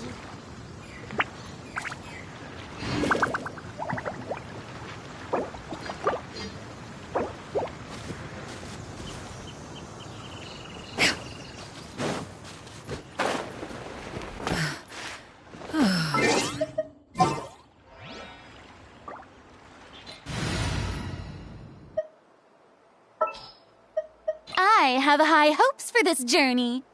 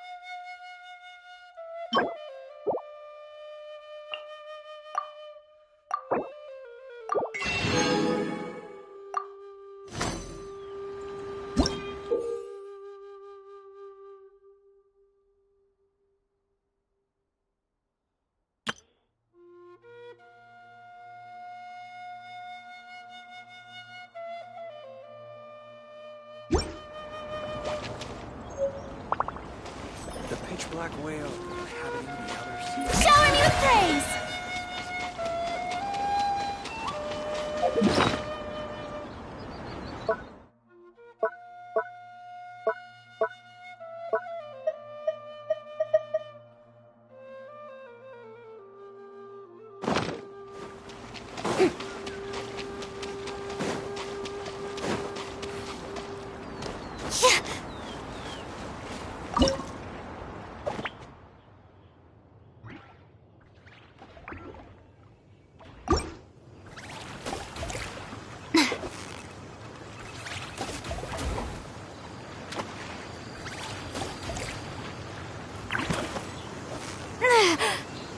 Victory is almost at... Wow, Paimon's stomach is rumbling already!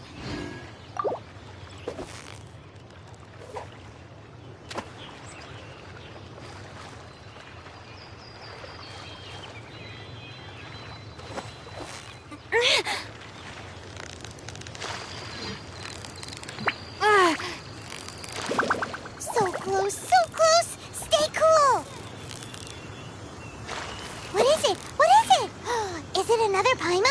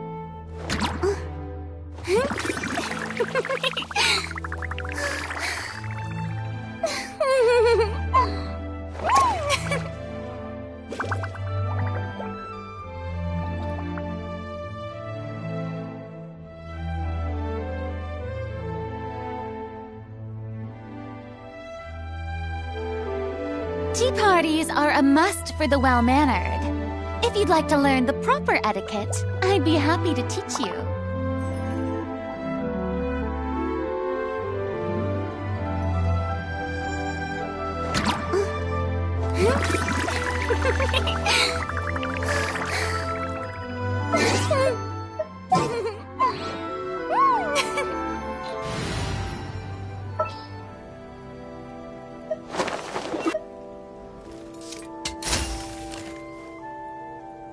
Yeah, I'll do my best, but I can't guarantee a victory.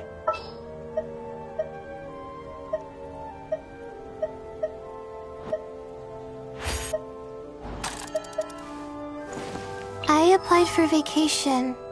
You remember too, right?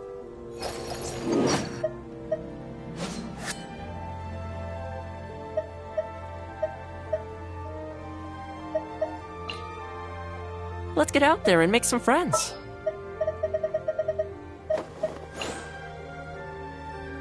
You want me on...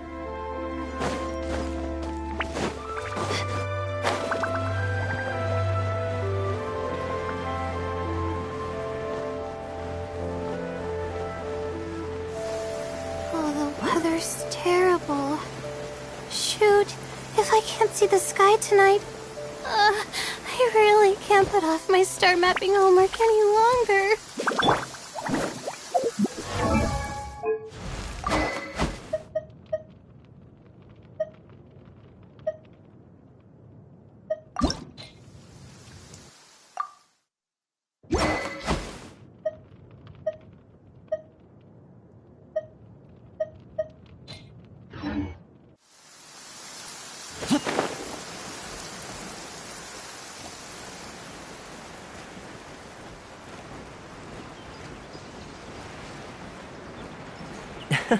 Lovely weather we're having. Will you join me for a walk?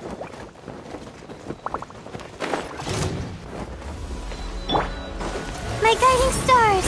Check this out! Everybody stand back! Let's light! No need to fear.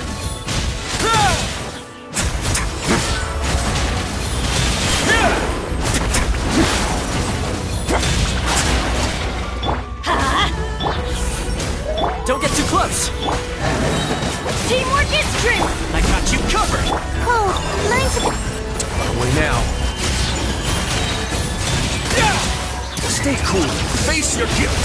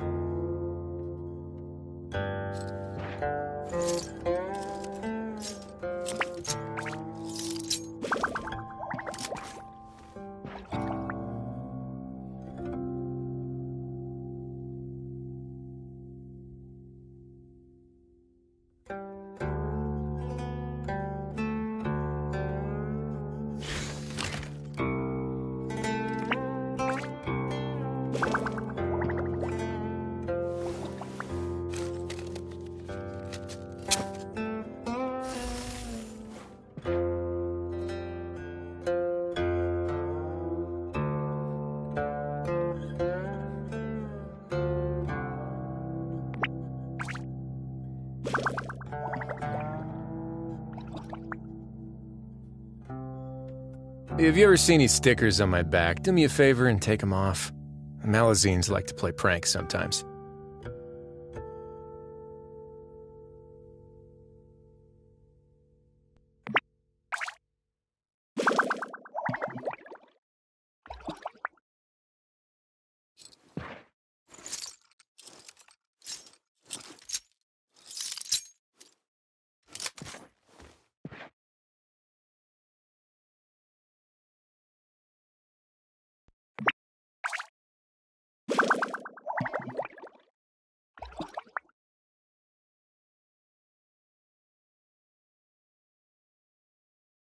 I once considered keeping some pets in my office, but soon gave up on the idea. It's just not right to keep small animals where they won't be able to see the sun.